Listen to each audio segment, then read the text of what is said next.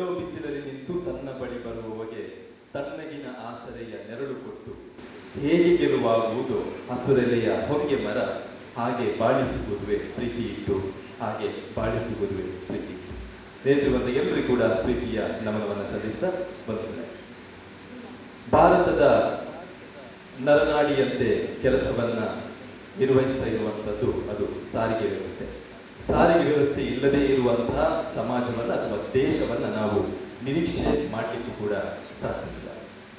ಅದರಲ್ಲೂ ಕೂಡ ನಮ್ಮ ದಕ್ಷಿಣ ಕನ್ನಡ ಜಿಲ್ಲೆ, ನಮ್ಮ ಮಂಗಳೂರು ಅಂತ ಹೇಳಿದ್ರೆ, ಇಲ್ಲಿನ ಬಸ್ಸುಗಳು, ಇಲ್ಲಿನ ಏನಿದೆ ಖಾಸಗಿ ಬಸ್ಸುಗಳು ಒಂದು ದೇಶದ ಮಾದರಿ ಬಸ್ ವ್ಯವಸ್ಥೆಯಾಗಿ ನಿಂತಿದೆ ಅನ್ನೋದನ್ನ ಬಹಳ ಗೌರವದಿಂದ ಈ ವೇದಿಕೆಯ ಮೂಲಕ ಹೇಳಿಕೊಳ್ತಾ, ಇವತ್ತಿನ ಈ ದಿನದ ಕಾರ್ಯಕ್ರಮ ದಕ್ಷಿಣ ಕನ್ನಡ ಬಸ್ಸು ಮಾಲಕರ ಸಂಘ ರಿಜಿಸ್ಟರ್, ಕೆನರಾ ಬಸ್ಸು ಮಾಲಕರ ಸಂಘ ರಿಜಿಸ್ಟರ್ ಇದರ ವತಿಯಿಂದ ನಡೀತಾ ಇರುವಂತ ಬಸ್ಸು ಚಾಲಕರು ಹಾಗೂ ನಿರ್ವಾಹಕರಿಗೆ ಮಾಹಿತಿ ಕಾರ್ಯಾಗಾರ 2024 ಇವತ್ತಿನ ಈ ದಿನ ಇಲ್ಲಿ ನಡೀತಾ ಇರುವಂತದ್ದು. ಬಸ್ಸಿನಲ್ಲಿ ಪ್ರಮುಖ ಜವಾಬ್ದಾರಿಯನ್ನ ಪಾತ್ರವನ್ನ ವಹಿಸ್ತಾ ಇರುವಂತ ಅದು ನಿರ್ವಾಹಕರು ಆಗಿರ್ಬೋದು ಅಥವಾ ಅಲ್ಲಿರುವಂತಹ ಚಾಲಕರು ಆಗಿರ್ಬೋದು, ಅವರಿಗೆ ಮಾಹಿತಿಯನ್ನ ಕೊಡುವಂತ ಇವತ್ತಿನ ಈ ಹೊತ್ತಿನ ಕಾರ್ಯಕ್ರಮಕ್ಕೆ ನಮ್ಮ ಜೊತೆಗಿರುವಂತಹ ಅತಿಥಿ ಅಭ್ಯಾಗತರನ್ನ ಬಹಳ ಪ್ರೀತಿಯಿಂದ ವೇದಿಕೆಯ ಮೇಲೆ ಸ್ವಾಗತಿಸುವಂತ ಸಮಯ. ಅವರನ್ನ ಸಂಘಟಕರು ವೇದಿಕೆಯ ಮೇಲೆ ಕರೆದಿರಬೇಕಾಗಿ ನಾನು ಕೇಳಿಕೊಳ್ತೇನೆ. ಇವತ್ತಿನ ಈ ದಿನದ ಕಾರ್ಯಕ್ರಮದ ಅಧ್ಯಕ್ಷತೆಯನ್ನ ವಹಿಸುವವರು ಡಾಕ್ಟರ್ ಆರ್ವಿನ್ ದೇಸ್ ಅವರು, ಸಂತ ಅಲೋಷಿಯಸ್ ಪರಿಗಣಿತ ವಿಶ್ವವಿದ್ಯಾನಿಲಯದ ರಿಜಿಸ್ಟರ್ ಆಗಿದ್ದಾರೆ. ಅವರು ನಮ್ಮನ್ನ ಸೇರಿಕೊಳ್ತಾರೆ. ಹಾಗೆಯೇ ಇವತ್ತಿನ ಈ ಕಾರ್ಯಕ್ರಮದ ಉದ್ಘಾಟಕರಾಗಿ ಶ್ರೀ ವಿ ದಿನೇಶ್ ಕುಮಾರ್, ಡಿಸಿಪಿ, ಉಪ ಪೊಲೀಸ್ ಆಯುಕ್ತರು, ಅಪರಾಧ ಮತ್ತು ಸಂಚಾರ, ಮಂಗಳೂರು ನಗರ. ಹಾಗೆಯೇ ನಮ್ಮ ಜೊತೆ ಶ್ರೀಮತಿ ನಜ್ಮಾ ಫಾರೂಕ್, ಎಸಿಪಿ, ಸಹಾಯಕ ಪೊಲೀಸ್ ಆಯುಕ್ತರು, ಮಂಗಳೂರು ನಗರ. ಶ್ರೀ ಶ್ರೀಧರ್ ಮನ್ನಾ, ಪ್ರಾದೇಶಿಕ ಸಾರಿಗೆ ಅಧಿಕಾರಿ, ಮಂಗಳೂರು. ಹಾಗೆಯೇ ಸಂಪನ್ಮೂಲ ವ್ಯಕ್ತಿಗಳಾದಂತಹ ಶ್ರೀ ರಾಜೇಂದ್ರ ಭಟ್, ಶಿಕ್ಷಕರು, ರಾಷ್ಟ್ರೀಯ ಮಟ್ಟದ ತರಬೇತುದಾರರು. ಹಾಗೆ ಅಧ್ಯಕ್ಷರಾದಂತಹ ಶ್ರೀ ಅಜೀಜ್ ಪಟ್ಟಿಪಾಡಿಯವರು, ಇವರು ಕೂಡ ಜೊತೆಗೆ ಶ್ರೀ ಜೀವನ್ದಾರ್ ಅಧಿಕಾರಿಗಳು, ಕೆನರಾ ಮಾಲಕರ ಸಂಘದ ಉಪಾಧ್ಯಕ್ಷರು, ಪ್ರಧಾನ ಕಾರ್ಯದರ್ಶಿ ಪದಾಧಿಕಾರಿಗಳು, ಪ್ರಧಾನ ಕಾರ್ಯದರ್ಶಿಗಳು, ಇವರನ್ನು ಕೂಡ ವೇದಿಕೆಯ ಮೇಲೆ ನಾನು ಸ್ವಾಗತ ಮಾಡ್ತಾ ಇದ್ದೇನೆ. ಉಪಾಧ್ಯಕ್ಷತೆಯನ್ನ ವಹಿಸುವಂತ ಸಂತ ಅಲೋಷಿಯಸ್ ಪರಿಗಣಿತ ವಿಶ್ವವಿದ್ಯಾನಿಲಯದ ಸೇರಿಕೊಳ್ತಾರೆ. ಮತ್ತೊಮ್ಮೆ ತಮಗೆಲ್ಲರಿಗೂ ಕೂಡ ಪ್ರೀತಿಯ ನಮನವನ್ನ ಸಲ್ಲಿಸಿ, ನಂಬಿಕೊಂಡು ಬಂದಿರುವಂತ ನಮ್ಮ ಇಷ್ಟ ದೇವರುಗಳು ನಮ್ಗೆಲ್ಲರೂ ಕೂಡ ಒಳ್ಳೆಯದನ್ನ ಮಾಡಲಿ. 100 ಗುಡಿಗಳಲ್ಲಿ 100 ಹೆಸರಿನಲ್ಲಿ 100 ನಮ್ಮ ಸಾರಿಗೆ ಪ್ರಾದೇಶಿಕ ಸಾರಿಗೆ ಕಾರ್ಯದರ್ಶಿಯಾಗಿರುವಂತಹ ಶ್ರೀಧರ್ ಮಲ್ನಾಡ್ರವರೇ, ಎಸಿಪಿ ಮೇಡಮ್ ನಜ್ಮಾ ಫಾರೂಕ್ ಅವರೇ, ಹಾಗೂ ವೇದಿಕೆ ಮೇಲಿರುವಂಥ ನಮ್ಮ ಕೆನರಾ ಬಸ್ ಮಾಲಕರ ಸಂಘದ ಪ್ರಧಾನ ಕಾರ್ಯದರ್ಶಿಯಾಗಿರುವಂಥ ಕೊಯ್ಲಾಡಿ ಸುರೇಶ್ ನಾಯ್ಕರೇ, ಉಪಾಧ್ಯಕ್ಷರಾಗಿರುವಂಥ ಜೀವನ್ದಾರ್ ಅಧಿಕಾರಿಯವರೇ, ನಮ್ಮ ದಕ್ಷಿಣ ಕನ್ನಡ ಬಸ್ ಮಾಲಕರ ಸಂಘದ ಪ್ರಧಾನ ಕಾರ್ಯದರ್ಶಿಯಾಗಿರುವಂಥ ರಾಮಚಂದ್ರ ಪಿಳ್ಳಾರ್ರವರೇ, ಹಾಗೂ ಎಲ್ಲ ಇಲ್ಲಿ ನೆರೆದಿರುವಂತಹ ನನ್ನ ಆತ್ಮೀಯ ವೃತ್ತಿ ಬಾಂಧವರೇ ಹಾಗೂ ನನ್ನ ಆತ್ಮೀಯ ಚಾಲಕ ನಿರ್ವಾಹಕರುಗಳೇ, ಮಾಧ್ಯಮ ಮಿತ್ರರೇ, ಹಾಗೂ ಇಲ್ಲಿ ನೆರೆದಿರುವಂತಹ ಪ್ರತಿಯೊಬ್ಬರನ್ನು ನಾನು ಸ್ವಾಗತಿಸಲಿಕ್ಕಾಗಿ ಇಲ್ಲಿ ನಿಂತಿದ್ದೇನೆ. ಅದಕ್ಕೆ ಮೊದಲು ಪ್ರಾಸ್ತಾವಿಕವಾಗಿ 2 ಮಾತನ್ನು ಹೇಳಲಿಕ್ಕೆ ಇಷ್ಟಪಡ್ತೇನೆ. ಯಾಕಂದರೆ ನಮ್ಮ ಇಂದಿನ ತರಬೇತಿ ನೀಡುವಂಥ ರಾಜೇಂದ್ರ ಭಟ್ ಅವರು ಬಂದಿದ್ದಾರೆ. ಅವರಿಗೂ 1 ಗಂಟೆ 1 ತಾಸು ಮಾತಾಡಲಿಕ್ಕಿದೆ. ಆದ ಕಾರಣ ಸಮಯದ ಅಭಾವ ಇದೆ. 1.5 ಗಂಟೆ ಒಳಗೆ ಮುಗಿಬೇಕು. ನಮ್ಮ ಕರಾವಳಿಗೆ ಆವರಿಸಿಕೊಂಡಿರುವಂತಹ ದಕ್ಷಿಣ ಕನ್ನಡ ಜಿಲ್ಲೆಯಲ್ಲಿ ಖಾಸಗಿ ಸಾರಿಗೆ ವ್ಯವಸ್ಥೆಯು ಬಹಳ ಪ್ರಸಿದ್ಧಿಯನ್ನು ಪಡೆದಿತ್ತು ಹಾಗೂ ಪಡೆದಿದೆ. ಇದು ಏಷ್ಯಾ ಖಂಡದಲ್ಲಿಯೇ ಬಹಳ ಮಹತ್ವವನ್ನು ಪಡೆದಂತಹ ಸಾರಿಗೆ ವ್ಯವಸ್ಥೆ. ಹಲವಾರು ವರ್ಷಗಳಿಂದ, ಗತಕಾಲ ಅಂದರೆ ಸುಮಾರು 110 ವರ್ಷಗಳ ಇತಿಹಾಸವಿರುವಂತಹ ನಮ್ಮ ಖಾಸಗಿ ಸಾರಿಗೆ ಸಂಸ್ಥೆ ಅಂದಿನ ಗತ ಕಾಲದಲ್ಲಿ ಸಾರ್ವಜನಿಕರೊಂದಿಗೆ, ವಿದ್ಯಾರ್ಥಿ ಸಮುದಾಯದೊಂದಿಗೆ ಹಾಗೂ ಇಲಾಖೆಯೊಂದಿಗೆ ಬಹಳ ಅನ್ಯೋನ್ಯ ಸಂಬಂಧವನ್ನು ಇಟ್ಟುಕೊಂಡಿತ್ತು. ಮಾತ್ರವಲ್ಲ, ಆ ಸೌಹಾರ್ದತೆ, ಸಾಮರಸ್ಯತೆ, ಮಧುರ ಬಾಂಧವ್ಯ ಅದೊಂದು ಬಹಳ ಪ್ರಮುಖ ವಿಷಯವಾಗಿತ್ತು. ಆದರೆ ಬರುತ್ತಾ ನಮ್ಮ ಈ ಸಾರಿಗೆ ವ್ಯವಸ್ಥೆಯಲ್ಲಿ ಬಹಳಷ್ಟು ಅಭಿವೃದ್ಧಿ ಆಗಿದೆಯಾದರೂ ಇತ್ತೀಚಿನ ಸಂದರ್ಭದಲ್ಲಿ ಬಹಳಷ್ಟು ಟೀಕೆಗಳು ಬರ್ತಾ ಇವೆ. ನಿಮ್ಮ ಸಿಬ್ಬಂದಿ ವರ್ಗದ ವರ್ತನೆಯಲ್ಲಿ ಹಾಗೂ ಕಾನೂನಿನ ಪಾಲನೆಯಲ್ಲಿ ಬಹಳಷ್ಟು ಟೀಕೆಗಳು ಬರ್ತಾ ಇವೆ. ಇವನ್ನು ಹೋಗಲಾಡಿಸಲಿಕ್ಕೋಸ್ಕರ ನಾವು ಬಹಳಷ್ಟು ಸಭೆಗಳನ್ನು ತರಬೇತಿಯನ್ನು ನಡೆಸಿದ್ದೇವೆ. ಕಳೆದ ಸಭೆಯಲ್ಲಿ ಮಾನ್ಯ DCP ಸಾಹೇಬರು ಈ ದಿನೇಶ್ ಕುಮಾರ್ರವರು ಬಹಳ ಕಳವಳವನ್ನು ವ್ಯಕ್ತಪಡಿಸಿ ಮಾತಾಡಿದರು. ಯಾಕೆಂತ ಹೇಳಿದರೆ ಪದೇ ಪದೇ ನೀವು ತರಬೇತಿ ಶಿಬಿರ ಮಾಡ್ತೀರಾ, ಎಲ್ಲವನ್ನು ಮಾಡ್ತೀರಾ, ಆದರೆ ಯಾವುದೇ ಪ್ರಯೋಜನ ಆಗ್ತಾಗಿಲ್ಲ, ಯಾವುದೇ ಬದಲಾವಣೆ ಆಗ್ತಾಗಿಲ್ಲ ಅಂತೇಳಿ ಭಾಳ ಕಳವಳವನ್ನು ವ್ಯಕ್ತಪಡಿಸಿದ್ದನ್ನು ನಾವು ಪರಿಗಣಿಸಿ ಹಾಗೂ ACP ಮೇಡಮ್ರವರು ಈ ಮುಂಗಾರಿನ ಮೊದಲು, ಈ ಮಳೆಗಾಲಕ್ಕೆ ಮೊದಲು ರಸ್ತೆಯ ಮೇಲೆ ಬಹಳಷ್ಟು ಇಂಧನ ವಾಯುಗಳು ಬಿದ್ದು ಜಾರುವಂಥ ಪರಿಸ್ಥಿತಿಯಲ್ಲಿ ಅಪಘಾತ ಆಗ್ಬೋದು. ಅದೇ ರೀತಿ ಶಾಲಾ ಕಾಲೇಜುಗಳು ಸ್ಟಾರ್ಟ್ ಆಗಿ ಮಕ್ಕಳು ಬಸ್ಸನ್ನು ಹತ್ತುವಾಗ ಇಳಿಯುವಾಗ ಜಾಗ್ರತೆ ವಹಿಸಬೇಕಾಗಿ ಒಂದು ಕಾರ್ಯಾಗಾರ ಇಟ್ಕೊಳ್ಬೇಕು. ಆ ಮೂಲಕ ಎಲ್ಲ ನಿರ್ವಾಹಕರು ಮತ್ತು ಚಾಲಕರಿಗೆ ಒಂದು ತರಬೇತಿಯನ್ನು ನೀಡಬೇಕು ಅಂತೇಳಿ ಅವಸರದಲ್ಲಿ 2-3 ದಿನ ಮೊದಲು ಹೇಳಿದರು. ಆದಾಗ್ಯೂ ನಾವು ಈ ಕಾರ್ಯಕ್ರಮವನ್ನು ಹಮ್ಮಿಕೊಂಡಿದ್ದೇವೆ. ಬಹಳಷ್ಟು ಚಾಲಕರು ಮತ್ತು ನಿರ್ವಾಹಕರು ಇವತ್ತು ಡ್ಯೂಟಿಯಲ್ಲಿದ್ದ ಕಾರಣ ಹೆಚ್ಚಿನವರಿಗೆ ಬರಲಿಕ್ಕಾಗಲಿಲ್ಲ, ಕೆಲವರು ಬರ್ತಾ ಇದ್ದಾರೆ. ಆದರೂ ನಾವು ನಮ್ಮ ಪ್ರತಿಯೊಂದು ಪ್ಯಾಂಪ್ಲೆಟ್ಗಳನ್ನು ತಯಾರು ಮಾಡಿ ಎಲ್ಲರಿಗೂ ಪ್ರತಿಯೊಬ್ಬರಿಗೂ ಸಿಗುವಾಗೆ ಕೊಟ್ಟಿದ್ದೇವೆ. ಅದರಲ್ಲಿ ಸಾರಿಗೆ ನಿಯಮವನ್ನು ಮತ್ತು ಈ ಯಾವ ರೀತಿ ಸೌಜನ್ಯತೆಯಲ್ಲಿ ವರ್ತಿಸಬೇಕು ಎಂಬುದನ್ನು ಎಲ್ಲವನ್ನು ನೋಟ್ ಮಾಡಿದ್ದೇವೆ. ಅದನ್ನೆಲ್ಲವನ್ನು ಡ್ರೈವರ್ ಕಂಡಕ್ಟರ್ಗಳಿಗೂ ಕಲಿಸಿಕೊಟ್ಟಿದ್ದೇವೆ. ಈಗ ಇಷ್ಟೆಲ್ಲ ಒಂದು ಸಾಮರಸ್ಯತೆ ಸೌಹಾರ್ದತೆ ಇದ್ದಂತಹ ನಮ್ಮ ಜಿಲ್ಲೆಯಲ್ಲಿ ಈಗ ಆ ಒಂದು ಮಾನವೀಯ ಮೌಲ್ಯ ಕಡಿಮೆ ಆಗ್ತಾ ಹೋಗಿದೆ ನಮ್ಮ ಚಾಲಕರು, ನಿರ್ವಾಹಕರು ಮತ್ತು ಸಾರ್ವಜನಿಕರ ಮಧ್ಯೆ. ಈ ಸಾರ್ವಜನಿಕರು, ವಿದ್ಯಾರ್ಥಿ ಸಮುದಾಯ ಮತ್ತು ನಮ್ಮ ಈ ಚಾಲಕ ನಿರ್ವಾಹಕರ ಇವರ ಮಧ್ಯೆ ಒಂದು ಮಧುರ ಬಾಂಧವ್ಯವನ್ನು ಇಟ್ಟುಕೊಳ್ಳಲಿಕ್ಕೆ ಬೇಕಾಗಿ ನಾವು ಈ ಕಾರ್ಯಕ್ರಮವನ್ನು ಹಮ್ಮಿಕೊಂಡಿದ್ದೇವೆ. ಇದರಲ್ಲಿ ಈಗ ನಾನು ಹೆಚ್ಚೇನು ಹೇಳುವುದಿಲ್ಲ, ಯಾಕಂತ ಹೇಳಿದರೆ ಪ್ರತಿ ತರಬೇತಿ ಇದರಲ್ಲೂ ಮಾತಾಡಿ ಆಗಿದೆ.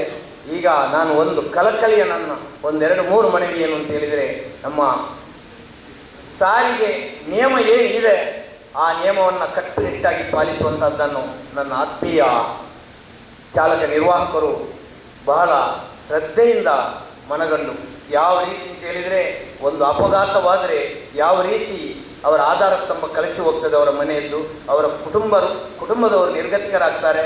ಅದೇ ರೀತಿ ಒಂದು ಆ ಜೀವ ಕಳೆದುಕೊಂಡ್ರೆ ಎಷ್ಟೊಂದು ದೊಡ್ಡ ನಷ್ಟವಾಗ್ತದೆ, ನಡು ಹಗಲಲ್ಲಿ ಕಗ್ಗತ್ತಲು ಸಂಭವಿಸುತ್ತದೆ. ಇವೆಲ್ಲವನ್ನು ಪರಿಗಣಿಸಿ ಭಾಳ ಜಾಗರೂಕತೆಯಿಂದ ಬೆಳಗ್ಗೆ ಬರುವಾಗಲೇ ನೀವು ಡ್ಯೂಟಿಗೆ ಒಂದು ಮನದಲ್ಲಿ ಇಟ್ಕೊಳ್ಬೇಕು.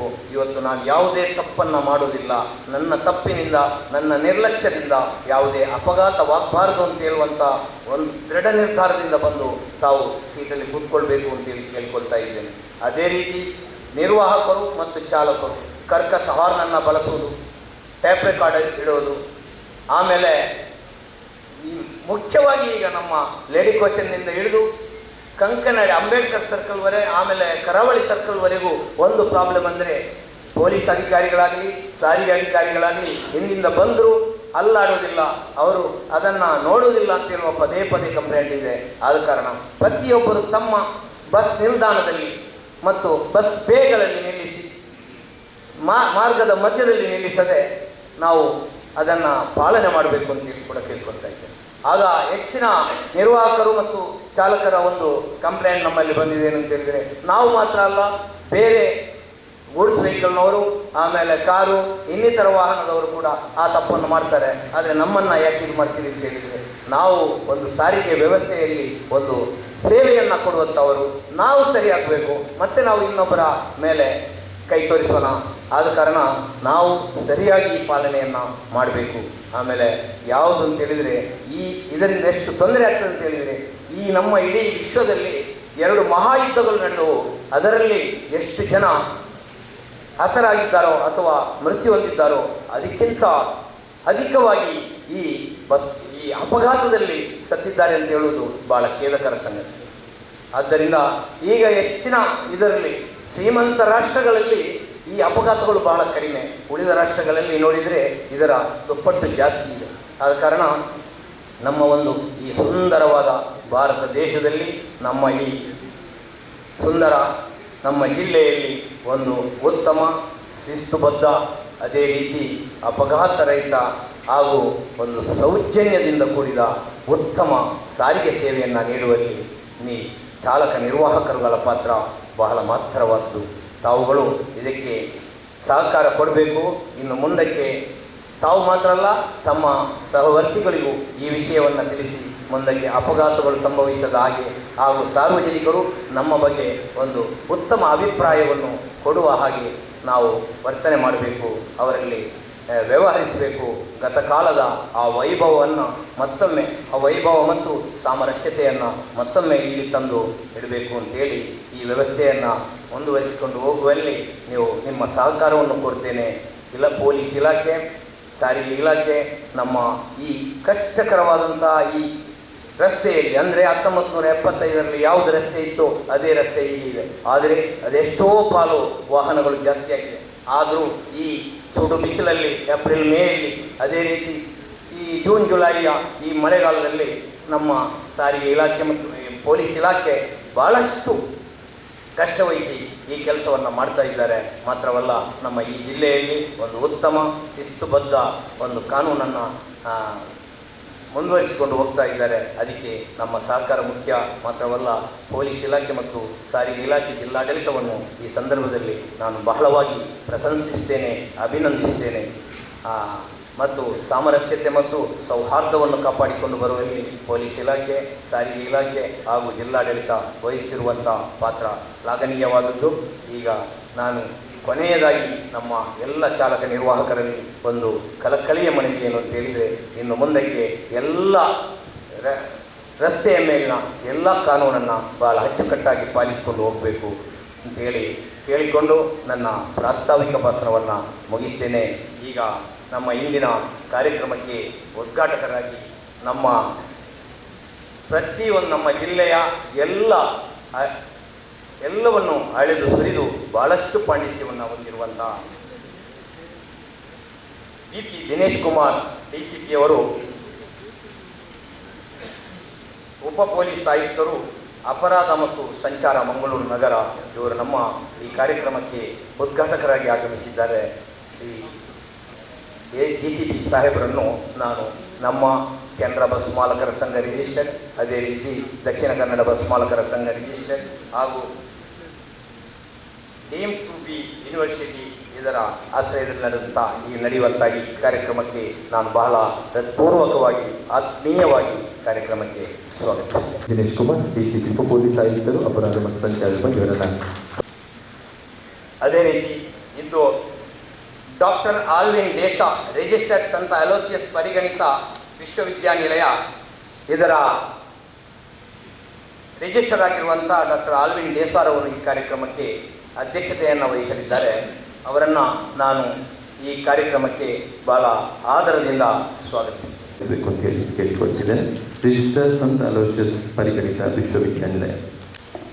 ಅದೇ ರೀತಿ ಇಂದಿನ ಮುಖ್ಯ ಅತಿಥಿಗಳಲ್ಲಿ ಒಬ್ಬರಾಗಿರುವಂತಹ ಶ್ರೀಮತಿ ನಜ್ಮಾ ಫಾರೂಕಿ ಎಸಿ, ಸಹಾಯಕ ಪೊಲೀಸ್ ಆಯುಕ್ತರು, ಮಂಗಳೂರು ನಗರ, ಇವರು ಈ ಕಾರ್ಯಕ್ರಮಕ್ಕೆ ಆಗಮಿಸಿದ್ದಾರೆ. ಅವರನ್ನು ನಾನು ಬಹಳ ಆದರದಿಂದ ಹೃತ್ಪೂರ್ವಕವಾಗಿ ಈ ಕಾರ್ಯಕ್ರಮಕ್ಕೆ ಕೇಳಿಕೊಳ್ಳುತ್ತಿದೆ. ಪ್ರಾಧಿಕಾರದ ಕಾರ್ಯದರ್ಶಿಯವರು ಶ್ರೀ ಶ್ರೀಧರ್ ಮಲ್ನಾಡ್ ಅವರು ಕೂಡ ಈ ಕಾರ್ಯಕ್ರಮಕ್ಕೆ ಆಗಮಿಸಿದ್ದಾರೆ. ಅವರನ್ನು ದಕ್ಷಿಣ ಕನ್ನಡ ಬಸ್ ಮಾಲಕರ ಸಂಘ, ಕೆನರಾ ಬಸ್ ಮಾಲಕರ ಸಂಘ ಇದರ ಪರವಾಗಿ ನಾನು ಬಹಳ ಹೃತ್ಪೂರ್ವಕವಾಗಿ ಕಾರ್ಯಕ್ರಮಕ್ಕೆ ಇವರನ್ನು ಕೇಳಿಕೊಟ್ಟಿದ್ದೇನೆ. ಶಿಕ್ಷಕರು, ರಾಷ್ಟ್ರೀಯ ಮಟ್ಟದ ತರಬೇತಿದಾರರು, ಇವರು ಕೂಡ ಇಂದಿನ ಕಾರ್ಯಕ್ರಮಕ್ಕೆ ಆಗಮಿಸಿದ್ದಾರೆ. ಕೆನರಾ ಬಸ್ ಮಾಲಕರ ಸಂಘದ ಕೋಶಾಧಿಕಾರಿಯಾಗಿರುವಂಥ ಶ್ರೀ ಜ್ಯೋತಿ ಪ್ರಕಾಶ್ ಹೆಗಡೆಯವರು ಬಂದು ಅವರನ್ನು ಕೆನರಾ ಬಸ್ ಮಾಲಕರ ಸಂಘದ ಉಪಾಧ್ಯಕ್ಷರಾದ ಶ್ರೀ ಜೀವನ್ಧರ ಅಧಿಕಾರಿ ಅವರು ವೇದಿಕೆಯಲ್ಲಿದ್ದಾರೆ. ಕೆನರಾ ಬಸ್ ಮಾಲಕರ ಸಂಘದ ಪ್ರಧಾನ ಕಾರ್ಯದರ್ಶಿಯಾಗಿರುವಂಥ ಸುರೇಶ್ ನಾಯ್ಕ್ ಕೊಯ್ಲಾಡಿ ಇವರು ಕೂಡ ಇಂದಿನ ಕಾರ್ಯಕ್ರಮಕ್ಕೆ ಆಗಮಿಸಿದ್ದಾರೆ. ಅವರು ವೇದಿಕೆಯಲ್ಲಿದ್ದಾರೆ.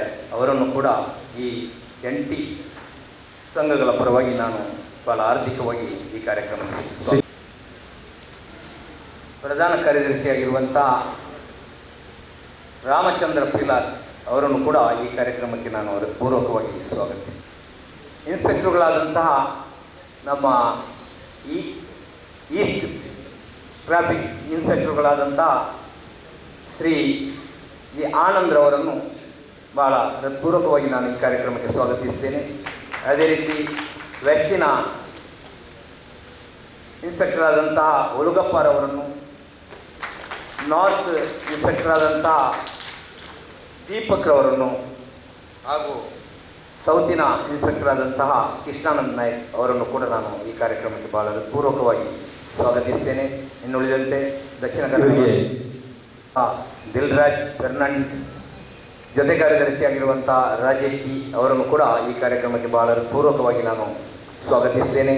ಇನ್ನುಳಿದಂತೆ ನಮ್ಮ ಸಾಮಾಜಿಕ ಕಾರ್ಯಕರ್ತರು ಆಗಿರುವಂಥ ಟಿ ಕೆ ಭಟ್ ಅವರು ಈ ಕಾರ್ಯಕ್ರಮಕ್ಕೆ ಆಗಮಿಸಿದ್ದಾರೆ. ಅವರನ್ನು ಕೂಡ ನಾನು ಬಹಳ ಪೂರ್ವಕವಾಗಿ ಕಾರ್ಯಕ್ರಮಕ್ಕೆ ಸ್ವಾಗತಿಸ್ತೇನೆ.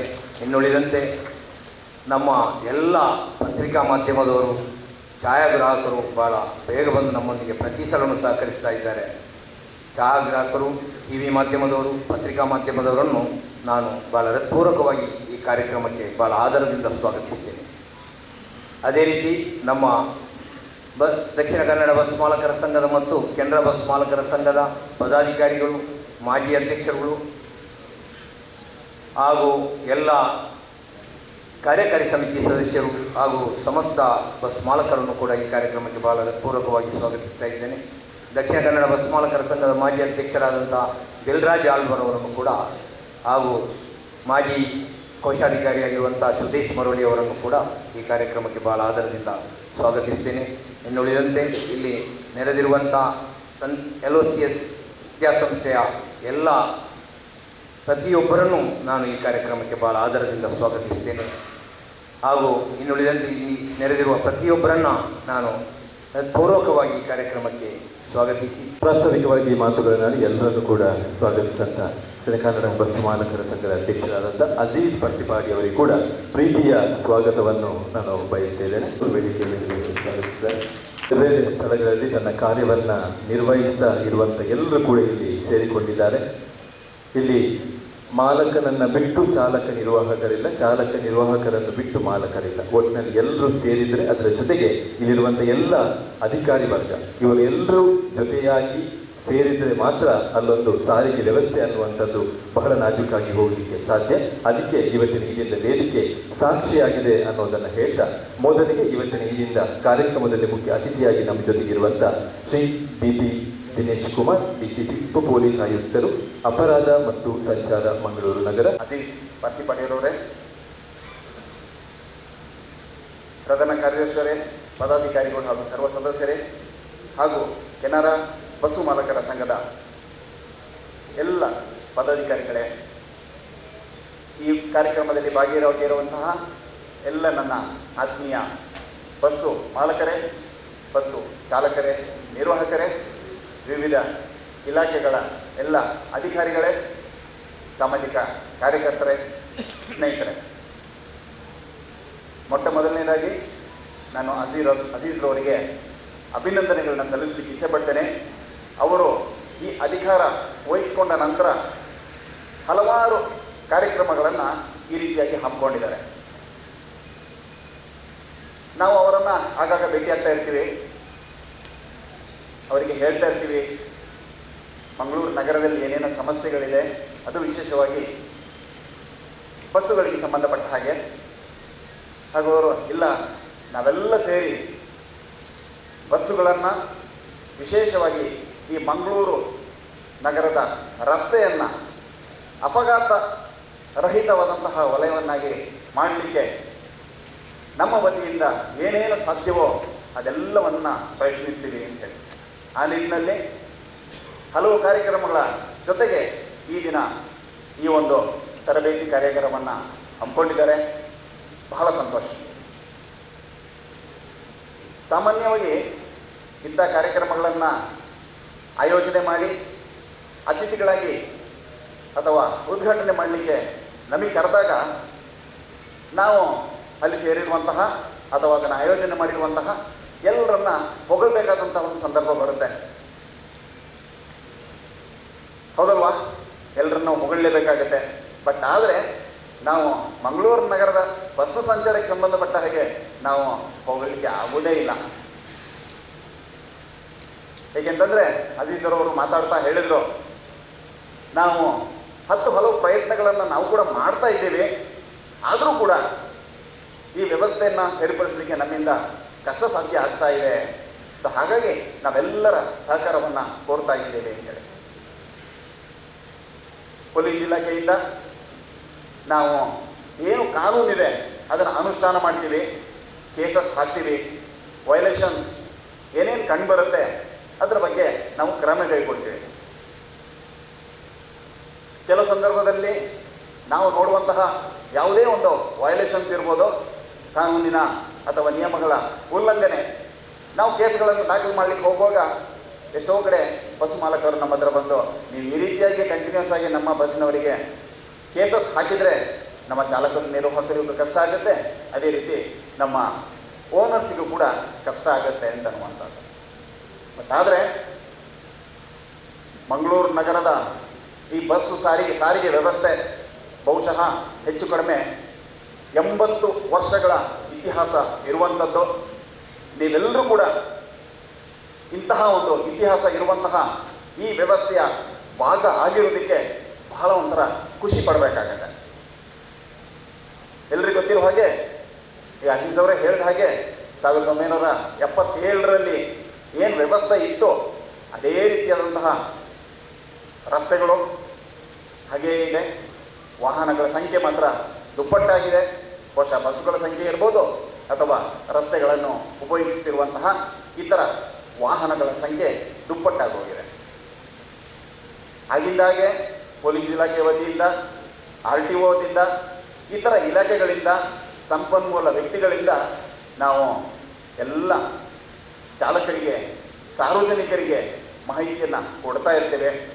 ಬಟ್ ಆದರೆ ಯಾರೂ ಕೂಡ ನಿಯಮಗಳನ್ನು ಪಾಲನೆ ಮಾಡುವಂಥದ್ದು ಬಹಳ ಕಡಿಮೆ ಮಾಡಿದ್ದಾರೆ, ಹಿಂದಕ್ಕೆ ಹಾಕ್ತಾ ಇದ್ದಾರೆ. ಪೊಲೀಸ್ ಇಲಾಖೆ ವತಿಯಿಂದ ನಾವು ಹೇಳ್ತೀವಿ, ನೋಡಿ ಈ ರೀತಿಯಾಗಿ ಕಾನೂನಿದೆ, ಇದನ್ನು ನೀವು ಉಲ್ಲಂಘನೆ ಮಾಡಿದರೆ ನಿಮಗೆ ದಂಡ ವಿಧಿಸ್ತೀವಿ ಅಂತೇಳಿ. ಎಷ್ಟೇ ದಂಡ ವಿಧಿಸಿದರೂ ಕೂಡ ರಸ್ತೆಗಳಲ್ಲಿ ಉಲ್ಲಂಘನೆಗಳು ಕಾಣ್ತಾನೆ ಇರ್ತೀವಿ. ಅದು ಕೇವಲ ಬಸ್ಸುಗಳಿಂದ ಮಾತ್ರ ಅಲ್ಲ, ರಸ್ತೆ ಉಪಯೋಗ ಮಾಡುವಂತಹ ಪ್ರತಿಯೊಬ್ಬರೂ ಕೂಡ ಉಲ್ಲಂಘನೆಗಳನ್ನ ಮಾಡ್ತಾನೆ ಹೋಗ್ತಾರೆ. ಯಾರಿಗೂ ಕೂಡ ತಾಳ್ಮೆ ಅನ್ನುವಂಥದ್ದೇ ಇಲ್ಲ. ಸೊ ನಾನು ಹಾಗಾಗಿ ಜಾಸ್ತಿ ಈ ನಿಯಮಗಳು ಕಾನೂನಿನ ಬಗ್ಗೆ ಹೇಳೋದಕ್ಕಿಂತ ಸೊ ಏನು ನಮ್ಮ ಸಂಪನ್ಮೂಲ ವ್ಯಕ್ತಿಗಳು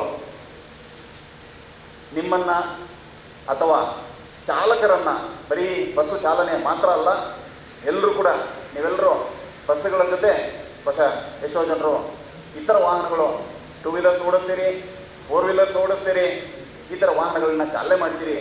ಸೊ ಆ ಎಲ್ಲ ಚಾಲಕರು ಯಾವ ರೀತಿಯಲ್ಲಿ ಅವರ ವಾಹನಗಳನ್ನು ಚಾಲನೆ ಮಾಡಬೇಕು, ಮಂಗಳೂರು ನಗರ ಎಲ್ಲರಿಗೂ ಸುರಕ್ಷಿತ ವ್ಯವಸ್ಥೆ ಉಂಟು ಮಾಡುವ ನಿಟ್ಟಿನಲ್ಲಿ ಎಲ್ಲರೂ ಕೂಡ ವಾಹನವನ್ನು ಚಾಲನೆ ಮಾಡಲಿಕ್ಕೆ ಅನ್ನುವ ರೀತಿಯಲ್ಲಿ ಅವರು ಅವರ ಮಾಹಿತಿಯಿಂದ ಎಲ್ಲರನ್ನ ಪರಿವರ್ತನೆ ಮಾಡ್ತಾರೆ ಅಂತ ತಿಳ್ಕೊಳ್ತಾ, ಬಹುಶಃ ಇನ್ನೊಂದು ವಿಚಾರ, ನಿಮ್ಮೆಲ್ಲರಿಗೂ ಕೂಡ ನಮ್ಮ ಹಿಂದಿನ IPC ಅಂದರೆ ಭಾರತೀಯ ದಂಡ ಸಂಹಿತೆ ಅಥವಾ CRPC ದಂಡ ಪ್ರಕ್ರಿಯಾ ಸಂಹಿತೆ ಅಥವಾ ನಮ್ಮ ಸಾಕ್ಷಿ ಅಧಿನಿಯಮ ಅಥವಾ ಇಂಡಿಯನ್ ಎವಿಡೆನ್ಸ್ ಆ್ಯಕ್ಟ್ ಏನಿತ್ತು ಅದರ ಬಗ್ಗೆ ಎಲ್ಲ ಪರಿಚಯ ಇರ್ಬೋದು ಅಂತ ಅಂದ್ಕೊಂಡಿದ್ದೀನಿ. ಇವಾಗ ಇದೇ ಜುಲೈ ತಿಂಗಳಿನಿಂದ ಆ ಕಾನೂನು ಅದೇ ಇರುತ್ತೆ. ಕೆಲವೊಂದು ಬದಲಾವಣೆಗಳನ್ನು ಮಾಡಿದ್ದಾರೆ. ಅದೇ ರೀತಿಯ ಹೆಸರುಗಳನ್ನು ಕೂಡ ಬದಲಾಯಿಸಿದ್ದಾರೆ.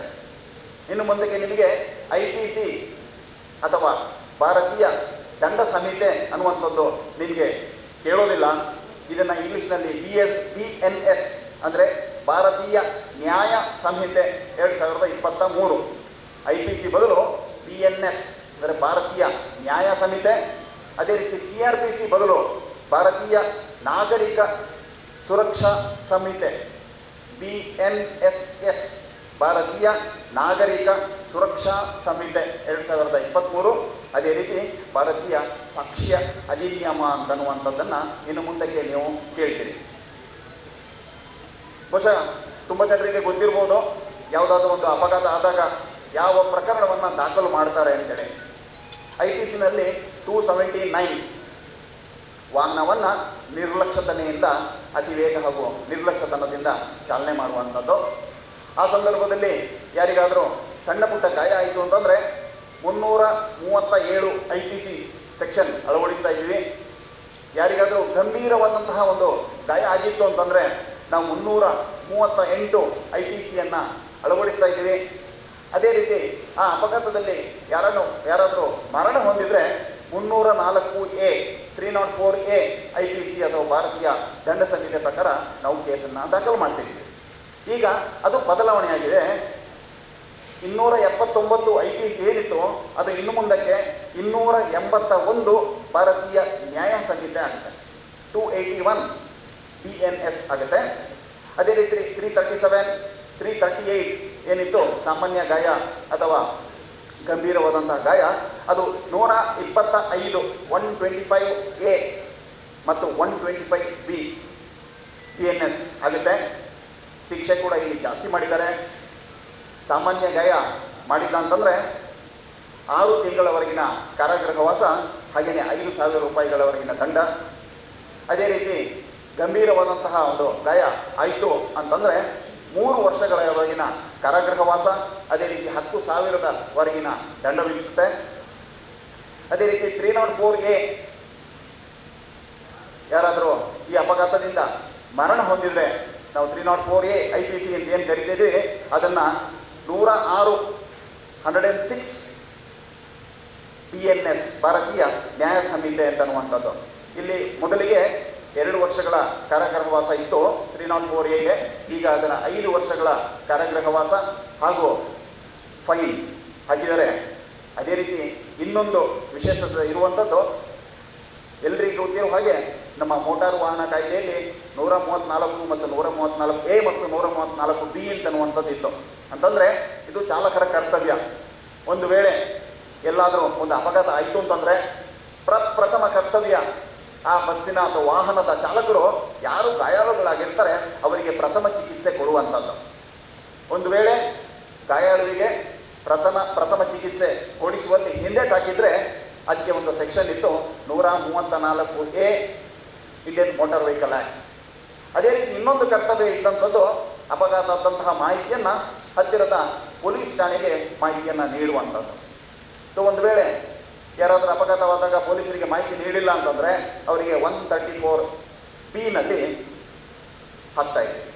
ಈಗ ಅದನ್ನು ಒಂದು ಪ್ರತ್ಯೇಕವಾಗಿ ಈ ಭಾರತೀಯ ನ್ಯಾಯ ಸಂಹಿತೆಯಲ್ಲಿ ಪ್ರತ್ಯೇಕವಾದಂತಹ ಒಂದು ಕಲಮಾಗಿ ಅಳವಡಿಸಿದರೆ ಇದು 106(2) BNS ನಲ್ಲಿ ಒಂದು ವೇಳೆ ಯಾರಾದರೂ ಪೊಲೀಸರಿಗೆ ಮಾಹಿತಿ ನೀಡದೆ ಅದನ್ನು ಹಿಟ್ ಆ್ಯಂಡ್ ರನ್ ಅಂತ ಕರಿತೀವಿ. ಒಂದು ಅಪಘಾತ ಆಗುತ್ತೆ, ಸೊ ಇವರು ಗೊತ್ತಿದ್ರೂ ಕೂಡ ಯಾರಿಗೂ ಮಾಹಿತಿ ನೀಡದೆ ಅಲ್ಲಿಂದ ತಪ್ಪಿಸ್ಕೊಂಡು ಹೋಗುವಂಥದ್ದು.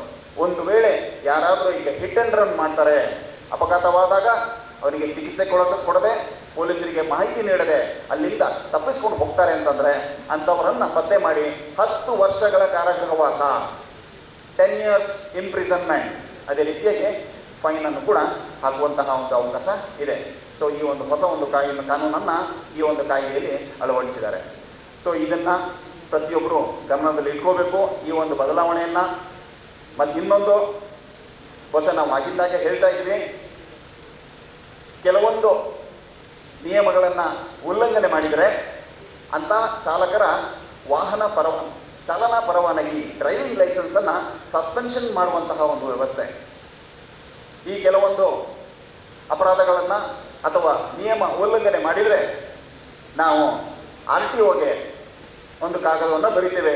ಇಂತಹ ಒಬ್ಬ ವ್ಯಕ್ತಿ ಇಂತಹ ಒಂದು ಉಲ್ಲಂಘನೆ ಮಾಡಿದರೆ ಸೊ ಅವರಿಗೆ ನಾವು ದಂಡ ವಿಧಿಸಿದ್ದೀವಿ, ಅವರ ಚಾಲನಾ ಪರವಾನಗಿಯನ್ನು ನಿಲಂಬನೆಯಲ್ಲಿ ಇಡಿಸಬೇಕು, ಸಸ್ಪೆನ್ಷನ್ ಮಾಡಬೇಕು 3 ತಿಂಗಳವರೆಗೆ ಅಥವಾ 6 ತಿಂಗಳವರೆಗೆ ಅಂತೇಳಿ.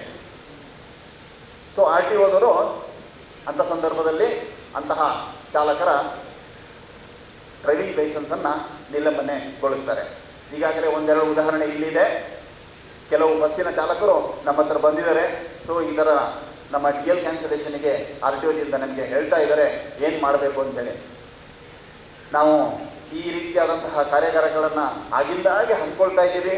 ಅದೇ ರೀತಿ ನಿಮ್ಮ ಅಧ್ಯಕ್ಷರು ಕೂಡ ಪ್ರತಿಯೊಬ್ಬರಿಗೂ ಕೂಡ ಮಾಹಿತಿಯನ್ನು ನೀಡ್ತಾನೇ ಇದ್ದಾರೆ.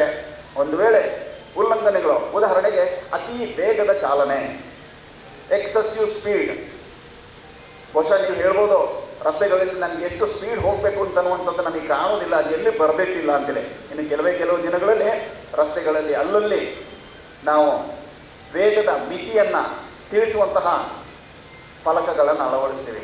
ಒಂದು ವೇಳೆ ನೀವೇನಾದರೂ ಯಾವ ಮಿತಿಯಲ್ಲಿ ನೀವು ಓಡಿಸ್ಬೇಕು ಅಂತ ಹೇಳಿ ಆ ಜಾಗದಲ್ಲಿ ನಿಗದಿಪಡಿಸಿದರೆ ಅದನ್ನು ಮೀರಿದರೆ ನಿಮ್ಮ ಮೇಲೆ ಪ್ರಕರಣ ದಾಖಲಿಸ್ತೀವಿ, ಎಕ್ಸೆಸಿವ್ ಸ್ಪೀಡ್ ಅಥವಾ ಅತಿ ವೇಗದ ಚಾಲನೆ ಅಂತೇಳಿ.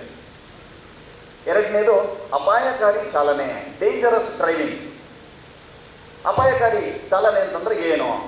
ಉದಾಹರಣೆಗೆ ಒಂದು ಟ್ರಾಫಿಕ್ ಸಿಗ್ನಲ್ ಇರುತ್ತೆ, ಅಲ್ಲಿ ನಿಮಗೆಲ್ಲ ಗೊತ್ತಿರುವ ಹಾಗೆ ಬೇರೆ ಬೇರೆ ಕಲರ್ಸ್ ಇದೆ, ಆಂಬರ್ ಇದೆ, ಗ್ರೀನ್ ಇದೆ, ರೆಡ್ ಇದೆ. ಕೆಂಪು ಬಣ್ಣ ರೆಡ್ ಲೈಟ್ ಬಂದಾಗಿಯೂ ಕೂಡ ನೀವು ವಾಹನವನ್ನು ಚಾಲನೆ ಮಾಡಿಕೊಂಡು ಮುಂದೆ ಹೋಗ್ತೀರಾ ಅಂತಂದರೆ violation of red light violation ಮಾಡಿದ ಅಂತಂದರೆ ಅದು ಡೇಂಜರಸ್ ಡ್ರೈವಿಂಗ್ ಆಗುತ್ತೆ, ಅಪಾಯಕಾರಿ ಚಾಲನೆ ಆಗುತ್ತೆ. ಅಥವಾ ಅಲ್ಲಿ ಸ್ಟಾಪ್ ಸಿಗ್ನಲ್ ಎಲ್ಲೋ ಒಂದು ಕಡೆ ಸ್ಟಾಪ್ ಪೊಲೀಸರೇ ನಿಲ್ಲಿಸಿ ಅಂತ ಹೇಳ್ಬೋದು, ಅಥವಾ ಎಲ್ಲಾದರೂ ಒಂದು ಸ್ಟಾಪ್ ಸಿಗ್ನಲ್ ತೋರಿಸ್ತಾರೆ.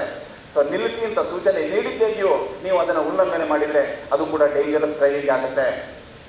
ಎಷ್ಟೋ ಕಡೆಗಳಲ್ಲಿ ನಾವು ನೋಡ್ತೀವಿ ವಾಹನ ಚಾಲಕರು ಮೊಬೈಲ್ ಫೋನ್ಗಳನ್ನು ಉಪಯೋಗಿಸಿಕೊಂಡು ವಾಹನವನ್ನು ಚಾಲನೆ ಮಾಡ್ತಾ ಇರುವಂಥದ್ದು. ಬಹುಶಃ ಇತ್ತೀಚೆಗೆ ಸೋಷಿಯಲ್ ಮೀಡಿಯಾದಲ್ಲಿ ಕೂಡ ಬಂದಿದ್ದು, ಯಾವುದೊಬ್ಬ ಬಸ್ಸಿನ ಚಾಲಕ ಆರಾಮ್ಸೆ ಮೊಬೈಲ್ ಫೋನನ್ನು ಉಪಯೋಗಿಸಿಕೊಂಡು ವಾಹನವನ್ನು ಚಾಲನೆ ಬಸ್ಸನ್ನು ಚಾಲನೆ ಮಾಡ್ತಾ ಇರುವಂಥದ್ದು.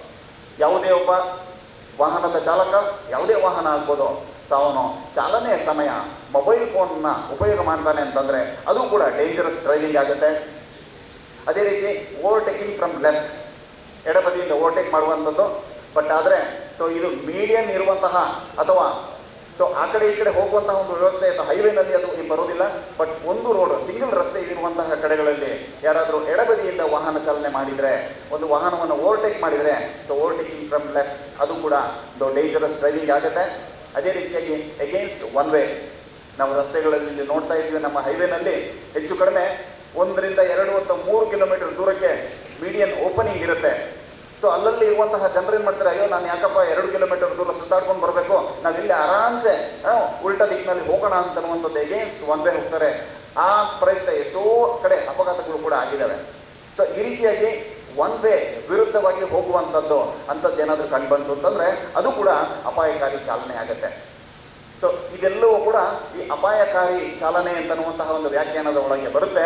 ಸೊ ಅಂಥ ಸಂದರ್ಭದಲ್ಲಿ ಅದೇ ರೀತಿಯಾಗಿ ಯಾರಾದರೂ ಮದ್ಯಪಾನ ಮಾಡಿ ವಾಹನ ಚಾಲನೆ ಮಾಡುವಂಥದ್ದು, ಕೆಲವು ಸಂದರ್ಭದಲ್ಲಿ ಈಗ ನಾವು ನೋಡ್ತಾ ಇದ್ದೀವಿ ಬಸ್ಸಿನ ಚಾಲಕರು ಕೂಡ ಮದ್ಯಪಾನ ಮಾಡಿಕೊಂಡು ಅಥವಾ ಮಾದಕ ವಸ್ತುವನ್ನು ಸೇವನೆ ಮಾಡಿಕೊಂಡು ವಾಹನವನ್ನು ಚಾಲನೆ ಮಾಡುವಂಥದ್ದು. ಕೆಲವು ಸಂದರ್ಭದಲ್ಲಿ ನಾವೇನು ಮಾಡ್ತೀವಿ, ಹೆಚ್ಚಾಗಿ ಬಸ್ಸಿನವರಿಗೆ ತೊಂದರೆ ಕೊಡೋಕ್ಕೆ ಹೋಗೋದಿಲ್ಲ. ಯಾಕೆಂತಂದರೆ ಅದರಲ್ಲಿ ಸಾರ್ವಜನಿಕರು ಕೂಡ ಇರ್ತಾರೆ. ಅವರು ಪಾಪ ಏನಾದರೂ ಸ್ವಲ್ಪ ತುರ್ತು ಕೆಲಸದ ನಿಮಿತ್ತ ಹೋಗುವಂಥವ್ರು ಇರ್ತಾರೆ. ಅವರಿಗೆ ನಾವೇನಾದರೂ ಅಡ್ಡ ಹಾಕಿದರೆ ಪಾಪ ಸಮಸ್ಯೆ ಆಗ್ಬೋದು ಅಂತನ್ನುವಂತಹ ನಿಟ್ಟಿನಲ್ಲಿ ನಾವು ಸಾಮಾನ್ಯವಾಗಿ ಬಸ್ಗಳಿಗೆ ಏನು ತೊಂದರೆ ಕೊಡೋಕ್ಕೆ ಹೋಗೋದಿಲ್ಲ. ಬಟ್ ಆದರೆ ನಮಗೂ ಕೂಡ ಮಾಹಿತಿ ಇದೆ. ಸೊ ಕೆಲ ಚಾಲಕರು ಮದ್ಯಪಾನ ಮಾಡ್ಕೊಂಡು ಆಗ್ಬೋದು ಅಥವಾ ಮಾದಕ ವಸ್ತುಗಳನ್ನು ಉಪಯೋಗ ಮಾಡಿಕೊಂಡು ಹೋಗ್ತಾ ಇರುವಂಥದ್ದು. ಇನ್ನೊಂದು ರೇಸಿಂಗ್, ಬಹುಶಃ ನಾವಿಲ್ಲಿ ಸಾಮಾನ್ಯವಾಗಿ ನೋಡ್ತಾ ಇದ್ದೀವಿ, ಬಸ್ಸು ಚಾಲಕರಲ್ಲೂ ಕೂಡ ನಾವು ಅದನ್ನು ನೋಡ್ತಾ ಇದ್ದೀವಿ. ಒಂದು ಪೈಪೋಟಿಯಲ್ಲಿ ಹಿಂದಿಕ್ಕಿ ಹೋಗುವಂಥದ್ದು.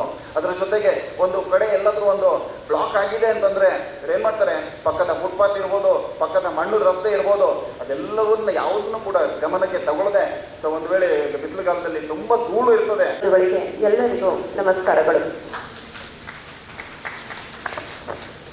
ಈಗಾಗಲೇ ಮಾನ್ಯ DCP ಸಾಹೇಬರು ಸಂಚಾರ ವ್ಯವಸ್ಥೆ ಬಗ್ಗೆ ಸುಮಾರು ಮಾರ್ಗಸೂಚಿಗಳನ್ನು ತಮ್ಮೊಂದಿಗೆ ಹಂಚಿಕೊಂಡಿದ್ದಾರೆ.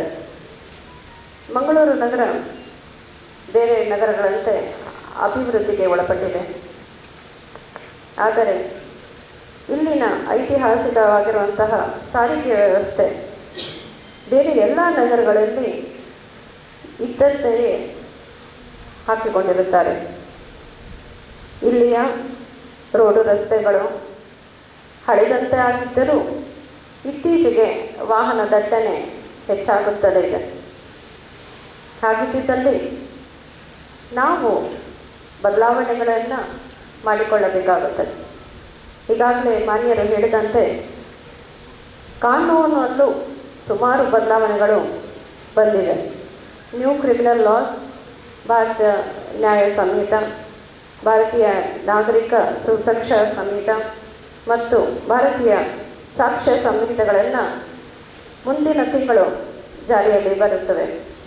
ಹಾಗಿದ್ದಲ್ಲಿ ಸಾರ್ವಜನಿಕರಾಗಿರಲಿ, ಬಸ್ಸು ಚಾಲಕರಾಗಿರಲಿ ಸುಮಾರು ಮಾರ್ಗಸೂಚಿಗಳನ್ನು ಹಾಗೂ ಇಲ್ಲಿ ಪರಿಪಾಲಿಸಬೇಕಾದಂತಹ ರೂಲ್ಸ್ಗಳನ್ನು ನಾವು ನಮ್ಮ ಜೀವನದಲ್ಲಿ ಆದಷ್ಟು ಅಳವಡಿಸ್ಕೊಳ್ಳೋದು ತುಂಬ ಪ್ರಾಮುಖ್ಯತೆ ಅಂತ ಹೊಂದಿಕೊಂಡಿರ್ತಾರೆ. ಅದಲ್ಲದೆ ನಾನೀಗಾಗಲೇ ಇಲ್ಲಿ ಬಂದು ಸುಮಾರು 2 ತಿಂಗಳಾಗಿದ್ದು ಇಲ್ಲಿನ ಸಾರಿಗೆ ವ್ಯವಸ್ಥೆಯ ಬಗ್ಗೆ ತಿಳಿದುಕೊಂಡಿರ್ತೇನೆ. ಸುಮಾರು 1,000 ಬಸ್ಸುಗಳು, ಅದರಲ್ಲಿ ಸಿಟಿ ಬಸ್ಸು ಸುಮಾರು 386 ಇವೆ, ಸರ್ವಿಸ್ ಬಸ್ಗಳು 566 ಇವೆ. ಅದಲ್ಲದೆ ಇಲ್ಲಿ ಆ ಬಸ್ಗಳಲ್ಲಿ ಪ್ರಯಾಣಿಸಿರುವಂತಹ ಸಾರ್ವಜನಿಕರನ್ನು ಅವರಿಂದ ಕೇಳ್ಕೊಟ್ಟಿರುವಂತಹ ದೂರುಗಳು ತಾನು ಹೇಳಿದಾಗೆ ನಮಗೆ ಇಲ್ಲಿ ಈ ಕಾರ್ಯಕ್ಕೆ ಕರೆಸಿರುವಂಥ ಉದ್ದೇಶ ತಮಗೆ ನಮ್ಮಿಂದ ಹೇಳಬೇಕಾಗಿರುವಂಥ ಸಾಮಾನ್ಯ ಸೂಚನೆಗಳನ್ನು ಹಂಚಿಕೊಳ್ಳಬೇಕಾಗಿರುತ್ತೆ. ಹಾಗಿದ್ದಲ್ಲಿ ಸುಮಾರು 3 ಬಾರಿ ನಾವು ಶ್ರೀಲ್ ಹಾರ್ನ್ ಸ್ಪೆಷಲ್ ಡ್ರೈವ್ಗಳನ್ನು ಹಮ್ಮಿಕೊಂಡಿದ್ದು 235 ಬಸ್ಗಳಿಂದ ನಮ್ಮ ಠಾಣಾವಾರು ಶ್ರೀಲ್ ಹಾರ್ನ್ಗಳನ್ನು ತೆಗೆಸಿದ್ದಾರೆ. ಆದರೂ ಸಹ ದೂರುಗಳು ಕಡಿಮೆ ಆಗಿದ್ದಿಲ್ಲ. ಬಸ್ಗಳನ್ನು ದಾರಿಗಳಲ್ಲಿ ನಿಲ್ಲಿಸಿ ಒಂದೊಂದು ಬಸ್ನ ಚೆಕ್ ಮಾಡಿ ಅದಕ್ಕೆ ಮೆಕ್ಯಾನಿಕ್ನ ಕರೆಸಿ ಶ್ರೀಲ್ ಹಾರ್ನ್ಗಳನ್ನು ತೆಗೆಸುವಂಥ ಕೆಲಸ ನಮ್ಮ ಠಾಣಾಧಿಕಾರಿಗಳು ಮಾಡಿರ್ತಾರೆ. ಆದರೂ ಅದು ಕಷ್ಟಕರವಾಗಿದೆ. ಅದಲ್ಲದೆ ಬಸ್ಸು ಚಾಲಕರಿಗೆ ಸುಮಾರು ಬಾರಿ ಈಗಾಗಲೇ ನಾನು ಆಫೀಸ್ನಲ್ಲಿಯೂ ನಮ್ಮ ಬಸ್ ಮಾಲೀಕರಿಗೂ ನಾನು ಒಂದು ಸಭೆಯನ್ನು ಹಮ್ಮಿಕೊಂಡು ಅವರಿಗೆ ವೈಲೇಷನ್ಸ್ ಆಗಿರ್ತಿರೋ ಬಗ್ಗೆ, ದೂರುಗಳು ಬಂದಿರೋ ಬಗ್ಗೆ ತುಂಬ ಮಾಹಿತಿಯನ್ನು ಹಂಚ್ಕೊಂಡಿದ್ದೇವೆ. ಇದಾದ ನಂತರ ನಾವು ಸ್ಪೆಷಲ್ ಡ್ರೈವ್ಸ್ ಮಾಡ್ತೇವೆ. ಮಾಡಿದಾಗ ಇಂಥ ಒಂದು ಪ್ರಕರಣಗಳು ಕಡಿಮೆ ಆಗಬೇಕು ಅನ್ನೋ ಉದ್ದೇಶದಿಂದ ಮಾಡಿಕೊಂಡಿದ್ದು ನಮ್ಮಲ್ಲಿ ದೂರು ಹೆಚ್ಚಾಗುತ್ತದೆ ಹೋಗುತ್ತದೆ. Reckless driving, excess passenger, footboard traveling, usage of mobile phones ಇಂಥದನ್ನು ತುಂಬ ಸರಿ ನೋಡಿದರು. ಬಸ್ಗಳಲ್ಲಿ ಪ್ರಯಾಣಿಕರು ಪ್ರಯಾಣಿಸಿದರೂ ಅವರಿಗೆ ಟಿಕೆಟ್ ಕೊಡದೇ ಇರುವಂಥದ್ದು, ಟಿಕೆಟ್ ಕೊಟ್ಟರು ಚಿಲ್ಲರೆ ವಾಪಸ್ ಮಾಡದೇ ಇರುವಂಥದ್ದು, ಇಂಥ ಸುಮಾರು ದೂರುಗಳು ನಮ್ಮಲ್ಲಿ ಕಂಡುಬಂದಿವೆ. ಅದಲ್ಲದೆ ನಿಮ್ಮಲ್ಲಿ ಈ ವೇದಿಕೆ ಮುಖಾಂತರ ನನ್ನ ಮನವಿ ಏನಂದರೆ ಆದಷ್ಟು ಕಾನೂನನ್ನು ಪಾಲನೆ ಮಾಡಿ. ಈಗ ನಾನು ಹೇಳಿದಂತೆ ಶಾಲಾ ಕಾಲೇಜುಗಳು ಈಗ ಮುಂದಿನ ತಿಂಗಳಿಗಿಂತ ತೆರೆಯಲಿರುತ್ತವೆ. ಹಾಗಿದ್ದಲ್ಲಿ ಬಸ್ಗಳನ್ನು ಜಾಗರೂಕತೆಯಿಂದ ರಸ್ತೆ ಮೇಲೆ ಸಂಚರಿಸಬೇಕು. ಅದಲ್ಲದೆ ಪ್ರತಿಯೊಬ್ಬ ನಿರ್ವಾಹಕರು ಕಂಪ್ಯೂಟರೈಸ್ಡ್ ಟಿಕೆಟಿಂಗ್ ಸಿಸ್ಟಮ್, ಈಗ ಅಜಿತ್ ಪ್ರತಿಪಾಡಿಯವರು ನಮ್ಮಲ್ಲಿ ಹಂಚಿಕೊಂಡಿದ್ದಾರೆ, ಕಂಪ್ಯೂಟರೈಸ್ಡ್ ಟಿಕೆಟ್ ಮೆಷೀನನ್ನು ನಿಮ್ಮಲ್ಲಿ ಹಂಚಿಕೊಡ್ತೇವೆ. ಅದರಲ್ಲಿ ತಾವು ಟಿಕೆಟ್ಗಳನ್ನು ವಿತರಿಸಬೇಕು ಅಂತ ಮನವಿ. ಅದಲ್ಲದೆ ಬಸ್ ಚಾಲಕರು ಸಾರ್ವಜನಿಕರೊಂದಿಗೆ ಸಭ್ಯತೆಯಿಂದ ವರ್ತಿಸುವುದು, ಇದು ತೀರಾ ಮುಖ್ಯವಾದದ್ದು. ಸಭ್ಯತೆಯಿಂದ ವರ್ತಿಸುವ ಬಗ್ಗೆ ಸುಮಾರು ದೂರುಗಳು ಬರ್ತಾ ಇವೆ. ದಯವಿಟ್ಟು ಸಂಚರಿಸುವಾಗ ಬಸ್ ಚಾಲಕರಾಗಿರಲಿ, ನಿರ್ವಾಹಕರಾಗಿರಲಿ ಸಾರ್ವಜನಿಕರೊಂದಿಗೆ ತುಂಬ ಸಂಯಮದಿಂದ ಮಾತಾಡಿಸಬೇಕು ಅಂತ ವಿನಂತಿ. ಅದಲ್ಲದೆ ತಾವು ಕರ್ತವ್ಯದಲ್ಲಿರುವಾಗ ಯೂನಿಫಾರ್ಮ್ ಅನ್ನು ಧರಿಸಬೇಕು ಅಂತ ವಿನಂತಿಸುತ್ತೇನೆ. ಯಾವುದೇ ಕಾರಣಕ್ಕೂ ಇಯರ್ಫೋನ್ಸ್ ಆಗಿರಲಿ, ಹೆಡ್ಫೋನ್ಸ್ ಆಗಿರಲಿ, ಮೊಬೈಲ್ಗಳನ್ನು ಬಳಸಬೇಡಿ. ನಿಮಗೆ ಗೊತ್ತಿರುವ ಹಾಗೆ ಹಿಂದಿನವರು ಹಾರ್ನ್ ಹೊಡಿತಾರಿರ್ಬೋದು, ಮುಂದೆ ಗಾಡಿಯು ಅಥವಾ ಒಬ್ಬ ಪಾದಚಾರಿ ರೋಡನ್ನು ದಾಟ್ತಿರ್ಬೋದು, ಗೊತ್ತಾಗದೆ ಅಪಘಾತಗಳು ಉಂಟಾಗುತ್ತವೆ.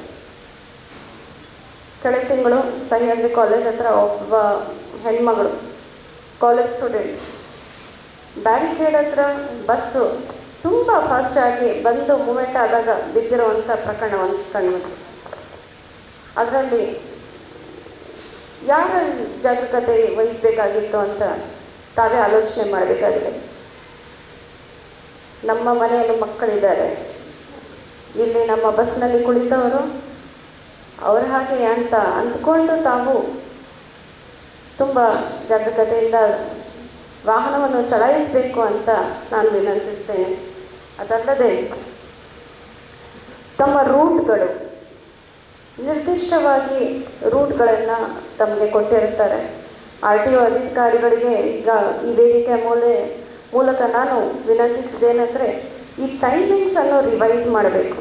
ಇತ್ತೀಚೆಗೆ ಸಂಚಾರ ದಟ್ಟಣೆ ಹೆಚ್ಚಾಗಿದ್ದು, ಇದೇ ಸೇಮ್ ಟೈಮಿಂಗ್ಸ್ನ ಅವ್ರು ಫಾಲೋ ಮಾಡಲಿಕ್ಕೆ ಸ್ವಲ್ಪ ತೊಂದರೆ ಆಗ್ತಾಯಿದೆ. ಹಾಗಾಗಿ ಅವರು ಆ ಟೈಮಿಂಗ್ಸ್ ಫಾಲೋ ಮಾಡಲಿಕ್ಕೆ ಅಂತ ಬೇಗ ಓದಿಸ್ಕೊಂಡು ಹೋಗುವಂಥದ್ದಿದೆ. ಅದನ್ನು ತಾವು ದಯವಿಟ್ಟು ಗಮನಿಸಬೇಕು, ಆದಷ್ಟು ರಿವೈಸ್ ಮಾಡಬೇಕಂತ ಮನವಿ. ಅದಲ್ಲದೆ ಲೇನ್ ಡಿಸಿಪ್ಲಿನ್, ದಯವಿಟ್ಟು ಒಬ್ಬರ ಹಿಂದೆ ಒಬ್ಬ ಬಸ್ ನಿಲ್ದಾಣ ಎಲ್ಲಿರುತ್ತೋ ನಿರ್ದಿಷ್ಟ ನಿಲ್ದಾಣದಲ್ಲಿಯೇ ನಿಲ್ಲಿಸಬೇಕು ಅಂತ ವಿನಂತಿಸ್ತೇನೆ. ಬಸ್ ನಿಲ್ದಾಣ ಜ್ಯೋತಿಯಲ್ಲಿರೋ ಭಾಗ ಆಗಿರ್ಬೋದು, ನಮ್ಮ ಮಹಾರಾಜ ಕಾಂಪ್ಲೆಕ್ಸಲ್ಲಿ ಆಗಿರ್ಬೋದು, ಲೇಡಿ ಕೋಶನಲ್ಲಿ ಆಗಿರ್ಬೋದು, ಅಲ್ಲಲ್ಲೇ ನಿಲ್ಲಿಸಬೇಕು.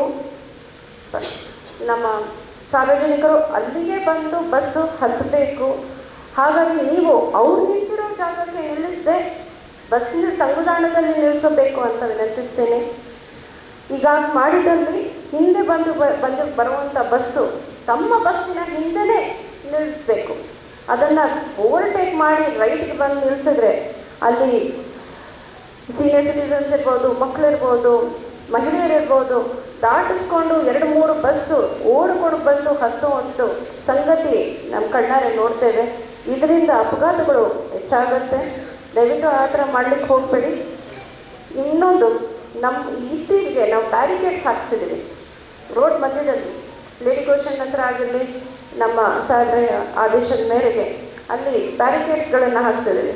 ಇದು ಲೇನ್ ಡಿಸಿಪ್ಲಿನ್ ಅಂತ ಮಾಡುವಂಥ ಉದ್ದೇಶಕ್ಕೋಸ್ಕರ ಮಾತ್ರ. ನೀವು ಹೊರಗಡೆ ರಾಜ್ಯಕ್ಕೆ ಹೋದರೆ ಇಲ್ಲ ಬೇರೆ ದೇಶಕ್ಕೆ ಹೋದರೆ ಇವೆಲ್ಲ ಜಾಸ್ತಿ ಕಂಡುಬರಲ್ಲ, ಅವ್ರಿಗೆ ಮನವರಿಕೆ ಇರುತ್ತೆ. ನೀವು ಬ್ಯಾರಿಕೇಡ್ ಹಾಕಿ ಇಲ್ಲಿ ಮಾತ್ರ ನೀವು ಸಂಚಾರ ಮಾಡಬೇಕು ಅಂತ ಹೇಳೋ ಅವಶ್ಯಕತೆ ಇರಲ್ಲ. ಸೊ ಹಾಗಿದ್ದಲ್ಲಿ ನಾವು ಖುದ್ದಾಗಿ, ಇದು ನಮ್ಮ ನಗರ, ಇದು ನಮ್ಮ ಮಂಗಳೂರು ನಗರ, ಇಲ್ಲಿ ನಮ್ಮ ವ್ಯವಸ್ಥೆ ಏನಿದೆ, ಬಸ್ಸುಗಳ ವ್ಯವಸ್ಥೆ ಏನಿದೆ, ಸಾರಿಗೆ ವ್ಯವಸ್ಥೆ, ಅದನ್ನು ನಾವು ಸರಿಪಡಿಸ್ಕೊಳ್ಬೇಕು.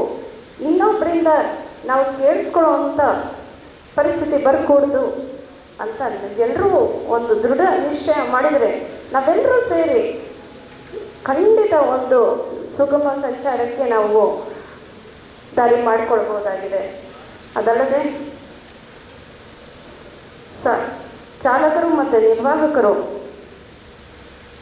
ನಿಮ್ಮೆಲ್ಲರಿಗೂ ಒಂದು ವಿನಂತಿ, ಬಸ್ಸಿನಲ್ಲಿ ಹತ್ತಿಸುವಾಗ ಮಹಿಳೆಯರಿರ್ತಾರೆ, ದಯವಿಟ್ಟು ತಂಗುದಾಣದ ಹತ್ತಿರ ತಗೊಂಡು ಬಂದು ಬಸ್ಸನ್ನು ನಿಲ್ಲಿಸಬೇಕು. ರೋಡ್ ಮಧ್ಯದಲ್ಲಿ ನಿಲ್ಲಿಸ್ಲಿಕ್ಕೆ ಹೋಗಬೇಡಿ. ಲೇನ್ ಡಿಸಿಪ್ಲಿನ್ ಈಗಾಗಲೇ ಹೇಳ್ದಂಗೆ, ಮತ್ತು ರೆಡ್ ಲೈಟ್ KB ಕಟ್ಟೆ ಹಂಪನಕಟ್ಟೆ ಜಂಕ್ಷನ್ ಬರ್ತಿದ್ದ ಹಾಗೆಯೇ ತಮ್ಮ ಗಾಡಿಗಳ ಸ್ಪೀಡು ಕಡಿಮೆಯಾಗಿ ಹೋಗ್ತಾ ಹೋಗ್ತಾ ಎಷ್ಟು ಜನ ಸಾರ್ವಜನಿಕರನ್ನ ನೀವು ಹಚ್ಕೊಳ್ತೀರ ಅಷ್ಟಾಗುತ್ತೆ. ಅದ್ರ ಹಿಂದೆ ಬೇರೆ ವಾಹನಗಳು ಬರ್ತಾ ಇವೆ ಅನ್ನೋದನ್ನು ಮನವರಿಕೆ ಮಾಡ್ಕೊಳ್ಳಿ. ನೀವು ಎಲ್ಲಿ ಬಸ್ಗಳನ್ನು ಸ್ಟಾಪ್ ಅಂತ ಕೊಟ್ಟಿರ್ತಾರೋ ನಿಗದಿತವಾಗಿರುವಂಥ ಸ್ಟಾಪ್ಗಳಲ್ಲಿ ಮಾತ್ರ ನಿಲ್ಲಿಸಬೇಕು. ಎಕ್ಸ್ಪ್ರೆಸ್ ಬಸ್ಗಳು ಸಹ ಸಿಟಿ ಬಸ್ಗಳಾಗೋಗಿವೆ. ಬಸ್ ಡೋರ್ಸ್ಗಳನ್ನು ಹಾಕೋದಿಲ್ಲ, ಬಸ್ ಇದ್ದರೂ ಸಹ ಹಾಕೋದಿಲ್ಲ. ಇದು ಸಮಸ್ಯೆ ಜಾಸ್ತಿ ಮಾಡ್ತಾ ಇದೆ. ಇವೆಲ್ಲವನ್ನು ನೀವು ಪರಿಪಾಲಿಸಿದ್ರೆ ನಾವೆಲ್ಲರೂ ಸೇರಿ ಒಂದು ಸಾರಿಗೆ ಸುವ್ಯವಸ್ಥೆಯನ್ನು ಮಾಡ್ಬೋದು ಅಂತ ನನ್ನ ನಂಬಿಕೆ. ಈ ಶಿಬಿರವನ್ನು ಹಮ್ಮಿಕೊಂಡಿರುವಂತಹ ದಕ್ಷಿಣ ಕನ್ನಡ ಬಸ್ ಮಾಲಕರ ಸಂಘದವರಿಗೆ, ಕೆನರಾ ಬಸ್ ಮಾಲಕರ ಸಂಘದವರಿಗೆ ಹಾಗೂ ಸೆಂಟ್ರಲ್ ಆಯುಷರವರಿಗೆ ಮತ್ತು ಎಲ್ಲ ಪದಾಧಿಕಾರಿಗಳಿಗೆ, ವಿವಿಧ ಇಲಾಖೆಯಿಂದ ಬಂದಿರುವಂಥ ಅಧಿಕಾರಿಗಳಿಗೆ, ಮಾಧ್ಯಮ ಮಿತ್ರರು, ಬಸ್ ಚಾಲಕರು, ನಿರ್ವಾಹಕರು ಹಾಗೂ ಎಲ್ಲರಿಗೆ, ಎಲ್ಲ ಬಸ್ ಸ್ನೇಹಿತರು, ಬಂಧುಗಳಿಗೆ ನನ್ನ ಧನ್ಯವಾದಗಳನ್ನು ಹೇಳ್ತಾ ನಾನು ಎರಡು ಮಾತನ್ನು ಮುಗಿಸ್ತಾ ಇದ್ದೇನೆ. ತರಬೇತಿಯಲ್ಲಿ ಪಾಲ್ಗೊಳ್ಳಲು ಅಥವಾ ತಮ್ಮ ಸಹಯೋಗವನ್ನು ಕೊಡಲು ಸಂತ ಅಲೋಸಿಯಸ್ ಪರಿಗಣಿತ ವಿಶ್ವವಿದ್ಯಾಲಯ ತುಂಬ ಸಂತೋಷ ಪಡ್ತಾ ಇದೆ. ಮೊದಲನೇದಾಗಿ ಈ ಕ್ಯಾಂಪಸ್ಗೆ, ನಮ್ಮ ವಠಾರಕ್ಕೆ ಬಂದಂಥ ನಿಮಗೆಲ್ಲರಿಗೂ ಸಂತ ಅಲೋಸಿಯಸ್ ಪರಿಗಣಿತ ವಿಶ್ವವಿದ್ಯಾಲಯ, ಇದರ ಆಡಳಿತ ಮಂಡಳಿ, ಉಪಕುಲಪತಿಗಳು ಹಾಗೂ ನಮ್ಮೆಲ್ಲರ ಪರವಾಗಿ ಹಾರ್ದಿಕವಾದ ಸ್ವಾಗತವನ್ನು ಬಯಸ್ತಾ ಇದ್ದೇನೆ. ಅದರೊಟ್ಟಿಗೆ ಇನ್ನು ಮುಂದಕ್ಕೆ ಕೂಡ ಇಂಥ ಸಮಾಜಮುಖಿಯಾದ ಅತ್ಯಂತ ಬೇಕಾದಂತಹ ಒಂದು ಸಿವಿಲ್ ಸೊಸೈಟಿ ಏನು ಹೇಳ್ತೇವೆ ನಾವು, ಅದಕ್ಕೆ ನಾಗರಿಕ ಸಮಾಜ ಅಂತ ಏನು ಹೇಳ್ತೇವೆ, ಇದರ ಬಗ್ಗೆ ಕಾಳಜಿಯನ್ನು ತೋರಿಸುವಂತಹ, ನಮ್ಮನ್ನು ನಾವೇ ಅತ್ಯಂತ ಸೂಕ್ತವಾಗಿ ತೊಡಗಿಸಿಕೊಳ್ಳುವಂತಹ ಇಂಥ ಕಾರ್ಯಾಗಾರಗಳು ಅಥವಾ ವಿವಿಧ ರೀತಿಯ ತರಬೇತಿಗಳು ನಡೆಯುವಲ್ಲಿ ನಮ್ಮ ಸಂಪೂರ್ಣ ಸಹಕಾರ ನಿಮಗೆ ಇದೆ ಅಂತ ಹೇಳಲಿಕ್ಕೆ ನಾನು ಬಯಸ್ತಾ ಇದ್ದೇನೆ. ನಾನು ಒಂದು ರೋಟರಿ ಕ್ಲಬ್ಬಿನ ಸದಸ್ಯನಾಗಿ ಮಂಗಳೂರು ಉತ್ತರದಲ್ಲಿ ಪ್ರತಿ ವರ್ಷ ನಾವು ಒಂದು ವೊಕೇಶನಲ್ ಅವಾರ್ಡ್ಸ್ ಅಂತ ಕೊಡ್ತೇವೆ. ಅದರಲ್ಲಿ ಒಂದು ಹೆಚ್ಚಾಗಿ KSRTC ಬಸ್ಸಿನವರು ಕೊಡ್ತಾರೆ, ಬಟ್ ಚಾಲಕರಿಗೆ ಕೊಡುವಂಥದ್ದು ಅತಿ ದೀರ್ಘವಾಗಿ ಚಾಲನೆ ಮಾಡಿದವರು ಹಾಗೂ ಅಪಘಾತ ರಹಿತ ಚಾಲನೆ ಮಾಡಿದವರು, ಅವರನ್ನು ಗುರುತಿಸಿ ಅವರನ್ನು ಅಭಿನಂದಿಸುವಂಥ ಒಂದು ಕೆಲಸ ಮಾಡ್ತೇವೆ. ಅವರನ್ನು ಕಂಡಾಗ ನನಗೆ ಅನಿಸೋದು 20, 30, 40 ವರ್ಷ ಒಂದೇ ಬಸ್ ಇರ್ಬೋದು, ಬೇರೆ ಬೇರೆ ಬಸ್ ಇರ್ಬೋದು, ಒಂದೇ ಕೆಲಸ, ಬೇರೆ ಬೇರೆ ರೂಟ್ ಇರ್ಬೋದು, ಒಂದೇ ರೂಟ್ ಇರ್ಬೋದು, ಸತತವಾಗಿ ಅಷ್ಟು ವರ್ಷ ನಿಷ್ಠಾವಂತರಿಂದ ಮಾನವೀಯ ಮೌಲ್ಯಗಳನ್ನು ತೋರ್ಪಡಿಸುತ್ತಾ ಇಷ್ಟು ಜನ, ಲಕ್ಷಗಟ್ಟಲೆ ಜನರನ್ನು ದಿನಂಪ್ರತಿ ತಮ್ಮ ಡೆಸ್ಟಿನೇಷನ್ಸ್ಗಳಿಗೆ ಸೇಫ್ ಆಗಿ ತಲುಪಿಸುವಂಥ ಕೆಲಸವನ್ನು ನೀವೆಲ್ಲ ಮಾಡ್ತೀರಿ. ಅವರು ಪ್ರಾಯದವರು ಬಂದು ನಮ್ಮ ಸನ್ಮಾನ ತಗೊಳ್ಳುವಾಗ ನಮಗೆ ಹೀಗೂ ಉಂಟೆ ಎಂಬ ಒಂದು ಭಾವನೆ ಬರ್ತಾ ಇತ್ತು ರೊಟೇರಿಯನ್ಸ್ಗಳಿಗೆ. ಆದರೂ ಅಂಥ ಅಪಘಾತ ರಹಿತ, ಯಾವುದೇ ಕಂಪ್ಲೇಂಟ್ ಇರದಂತಹ ನಾಗರಿಕರಿಂದ ಹಾಗೂ ಅವರನ್ನು ಯಾರು ಬಳಸ್ಕೊಡ್ತಾ ಇದ್ದಾರೆ, ಕೆಲಸ ಕೊಡ್ತಾ ಇದ್ದಾರೆ, ಅವರಿಂದ ಯಾವುದೇ ಕಂಪ್ಲೇಂಟ್ ಇರದೆ ಇಷ್ಟು ಶಿಸ್ತಿನಿಂದ, ನಾಗರಿಕ ಭಾವನೆಯಿಂದ ಕೆಲಸ ಮಾಡುವಂಥ ನಿಮಗೆಲ್ಲರಿಗೂ, ಚಾಲಕರಿಗೆ ಸ್ಪೆಷಲಿ, ನಾವು ಇವತ್ತು ಸೇಫ್ ಆಗಿ ಎಲ್ಲ ಕಡೆ ಹೋಗ್ತಾ ಇದ್ದೇವೆ ಅಂತ ಹೇಳಿದರೆ it is because of you. Madam ಅವರು ಒಂದು ನಮಗೆ ಸ್ಟ್ಯಾಟಿಸ್ಟಿಕ್ಸ್ ಅಂಕಿಅಂಶಗಳನ್ನು ಕೊಟ್ಟರು. ಎಷ್ಟು ಬಸ್ಗಳಿವೆ, ಎಷ್ಟು ಪ್ರೈವೇಟ್, ಎಷ್ಟು ಸಿಟಿ ಬಸ್ಗಳು. ಅದರಂತೆ ಅಷ್ಟು ಸಿಟಿ ಬಸ್ಗಳಲ್ಲಿ ಮತ್ತು ಬೇರೆ ಬೇರೆ ಬಸ್ಗಳಲ್ಲಿ ಪ್ರಯಾಣ ಮಾಡುವಂಥ ಲಕ್ಷಗಟ್ಟಲೆ ಪ್ರತಿದಿನ ಜನ. ಇಷ್ಟು ಜನರ ಜವಾಬ್ದಾರಿ ನಮ್ಮಲ್ಲಿದೆ.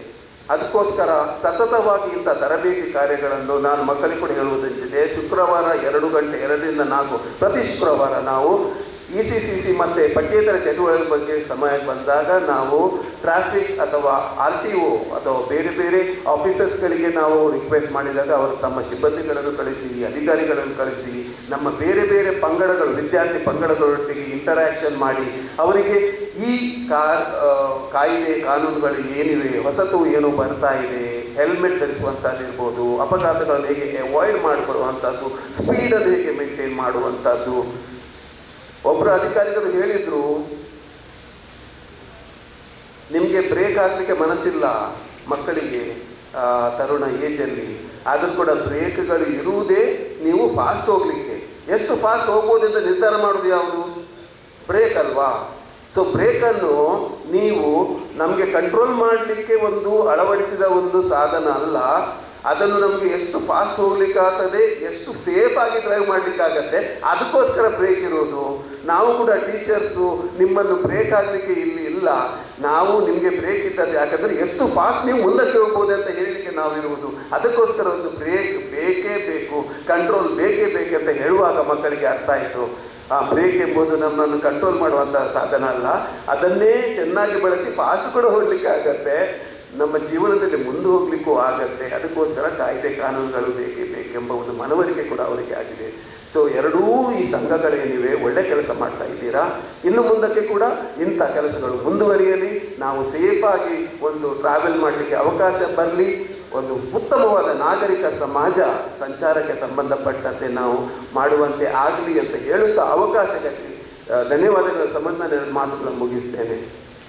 ಧನ್ಯವಾದಗಳು. ವಂದನೆಗಳು ಡಾಕ್ಟರ್ ಆಲ್ವಿನ್ ಜೇಮ್ಸ್ ಅವರಿಗೆ. ಸಂತ ಅಲೋಷಿಯಸ್ ಪರಿಗಣಿತ ವಿಶ್ವವಿದ್ಯಾನಿಲಯ ಈಗ ಆಗಿದೆ, ಹೊಸ ರಿಜಿಸ್ಟರ್ ಈಗ ವಿಶ್ವವಿದ್ಯಾನಿಲಯ ರಿಜಿಸ್ಟರ್ ಆಗಿದ್ದಾರೆ. ಒಂದು ಮಾತನ್ನು ನಾನು ಹೇಳಬೇಕು, ಇವತ್ತಿನ ಈ ದಿನದ ಸಭಾಂಗಣವನ್ನು ಈ ಕಾರ್ಯಕ್ರಮಕ್ಕೆ ಈ ಸಂಸ್ಥೆ ಉಚಿತವಾಗಿ ನೀಡುವುದರ ಮೂಲಕ ಕಾರ್ಯಕ್ರಮಕ್ಕೆ ಬಹಳ ದೊಡ್ಡ ಸಹಕಾರವನ್ನು ಮಾಡಿದಂಥ ಸಂತ ಅಲೋಷಿಯಸ್ ಸಂಸ್ಥೆಗೆ ಮತ್ತೊಮ್ಮೆ ವಂದನೆಯನ್ನು ನಾನು ವೇದಿಕೆಯ ಮೇಲಿರುವ ಮತ್ತೋರ್ವ ಅತಿಥಿ ಪ್ರಾದೇಶಿಕ ಸಾರಿಗೆ ಅಧಿಕಾರಿಗಳು ಮಂಗಳೂರು ಶ್ರೀ ಶ್ರೀಧರ್ ಮಲ್ನಾಡ್ ಅವರು ನಮ್ಮ ಜೊತೆಗಿದ್ದಾರೆ. ಎಲ್ಲರನ್ನ ಉದ್ದೇಶಿಸಿ ಒಂದೆರಡು ಮಾತನಾಡಬೇಕಾಗಿ ಕೇಳಿಕೊಳ್ತೇನೆ. ಮಾನ್ಯರು, ಅದೇ ರೀತಿಯಾಗಿ ಈ ಒಂದು ಸಂಘದ ಅಧ್ಯಕ್ಷರು, ಪದಾಧಿಕಾರಿಗಳು, ಇಲ್ಲಿ ನೆರೆದಿರುವಂತಹ ವಾಹನ ಮಾಲೀಕರು, ಚಾಲಕರು ಹಾಗೂ ಮಾಧ್ಯಮ ಪ್ರತಿನಿಧಿಗಳಿಗೆ ನನ್ನ ನಮಸ್ಕಾರಗಳು. ಇಲ್ಲಿವರೆಗೆ ನಮ್ಮ ದಿನೇಶ್ ಸರ್ ಹೇಳಿದ ಹಾಗೆ ಏನು ಒಂದು ನಮ್ಮ ದಂಡ ಸಂಹಿತೆಯಲ್ಲಿ ಏನೇನು ಕಾನೂನುಗಳಿದ್ದಾವೆ, ಅದೇ ರೀತಿಯಾಗಿ ಪ್ರಸ್ತುತ ಮಂಗಳೂರು ನಗರದಲ್ಲಿ ಈ ಒಂದು ಬಸ್ನಿಂದ ಆಗುತ್ತಿರುವಂತಹ ಪರಿಣಾಮಗಳ ಬಗ್ಗೆ ನಮ್ಮ ACP ಮೇಡಮ್ ಅವರು ತಮಗೆ ತುಂಬ ವಿವರವಾಗಿ ಹೇಳಿದ್ದಾರೆ. ಅದೇ ರೀತಿಯಾಗಿ ಒಂದು ಮಾನವೀಯ ನೆಲೆಯಲ್ಲಿ ಮೌಲ್ಯಯುತವಾಗಿ ಈಗ ತಾನೇ ನಿರ್ವಹಿಸುವಂತಹ ನಮ್ಮ ರಿಜಿಸ್ಟರ್ ಸರ್ ತಮಗೆ ತುಂಬ ಅದ್ರ ಬಗ್ಗೆ ಮಾತನಾಡಿದ್ದಾರೆ. ನಾನೀಗ ಹೆಚ್ಚು ಸಮಯ ನಿಮಗೆ ತೆಗೆದುಕೊಳ್ಳೋದಿಲ್ಲ. ತಾವು ಕೊಟ್ಟಂಥ ಏನು ಒಂದು ಈ ಮಾಹಿತಿ ಬಗ್ಗೆನೇ ನಾನು ಕೆಲವೊಂದು ತಮಗೆ ಮಾತನ್ನು ನಾನು ಹೇಳೋಕ್ಕೆ ಇಷ್ಟಪಡ್ತೀನಿ. ನಮ್ಮ ಈ ಒಂದು ಮಂಗಳೂರು ನಗರ ಎಲ್ಲದರಲ್ಲೂ ಪ್ರಥಮ ಅಥವಾ ದ್ವಿತೀಯ. ತಮಗೆಲ್ಲ ಗೊತ್ತಿರುವ ಹಾಗೆ ಶೈಕ್ಷಣಿಕ ರಂಗದಲ್ಲಿರ್ಬೋದು, ವೈದ್ಯಕೀಯ ಲೋಕದಲ್ಲಿರ್ಬೋದು, ಅಥವಾ ವಾಣಿಜ್ಯ ಚಟುವಟಿಕೆಯಲ್ಲಿರ್ಬೋದು ಎಲ್ಲ, ಮತ್ತು ಒಂದು ಏನು ಈ ಒಂದು ಸಾರಿಗೆ ವ್ಯವಸ್ಥೆ ಇದೆಯಲ್ಲ, ಈ ಮಂಗಳೂರಲ್ಲಿರುವಂತಹ ಸಾರಿಗೆ ವ್ಯವಸ್ಥೆ ನಮ್ಮ ರಾಜ್ಯದಲ್ಲೇ ತುಂಬ ಅತ್ಯುತ್ತಮವಾಗಿದೆ. ನಿಮ್ಮ ಏನು ಸಿಕ್ಕಲ್ಲಿ ಕೂಡ ತಾವು ಪ್ರಥಮ ಮತ್ತು ದ್ವಿತೀಯ ಸ್ಥಾನದಲ್ಲೇ ಇದ್ದೀರಾ. ಸೊ ಅದೇ ರೀತಿಯಾಗಿ ಒಂದು ಈ ನಮ್ಮ ಮಂಗಳೂರು ನಗರದಲ್ಲಿ ಒಟ್ಟು 1048 ಬಸ್ಗಳಿದ್ದಾವೆ, ಸಾರಿಗೆ ಬಸ್ಸು, ಸಿಟಿ ಇರ್ಬೋದು, ರೂರಲ್ ಇರ್ಬೋದು. ಅದೇ ರೀತಿಯಾಗಿ KSRTCಯಿಂದ ಒಂದು 600ರಿಂದ 800 ಬಸ್ಸು ರನ್ ಆಗ್ತಾ ಇದ್ದಾವೆ. ಸ್ಕೂಲ್ಗಳಿಂದ ಒಂದು ಹತ್ತತ್ರ 1050ರಿಂದ ಅದು 1100ವರೆಗೂ ಬಸ್ಗಳು ರನ್ ಆಗ್ತಾ ಇದ್ದಾವೆ. ಮತ್ತು ಪ್ರತಿನಿತ್ಯ ಏನು ಬೆಂಗಳೂರು ಮತ್ತು ಹುಬ್ಳಿ, ಧಾರವಾಡ, ಗುಲ್ಬರ್ಗ, ಬಿಜಾಪುರ, ಹೈದರಾಬಾದ, ಪುಣೆ ವಿವಿಧ ಭಾಗಗಳಿಂದ ಈ ಒಂದು ನಗರವನ್ನು ಪ್ರವೇಶಿಸುವಂತಹ ಮತ್ತು ನಗರದಿಂದ ಹೊರಡುವಂಥ ಬಸ್ ಅವು ಒಂದು 500ರಿಂದ 600 ಬಸ್ ಇರ್ಬೋದು ಅನ್ಸುತ್ತೆ. ಹಾಗೆ ಪ್ರತಿನಿತ್ಯ ಇವೆಲ್ಲ ಸೇರಿಸ್ಕೊಂಡ್ರೆ ನಾವು ಅಂದಾಜು 2000 ಬಸ್ಗಳು ನಮ್ಮ ಮಂಗಳೂರು ನಗರದಲ್ಲಿ ಸಂಚರಿಸ್ತಾ ಇದ್ದಾವೆ. ಇದರಲ್ಲಿ ಒಂದು ಬಸ್ಸಲ್ಲಿ ನಾವು ಮಿನಿಮಮ್ 50 ಜನ ಅಂತ ತಿಳ್ಕೊಂಡ್ರೂ 1.5ರಿಂದ 2 ಲಕ್ಷ ಜನ ಪ್ರತಿನಿತ್ಯ ಈ ಒಂದು ಸಾರಿಗೆ ವ್ಯವಸ್ಥೆ ಮೇಲೆ ಅವಲಂಬಿತರಾಗಿದ್ದಾರೆ. ಅವರೆಲ್ಲ ಅವಲಂಬಿತರಾಗಿರೋದು ಈ ಒಂದು ನಮ್ಮ ಏನು ಸಾರಥಿಗಳಾದಂಥ ಡ್ರೈವರ್ ಮತ್ತು ಅವರಿಗೆ ಸಹಕಾರಿಯಾಗಿ ಕೆಲಸ ನಿರ್ವಹಿಸುವಂತಹ ಕಂಡಕ್ಟರ್ಗಳು. ನೋಡಿ, ಈ ಸರಿ ಎಲ್ಲ ಕೂತವರೆಲ್ಲ ನಮಗೆ ಯಂಗ್ಸ್ಟರ್ಸ್ ಇದ್ದಾರೆ, ಮಿಡ್ಲಲ್ಲಿ ಕೂತವರೆಲ್ಲ ಸ್ವಲ್ಪ ಯಜಮಾನರು ಇದ್ದಾರೆ. ಸೊ ಅವರೆಲ್ಲ ನೀಟಾಗಿ ಕೇಳ್ತಾ ಇದ್ದಾರೆ. ಯಂಗ್ಸ್ಟರ್ಸ್ಗೆ ನಾವು ಏನು ಹೇಳೋದು ಅವಶ್ಯಕತೆ ಇಲ್ಲ ಅನ್ಸುತ್ತೆ, ಹೇಳೋಲ್ಲ. ಎಲ್ಲರಿಗೂ ನಿದ್ದೆ ಬರ್ತಾ ಇದೆಯಾ? ಹೇಗೆ ನಿದ್ದೆ ಬರ್ತಾ ಇದೆಯಾ? ಬೇಡಲ್ವ ನಾವು ಹೇಳೋದು ನಿಮಗೆ? ಏಕೆಂದರೆ ಈ ಒಂದು ನಮ್ಮ ಏನು ನಮ್ಮ ಪೀಳಿಗೆ ಸರ್ದೆಲ್ಲ ಅವರೆಲ್ಲ ತುಂಬ ನಮಗಿಂತ ಒಂದು ಪೀಳಿಗೆ ಮುಂದೆ ಬಂದು ನಾವೆಲ್ಲ ಈಗ 30s ಇರೋರು. ಸೊ ನಮ್ಮ ಪೀಳಿಗೆಯಲ್ಲಿ 20s 30s ಏನಿದ್ದೇವೆ ನಾವು ಯಾರ ಮಾತು ಕೇಳಲ್ಲ, ಯಾರಿಗೂ ನಮಗೆ ಅವಶ್ಯಕತೆ ಇಲ್ಲ, ಹೌದಲ್ವಾ? ಯಾರ ಮಾತು ಕೇಳೋ ಅವಶ್ಯಕತೆ ಇಲ್ಲ, ನಮಗೆಲ್ಲ ಗೊತ್ತು, ಹೌದಲ್ವಾ? ಹೇಗೆ ಡ್ರೈವ್ ಮಾಡ್ಬೇಕು ಅನ್ನೋದು ಗೊತ್ತು, ನಮ್ಗೆ ಎಲ್ಲಿ ಸ್ಟಾಪ್ ಮಾಡ್ಬೇಕು ಅನ್ನೋದು ಗೊತ್ತು, ಯಾವಾಗ ಹಚ್ಕೋಬೇಕು ಅನ್ನೋದು ಗೊತ್ತು ಅಲ್ವಾ? ಟಿಕೆಟ್ ಕೊಡೋದು ಬೇಡವೋ? ಈ ಒಂದು ಸಮಸ್ಯೆ ಇಲ್ಲಿ ಈ ಒಂದು ನಮ್ಮ ಪೀಳಿಗೆಯಿಂದಲೇ ನಾವು ಎಷ್ಟೋ ಟೆಕ್ನಾಲಜಿಯಲ್ಲಿ ತುಂಬ ಅಡ್ವಾನ್ಸ್ ಇದ್ದೀವಿ. ಈಗ ತಮ್ಮೆಲ್ಲ ಬಸ್ಗಳಲ್ಲಿ ಗೊತ್ತಿರ್ಬೋದು, ಎಲ್ಲ ಬಸ್ಗಳಲ್ಲೂ CC ಕ್ಯಾಮ್ರಾ ಇದ್ದಾವೆ. ಈಗ ಹಂಗೆ ನಾನು ನಮ್ಮ ಬಸ್ ಮಾಲಕರ ಜೊತೆ ಡಿಸ್ಕಷನ್ ಮಾಡ್ತಾ ಇದ್ದೆ. ಮೊದಲಾದರೆ ಅವರು ಪ್ರತಿಯೊಂದು ಬಸ್ನ ಫಿಸಿಕಲಿ ಇನ್ಸ್ಪೆಕ್ಷನ್ ಮಾಡಿ ಏನಿದೆ ರಿಪೋರ್ಟ್ನ ತೊಗೊಳ್ಬೋದಿತ್ತು. ಬಟ್ ಈಗ ಆಗಲ್ಲ, ಅವ್ರು ಮೊಬೈಲಲ್ಲೇ ಯಾಕೆ ಡೌನ್ಲೋಡ್ ಮಾಡಿಕೊಂಡು ನಮ್ಮ ಏನು ಬಸ್ಸಲ್ಲಿರುವಂಥ ಕ್ಯಾಮ್ರಾ ವಿತ್ತು ವಾಯ್ಸ್ ಬರುತ್ತೆ. ಈಗ ಏನೇನು ನಡೀತಾ ಇದೆ ಅನ್ನೋಣ ಪ್ರತಿಯೊಂದು ದಿನದ ಗಂಟೆಯ ಸೆಕೆಂಡ್ನ ಆ ಚಲನವಲನಗಳನ್ನು ನಮ್ಮ ವಾಹನ ಮಾಲಕರು ಅದನ್ನು ವಿಶ್ಲೇಷಿಸಬಹುದಾಗಿದೆ. ನಾವೆಲ್ಲ ನೋಡಿಕೊಂಡು ಸರಿಯಾದ ಮಾರ್ಗದರ್ಶನ, ಏಕೆಂದರೆ ಈ ಒಂದು ಪೊಲೀಸ್ ಇಲಾಖೆ ಮತ್ತು ಸಾರಿಗೆ ಇಲಾಖೆಯಲ್ಲಿ ನಾವಿರೋದು ಬೆರಳಿಕೆ ಅಷ್ಟೇ. ಈಗ 2000-3000 ಬಸ್ನ ನಾವು ಕಂಟ್ರೋಲ್ ಮಾಡೋಕ್ಕೆ ನಾವಿರೋದು 10ರಿಂದ 15 ಜನ ಆಫೀಸರ್ಸ್ ಇದ್ದೀವಿ. ಸೊ ಅದಕ್ಕಿಂತ ನಮ್ಮಲ್ಲಿ ಏನಿದೆ ಈ ಒಂದು ವ್ಯವಸ್ಥೆ, ತಾವೇನು ಎಲ್ಲ ಬಸ್ಗಳಲ್ಲಿ CC ಕ್ಯಾಮ್ರಾ ಹಾಕ್ಸಿದ್ದೀರಾ, GPS ಇದೆ, ತಾವೆಲ್ಲ ಅದನ್ನು ಸ್ವಲ್ಪ ಮಾನಿಟ್ರ್ ಮಾಡಿ ರಿಯಲ್ ಟೈಮಲ್ಲಿ. ಏಕೆಂದರೆ ನಾವು ಬರೆದ್ರೆ ಬರೀ ಪೆನಲ್ಟಿ ಹಾಕಬೇಕಾಗತ್ತೆ. ನೀವು ಪೆನಲ್ಟಿ ಕಟ್ಟಕ್ಕೆ ರೆಡಿ ಇದ್ದರೆ ನಾವು ಅದನ್ನು ಇಲಿಮಿನೇಟ್ ಮಾಡಿಕೊಂಡು, ಈಗ ನಮ್ಮ ಮೊನ್ನೆ ಒಂದು DC ಸಾಹೇಬ್ ಹೇಳಿದ್ರು, ನಮ್ಮ ಕಮಾಂಡಿಂಗ್ ಸೆಂಟರ್ಗಳಲ್ಲಿ ನಿಮ್ಮಲ್ಲಿ ಈಗ ನಮ್ಮದು ಒಂದು ಬರ್ತಾ ಇದೆ VLTD, vehicle location and driving system ಅಂತ VLTD ಬರ್ತಾ ಇದೆ, ಟ್ರ್ಯಾಕಿಂಗ್ ಡಿವೈಸ್ ಅಂತ ಬರ್ತಾ ಇದೆ. ಸೊ ಅದನ್ನು ಅಳವಡಿಸಿದ್ರೆ ನಿಮ್ಮದು ರಿಯಲ್ ಟೈಮ್, ತಾವು ಯಾವ ಟೈಮಲ್ಲಿ ಎಲ್ಲಿಂದ ಓಡ್ತಾ ಇದ್ದೀರಾ, ಎಲ್ಲಿ ಪಾರ್ಕ್ ಆಗ್ತಾ ಇದೆ, ಏನು ಎಲ್ಲ ರಿಯಲ್ ಟೈಮ್ನ ನಮ್ಮ ಏನು ಸ್ಮಾರ್ಟ್ ಸಿಟಿಯಲ್ಲಿದೆ ಆ ಕಮಾಂಡ್ ಸೆಂಟ್ರಿಗೆ ಲಿಂಕ್ ಮಾಡಿಬಿಟ್ರೆ ನೀವು ಅವಾಗ ಈ ವೈಲೇಷನ್ಸ್ ನಾವು ನಿಮಗೆ ಹೇಳಬೇಕಾಗಿಲ್ಲ, ಏನು ಬೇಕು. ನಮ್ಮ ದಿನೇಶ್ ಸರ್ ಹೇಳಿದಂಗೆ ಆಲ್ರೆಡಿ ನಮ್ಮದು ವಾಹನ ಇಂಟೆಗ್ರೇಟೆಡ್ ಇದೆ. ಚಲನ್ ಆಟೋಮೆಟಿಕ್ಲಿ ನೀವು ಎಷ್ಟು ವೈಲೇಷನ್ ಮಾಡ್ತಾ ಇರ್ತೀರಾ ಅಷ್ಟು ಚಲನ್ನು ನಿಮ್ಮ ಮನೆಗೆ ಈಗ ಕ್ರೆಡಿಟ್ ಆಗ್ತಾ ಹೋಗ್ತಾ ಇರುತ್ತೆ, ನೀವು ಅದನ್ನು ಪೇ ಮಾಡ್ತಾ ಬರಬೇಕಾಗುತ್ತೆ. ಸೊ ಆದ್ದರಿಂದ ಮುಂದಿನ ದಿನಗಳಲ್ಲಿ ಏನು ಈಗ ನಮ್ಮ ಟೆಕ್ನಾಲಜಿ ತುಂಬ ಇಂಪ್ರೂವ್ ಆಗ್ತಾ ಇದೆ, ನಿಮ್ಮಲ್ಲಿರುವಂಥ ಈ ಟೆಕ್ನಾಲಜಿ ಬಳಸಿಕೊಂಡು ಸಾಧ್ಯವಾದಷ್ಟು ಮಟ್ಟಿಗೆ ನಾವು ಏನಂದರೆ ಈ ಅಪರಾಧ ಮತ್ತು ಪ್ರಕರಣಗಳನ್ನು ಕಡಿಮೆ ಮಾಡಬೇಕಾಗಿದೆ. ಯಾಕೆಂದರೆ ನಮಗೆ ಟಾರ್ಗೆಟ್ ಇರುತ್ತೆ, ನಾವು ಕೊಡ್ತೀವಿ. ಬಟ್ ಆ ಟಾರ್ಗೆಟ್ಗಿಂತ ಇಲ್ಲಿ ಏನು ಈ 3 ಲಕ್ಷ ಜನ 4 ಲಕ್ಷ ಜನ ಸವಾರಿ ಮಾಡ್ತಾ ಇದ್ದಾರೆ, ಅವರ ಒಂದು ಸುರಕ್ಷತೆ ತುಂಬ ಅತಿ ಮುಖ್ಯ. ತಾವೆಲ್ಲ ಈಗ ನಮ್ಮಲ್ಲಿ ನೋಡ್ತಾ ಇದ್ದಾರೆ, ಪರ್ ಡೇ ಒಂದು 30ರಿಂದ 40 ಕಾರ್ ರಿಜಿಸ್ಟರ್ ಆಗುತ್ತೆ, 150ರಿಂದ 200 ಬೈಕ್ ರಿಜಿಸ್ಟರ್ ಆಗ್ತಾ ಇದ್ದಾವೆ. ಎಲ್ಲ ಸೇರಿಸಿದ್ರೆ ಹತ್ತತ್ರ ಪರ್ ಮಂತ್ಗೆ ನಮ್ಮದು ಈ ಬಸ್ಸುಗಳ ಜೊತೆಗೆ ಆ ಕಾರುಗಳು ತಾವೆಲ್ಲೂ ಹೋದ್ರು ಪ್ರತಿಯೊಂದು ಮನೆ ಮುಂದೆ ಕಾರು ಬೈಕು ಎಲ್ಲ ಕಡೆ ಕಾಣುತ್ತೆ. ಈಗ ನಮಗೆ ಅದೇನಾಗಿದೆ ಅಂದರೆ ನಮ್ಮ ನರನಾಡಿಗಳಲ್ಲಿ ಸಾರಿಗೆ ವ್ಯವಸ್ಥೆ ಹೇಗಿದೆ ಅಂದರೆ ಬೈಕು ಕಾರು ಇಲ್ಲ ಅಂದರೆ ಒಂದು ಚಿಕ್ಕ ಮಗುನು ಈಗ ಹುಟ್ಟಿರೋ ಏನೋ ಮಾತು ಬರುವಂಥ ಮಗು ಕೂಡ ನಾವು ಕರ್ಕೊಂಡು ಹೋಗೋದು ಕಷ್ಟ. ಈಗ ಅವನಿಗೆ ಕಂಪಲ್ಸರಿಯಾಗಿ ಬೈಕು ಕಾರಲ್ಲೇ ನಾವು ಕರ್ಕೊಂಡು ಹೋಗ್ಬೇಕಂತ ಪರಿಸ್ಥಿತಿಗೆ ನಾವು ಬಂದಿದ್ದೀವಿ. ಅದ್ರ ಜೊತೆಗೆ ನಾವು ಒಂದು ಈ ಸುಸ್ಥಿರ ಸಾರಿಗೆಯನ್ನು ಕಂಡುಕೊಳ್ಬೇಕು. ಅದಕ್ಕೆ ತಾವೇನಿದ್ದೀರಾ ಚಾಲಕರು ತಮ್ಮ ಒಂದು ಸಹಕಾರ ಅತಿ ಮುಖ್ಯವಾಗಿದೆ. ಈ ಮಂಗಳೂರು ನಗರದಲ್ಲಿ ತಾವು ಲೇನ್ ಡಿಸಿಪ್ಲಿನ್ ಇರ್ಬೋದು, ಈಗಾಗಲೇ ನಮ್ಮ ದಿನೇಶ್ ಸರ್ ಮತ್ತು ACP ಮೇಡಮ್ ಹೇಳಿದಾಗೆ ತಮಗಾಗಿ ಒಂದು ಬಸ್ ಬೇನ ಸಪ್ರೇಟಾಗಿ ಲೇನ್ ಡಿಸಿಪ್ಲಿನ್ಗೋಸ್ಕರ ಮಾಡಿದ್ದೀವಿ. ನಿಮ್ಮ ಏನು ನಮ್ಮ state bank bus stand opposite. But ಎಷ್ಟೋ ಜನ ಆ ಬಸ್ಸೇ ಬಿಟ್ಟು ಈ ಕಡೆ ಬರ್ತೀರಾ, ಜನರಲ್ ಟ್ರಾಫಿಕ್ಗೂ ಕಿರಿಕಿರಿ ಮಾಡ್ತಾ ಇದ್ದೀರಾ. ನಿಮ್ಮ ಸ್ಟ್ಯಾಂಡಲ್ಲೂ ಫುಲ್ಲು ಈ ಕಡೆನೂ ನಾವು 2 ಕಡೆನೂ ಸಂಚಾರ ಮಾಡೋದಕ್ಕೆ ಈಗ ತಾವು ಆ ಪರಿಸ್ಥಿತಿಯನ್ನು ತಂದಿರೋ. ದಯವಿಟ್ಟು ನಿಮಗೆ ಏನು ಡೆಡಿಕೇಟೆಡ್ ಲೈನ್ನ ಕೊಟ್ಟಿದ್ದೀರಾ ಅದನ್ನು ಉಪಯೋಗಿಸಿ ಸಾಧ್ಯವಾದಷ್ಟು ನಾವು ಸುಸ್ಥಿರವಾದ ಸಾರಿಗೆಯನ್ನು ಒಂದು ಇದು ಮಾಡೋಣ. ಅದೇ ರೀತಿಯಾಗಿ ಇಲ್ಲಿ ಕೆಲವೊಂದು ನಿಮಗೆ ನಮ್ಮ ಈ ಒಂದು ಬಸ್ ಮತ್ತು ಸಂಘದಿಂದ ಕೆಲವೊಂದು ಮಾರ್ಗದರ್ಶನ ಕೊಟ್ಟಿದ್ದಾರೆ. ಪ್ರತಿಯೊಬ್ಬರು ಕಂಪ್ಯೂಟರೈಸ್ಡ್ ಟಿಕೆಟ್ ಮಷಿನ್ ಮೂಲಕ ಪ್ರಯಾಣಿಕರಿಗೆ ಟಿಕೆಟು. ಇದರಲ್ಲಿ ಸ್ವಲ್ಪ ಸಮಸ್ಯೆ, 70% ಟಿಕೆಟ್ ಕೊಡ್ತಾ ಇದ್ರೆ ಇನ್ನು 30% ಕೊಡ್ತಾ ಇಲ್ಲ. ಸೊ ಇನ್ಮೇಲೆ ನಾವು ಮತ್ತೆ ಪೊಲೀಸ್ ಇಲಾಖೆ ಜಂಟಿಯಾಗಿ ತಮ್ಮ ಕರ್ತವ್ಯಗಳೆಲ್ಲ ಗೊತ್ತಿದೆ. ಕಂಡಕ್ಟರ್ ಲೈಸೆನ್ಸ್ ಎಲ್ಲ ತೊಗೊಂಡಿದ್ದೀರಲ್ವಾ, ಎಲ್ಲರ ಹತ್ರ ಕಂಡಕ್ಟರ್ ಲೈಸೆನ್ಸ್ ಇದೆ. ಸೊ ಅದಕ್ಕೆ ನೀವು ಲೈಸೆನ್ಸ್ ತೊಗೊಳ್ಬೇಕಾದ್ರೆ ತಮಗೆ ಎಲ್ಲ ರೀತಿಯಾಗಿ ಏನು ಕರ್ತವ್ಯ ನಿಭಾಯಿಸಬೇಕನ್ನೋದು ಇವಾಗಲೇ ಗೊತ್ತಾಗಿದೆ. ಅದೇ ರೀತಿಯಾಗಿ ಇನ್ನು ಮುಂದೆ ನಾವು ಈ ಒಂದು ಸಂಘದ ಪದಾಧಿಕಾರಿಗಳೊಂದಿಗೆ ಮಾತಾಡ್ತಾ ಇನ್ಮೇಲೆ ಪ್ರತಿ ತಿಂಗಳು ಒಂದು 20 ಜನ, ಏಕೆಂದರೆ ಈಗ ನೋಡಿ ಸುಮಾರು ಬಸ್ ಆಪರೇಟ್ ಆಗ್ತಾ ಇರೋದು, ಎಲ್ಲರೂ ನಾವು ಇಲ್ಲಿ ಸೇರ್ಸೋಕ್ಕಾಗೋದಿಲ್ಲ, ಅದು ಕಷ್ಟ. ಏಕೆಂದರೆ ನಿಮಗೆ ಅಲ್ಲಿ ರೂಟು ಮಿಸ್ ಆಗುತ್ತೆ ಮತ್ತು ಡ್ಯೂಟಿ ಮಿಸ್ ಆಗುತ್ತೆ ಅನ್ನೋ ಕಾರಣಕ್ಕೆ ಯಾರು ವೀಕ್ಲಿ ಆಫ್ ಇರ್ತೀರಾ ಅಂಥವ್ರಿಗೆ ನಮ್ಮ ಮುಡಿಪುವಲ್ಲಿ ನಾವೊಂದು ನಮ್ಮದು ಡ್ರೈವಿಂಗ್ ಟ್ರೈನಿಂಗ್ ಇನ್ಸ್ಟಿಟ್ಯೂಟ್ ಇದೆ.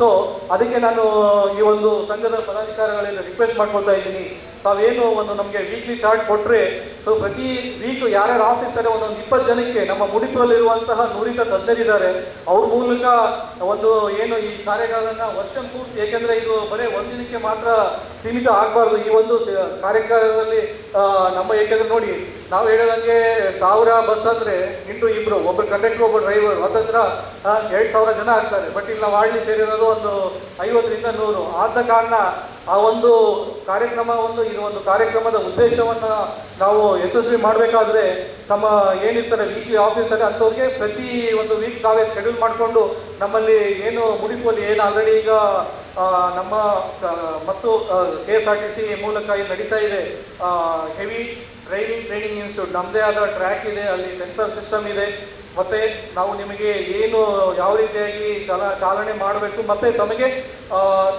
ಏನು ಒಂದು ಕೌನ್ಸಿಲಿಂಗ್ ಕೂಡ ಇರುತ್ತೆ. ಅಲ್ಲಿ ನಮ್ಮ ಒಬ್ಬ ನುರಿತ ತಜ್ಞರಿದ್ದಾರೆ, ಅವ್ರು ಕೌನ್ಸಿಲಿಂಗ್ ಕೂಡ ಮಾಡ್ತಾರೆ. ತಾವು ಏನು ಅಲ್ಲಿ ಒಂದು ದಿವಸ ಈಗ ನಾವು ಮತ್ತೆ ಹೆವಿ ಲೈಸೆನ್ಸ್ ರಿನ್ಯೂವಲಿಗೆ ಮಾತ್ರ ಅದನ್ನು ಮ್ಯಾಂಡೇಟ್ ಮಾಡಿದ್ದೀವಿ.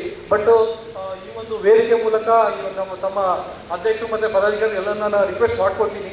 ಸೊ ತಾವೊಂದು ಆ ಸ್ಕೆಡ್ಯೂಲ್ ಮಾಡಿಕೊಟ್ರೆ ಇದನ್ನು ಪ್ರತಿ ಮಂತ್ ನಾವು ಕಂಟಿನ್ಯೂ ಮಾಡ್ಬೋದಂತ ತಮ್ಮಲ್ಲಿ ಕೇಳ್ಕೊತೇನೆ. ಸೊ ಅದೇ ರೀತಿಯಾಗಿ ಇಲ್ಲಿ ಕೊಟ್ಟಿರುವಂತಹ ಈ ಎಲ್ಲ ಅಂಶಗಳನ್ನು ತಾವು ಓದಿ, ಇದರಲ್ಲಿ ಮುಖ್ಯವಾಗಿ ನಮಗೆ ಬರ್ತಾ ಇರೋ ಕಂಪ್ಲೇಂಟ್ಸು ಒಂದು ಅದೇ ಟಿಕೆಟು ತಾವು ಅದನ್ನು ಈಗ ಆಲ್ರೆಡಿ ಮಾತಾಡಿದ್ದಾರೆ. ಸೊ ಸಾಧ್ಯವಾದಷ್ಟು ಟಿಕೆಟ್ನ ಇದು ಮಾಡಿ, ತಪ್ಪಿದಲ್ಲಿ ನಮ್ಮ ಮತ್ತು ಪೊಲೀಸ್ ಸಹಯೋಗದಲ್ಲಿದೆ ಇನ್ಮೇಲೆ ನಾವು ಎನ್ಫೋರ್ಸ್ಮೆಂಟ್ ಸ್ಟಾರ್ಟ್ ಮಾಡ್ತೀವಿ.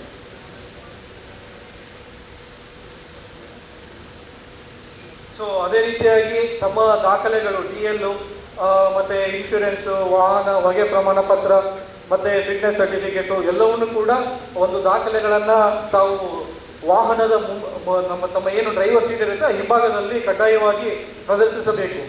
ಸೊ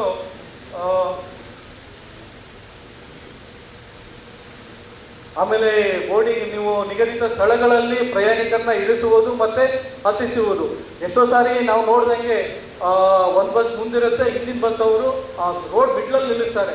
ಈ ಕಡೆಯಿಂದ ನಾವು ಲೆಫ್ಟ್ ಸೈಡಿಂದ ಯಾವ್ದಾದ್ರು ವಾಹನ ಬಂದು ಅವರಿಗೆ ತಾಗೋದಾಗಲಿ ಅಥವಾ ನಾವು ಬರಬೇಕಾದ್ರೆ ಲೆಫ್ಟ್ ಸೈಡ್ ಬಂದು ನಾವು ಪ್ರಯಾಣಿಕರಿಗೆ ತಾಗೋದಾದರೆ ಅದು ಕಂಡಕ್ಟರ್ ಮೇಲೆ ಜವಾಬ್ದಾರ ಆಗ್ತಾರೆ. ಸೊ ದಯವಿಟ್ಟು ತಾವು ವಾಹನಗಳನ್ನು ಏನಿದೆ ಲೆಫ್ಟಲ್ಲಿ ನಿಲ್ಲಿಸಿ, ಬಸ್ ಬೇಯಲ್ಲಿ ನಿಲ್ಲಿಸಿ ಪ್ರಯಾಣಿಕರನ್ನ ಇಳಿಸಿ. ಯಾಕೆಂದ್ರೆ ನಮ್ಮ ಆಫೀಸ್ ಮುಂದ್ಗಡೆ ನೋಡ್ತೀವಿ ನಾವು ಪ್ರತಿ ದಿವಸ. ನಮ್ಮ ಆಫೀಸ್ ಮುಂದ್ಗಡೆ ಒಂದು ಬಸ್ ನಿಂತಿರುತ್ತೆ, ಅದ್ರ ಬಸ್ ಪಕ್ಕದಲ್ಲಿ ನೀವು ನಿಲ್ಲಿಸ್ತೀರಾ, ಆ ಕಡೆ ಅವನು ಹಿಡಿದು ಮಿಡ್ಲಿಂದ ಈ ಕಡೆ ಬರೋದೇ ಕಷ್ಟ. ಸೊ ದಯವಿಟ್ಟು ಯಾವುದು ನಮ್ಮದು ಲೆಫ್ಟ್ ಸೈಡ್ ಇದಿರುತ್ತೆ ಬಸ್ ಬೇ, ದಯವಿಟ್ಟು ಬಸ್ ಸ್ಟ್ಯಾಂಡಲ್ಲಿ ಅಂಥದ್ರಲ್ಲಿ ನಿಲ್ಲಿಸಿ ಪ್ರಯಾಣಿಕರಿಗೆ ಅನುಕೂಲ ಮಾಡಿಕೊಡಿ. ಸೊ ಪ್ರಯಾಣಿಕರೊಂದಿಗೆ ಸೌಜನ್ಯದಿಂದ ವರ್ತಿಸಿ. ಇದು ನಮಗೆ ಪ್ರತಿ ವೀಕು ಬರ್ತಾ ಇರುವಂಥ ಮೇಲ್ಗಳಲ್ಲಿ ನಾವು ನೋಡ್ತಾ ಇರ್ತೀವಿ. ಇದು ಸರ್ವೇ ಸಾಮಾನ್ಯ.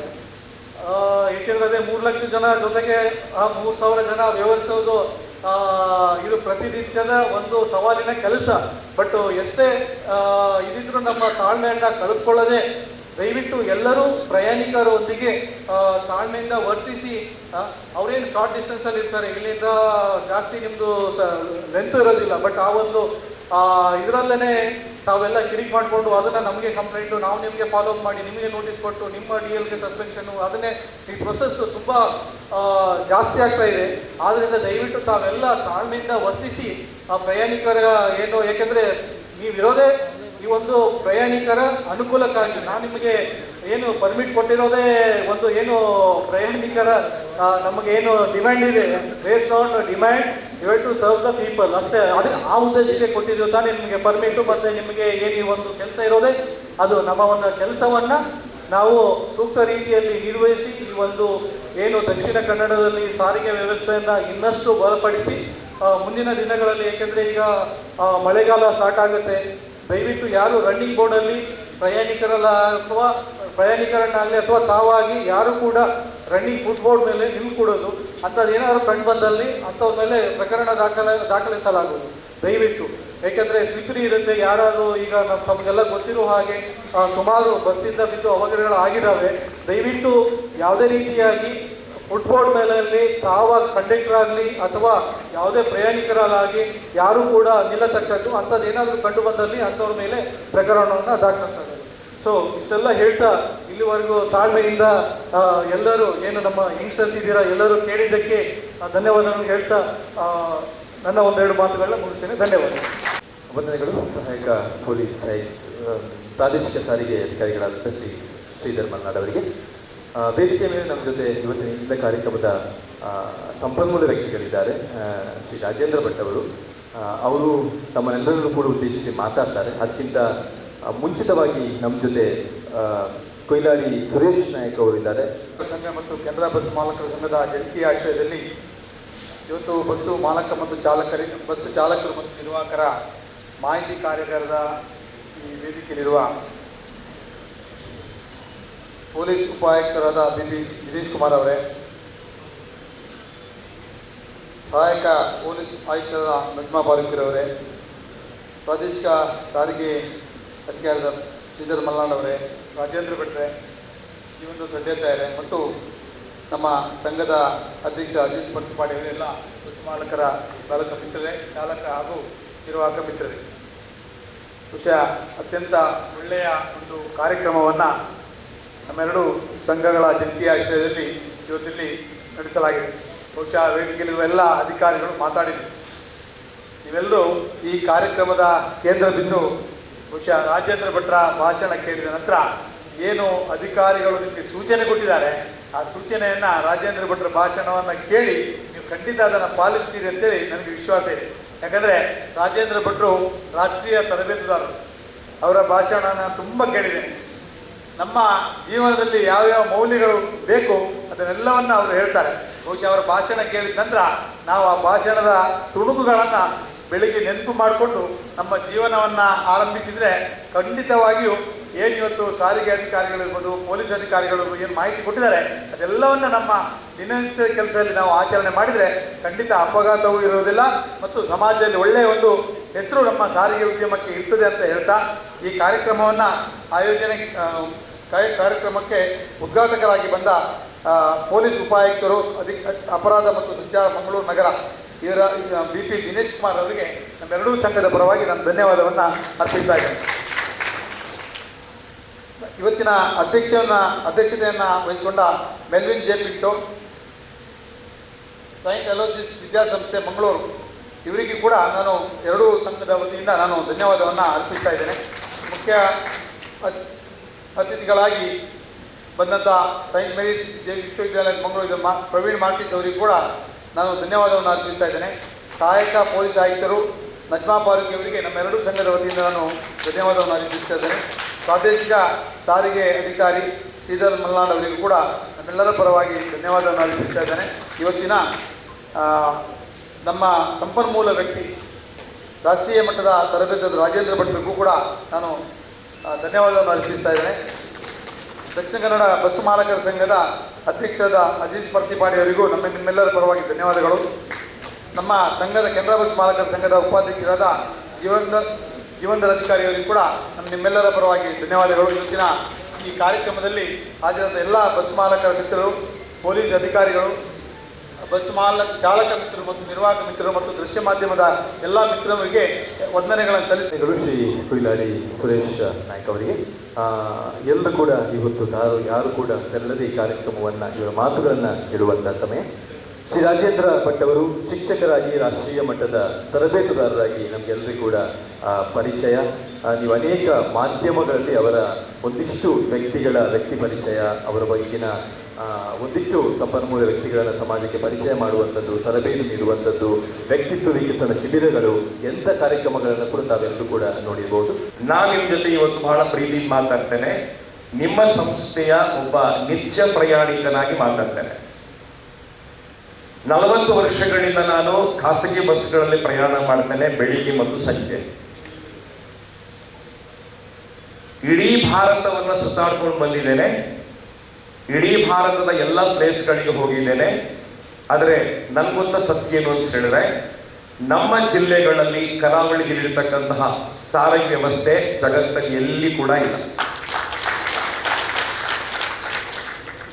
ಪಂಜಾಬಲ್ಲಿ ಅಥವಾ ದೆಹಲಿಯಲ್ಲಿ ಅಥವಾ ಎಲ್ಲಿ ಕೂಡ ಸಿಕ್ಕರೆ ಇಷ್ಟು ಅದ್ಭುತವಾಗಿರ್ತಕ್ಕಂಥ ಒಂದು ವ್ಯವಸ್ಥೆಗಳಿಲ್ಲ. ಪ್ರತಿ ನಿಮಿಷಕ್ಕೊಂದು ಬಸ್ ಓಡುವಂತ ಸಿಸ್ಟಮ್ ಜಗತ್ತಲ್ಲೇ ಇಲ್ಲ. ಅದಕ್ಕೆ ಕಾರಣಕರ್ತರಾಗಿರ್ತಕ್ಕಂಥವರು ಖಾಸಗಿ ಬಸ್ನ ವ್ಯವಸ್ಥಾಪಕರು, ಮಾಲಕರು, ಚಾಲಕರು ಮತ್ತು ನಿರ್ವಾಹಕರು. ನಾನು ನಿಮ್ಮನ್ನ ತುಂಬಾ ಅಭಿನಂದನೆ ಮಾಡ್ತೇನೆ. 5:20 ಬಸ್ ಹೊರಡುತ್ತದೆ, 5:21 ಬಸ್ ಹೊರಡುತ್ತದೆ, 5:22 ಬಸ್ ಹೊರಡುತ್ತದೆ, 5:23 ಬಸ್ಸು, ನಿಮಿಷಕ್ಕೊಂದು ಬಸ್ಸುಗಳು ಉಡುಪಿಯಿಂದ ಮಂಗಳೂರು ಕಡೆಗೆ ಹೋಗ್ತವೆ, ಎಲ್ಲ ಎಕ್ಸ್ಪ್ರೆಸ್ ಬಸ್ಸುಗಳು. ಅದರಲ್ಲಿ ಯಾರಾದ್ರೂ ಒಬ್ಬ 1 ನಿಮಿಷ ಲೇಟ್ ಮಾಡ್ಕೊಂಡ ಅಂತ ಹೇಳಿದ್ರೆ ಹಿಂದೆ ಇದ್ದವ ಬೈಲಿಕ್ಕೆ ಸ್ಟಾರ್ಟ್ ಮಾಡ್ತಾರೆ.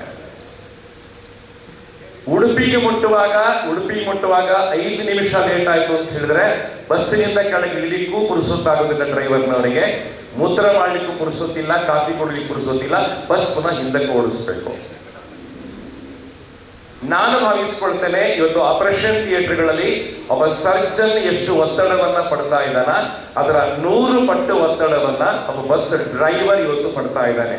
ಸೊ ಇವತ್ತು ನಾವು ನಿಮಗೆ ಬಹಳ ಪ್ರೀತಿಯಿಂದ ಹೇಳಬೇಕಾದ ಸಂಗತಿಗಳು ಯಾವುದು ಅಂತ ಹೇಳಿದ್ರೆ, ಒತ್ತಡವನ್ನ ನಿರ್ವಹಣೆ ಮಾಡೋದು ಹೇಗೆ ಅಂತ ಬಹಳ ಪ್ರೀತಿಯಿಂದ ಹೇಳಬೇಕು, ಬಹಳ ಕಾಳಜಿಯಿಂದ ಹೇಳಬೇಕು. ಸ್ಟ್ರೆಸ್ಸು ಮತ್ತು ಪ್ರೆಷರ್ ಇವತ್ತು ನಮ್ಮನ್ನ ಇಂಚು ಸಾಯಿಸ್ತಾ ಇದೆ. ನಾನು ನಿಜ ಹೇಳ್ತೇನೆ, ಡ್ರೈವರ್ಗಳ ಕಂಡಕ್ಟರ್ಗಳ ಆಯಸ್ಸು ಇವತ್ತು ಕಡಿಮೆ ಆಗ್ತಾ ಇದೆ. ನಮ್ಮ ಕೆಲಸ ಮಾಡುವಂತ ಕ್ಷಮತೆ ಇವತ್ತು ಕಡಿಮೆ ಆಗ್ತಾ ಇದೆ. 60ನೇ ವರ್ಷಕ್ಕೆ ರಿಟೈರ್ಡ್ ಆಗುವಂಥದ್ದಲ್ಲ, 50ನೇ ವರ್ಷಕ್ಕೆ ನಾವು ರಿಟೈರ್ಡ್ ಆಗಬೇಕಾದ ಅನಿವಾರ್ಯತೆ ಬರ್ತಾ ಇದೆ. ಯಾಕಂದ್ರೆ ನಮ್ಮ ದೇಹದ ಒಳಗಿನ ಭಾಗಗಳೆಲ್ಲ ಇಂಚಿಂಚು ಸಾಯ್ತಾ ಇದೆ. ಅದಕ್ಕೆ ಕಾರಣ ಒತ್ತಡ ಒತ್ತಡ ಒತ್ತಡ. ಅದಕ್ಕೆ ಎಷ್ಟೋ ಒತ್ತಡಗಳನ್ನ ನನಗೆ ಪರಿಸ್ಥಿತಿ ಮಾಡಿಕೊಟ್ಟಿದೆ. ಆದ್ರೆ ಹೆಚ್ಚಿನ ಒತ್ತಡವನ್ನ ನಾವೇ ಕ್ರಿಯೇಟ್ ಮಾಡ್ಕೊಂಡಿರ್ತಕ್ಕಂಥದ್ದು. ಯಾವಾಗ ಅತಿಯಾಗಿರ್ತಕ್ಕಂಥ ಸ್ಪರ್ಧೆ ಕ್ರಿಯೇಟ್ ಆಗ್ತದೆ ಆಗ ಒತ್ತಡ ಕ್ರಿಯೇಟ್ ಆಗ್ತದೆ. ನನಗೆ ಗೊತ್ತಿಲ್ಲ, ಒಂದು ನಿಯಮದ ಬಗ್ಗೆ ನನಗೆ ಸರ್ ಹೇಳ್ತಾ ಇದ್ರು, ಅಧಿಕಾರಿಗಳು ಮಾತಾಡೋದು ಯಾವುದೇ ಪಾಯಿಂಟ್ ಅನ್ನು ಟಚ್ ಮಾಡಿ ಹೋಗೋದಿಲ್ಲ. ನಾನು ನಿಮ್ಮ ಯೋಗಕ್ಷೇಮದ ಬಗ್ಗೆ ಮಾತಾಡ್ತೇನೆ, ನಿಮ್ಮ ಕುಟುಂಬಗಳ ಬಗ್ಗೆ ಮಾತಾಡ್ತೇನೆ, ಮತ್ತೆ ನಿಮ್ಮ ಆರೋಗ್ಯದ ಬಗ್ಗೆ ಬಹಳ ಕಾಳಜಿಯಿಂದ ಬಹಳ ಪ್ರೀತಿಯಿಂದ ಮಾತಾಡ್ತೇನೆ. ನನಗೆ ಗೊತ್ತಿದೆ ಇವತ್ತು ಡ್ರೈವರ್ಸ್ಗಳು ಕಂಡಕ್ಟರ್ಗಳು ಎಷ್ಟು ಆತಂಕ ಪಡ್ತಾ ಇದ್ದಾರೆ, ಅಷ್ಟೇ ಆತಂಕ ಇವತ್ತು ಬಸ್ಸಿನ ಮಾಲಕರಿಗಿದೆ.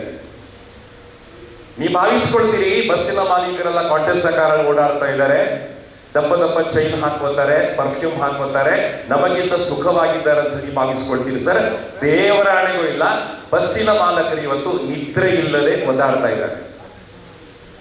ಅದಕ್ಕೆ ಕಾರಣವನ್ನು ಕೂಡ ಹೇಳಲಿಕ್ಕೆ ಇಚ್ಛೆ ಪಡ್ತೇನೆ. ನನ್ನ ಸರ್ ನನಗೆ ಹೇಳ್ತಾ ಇದ್ರು, 77ನೇ ಇಸ್ವಿ ಹೊಸದೊಂದು ಕಾನೂನು ಬಂತು. ಆ ಕಾನೂನು ಪ್ರಕಾರ ಯಾರು ಲೈಸೆನ್ಸ್ ಅನ್ನ ಕೇಳಿದ್ರು ಕೂಡ ಬಸ್ ಲೈಸೆನ್ಸ್ ಅನ್ನ ಕೊಡ್ಲಿಕ್ಕೆ ಸ್ಟಾರ್ಟ್ ಮಾಡಿದ್ರು.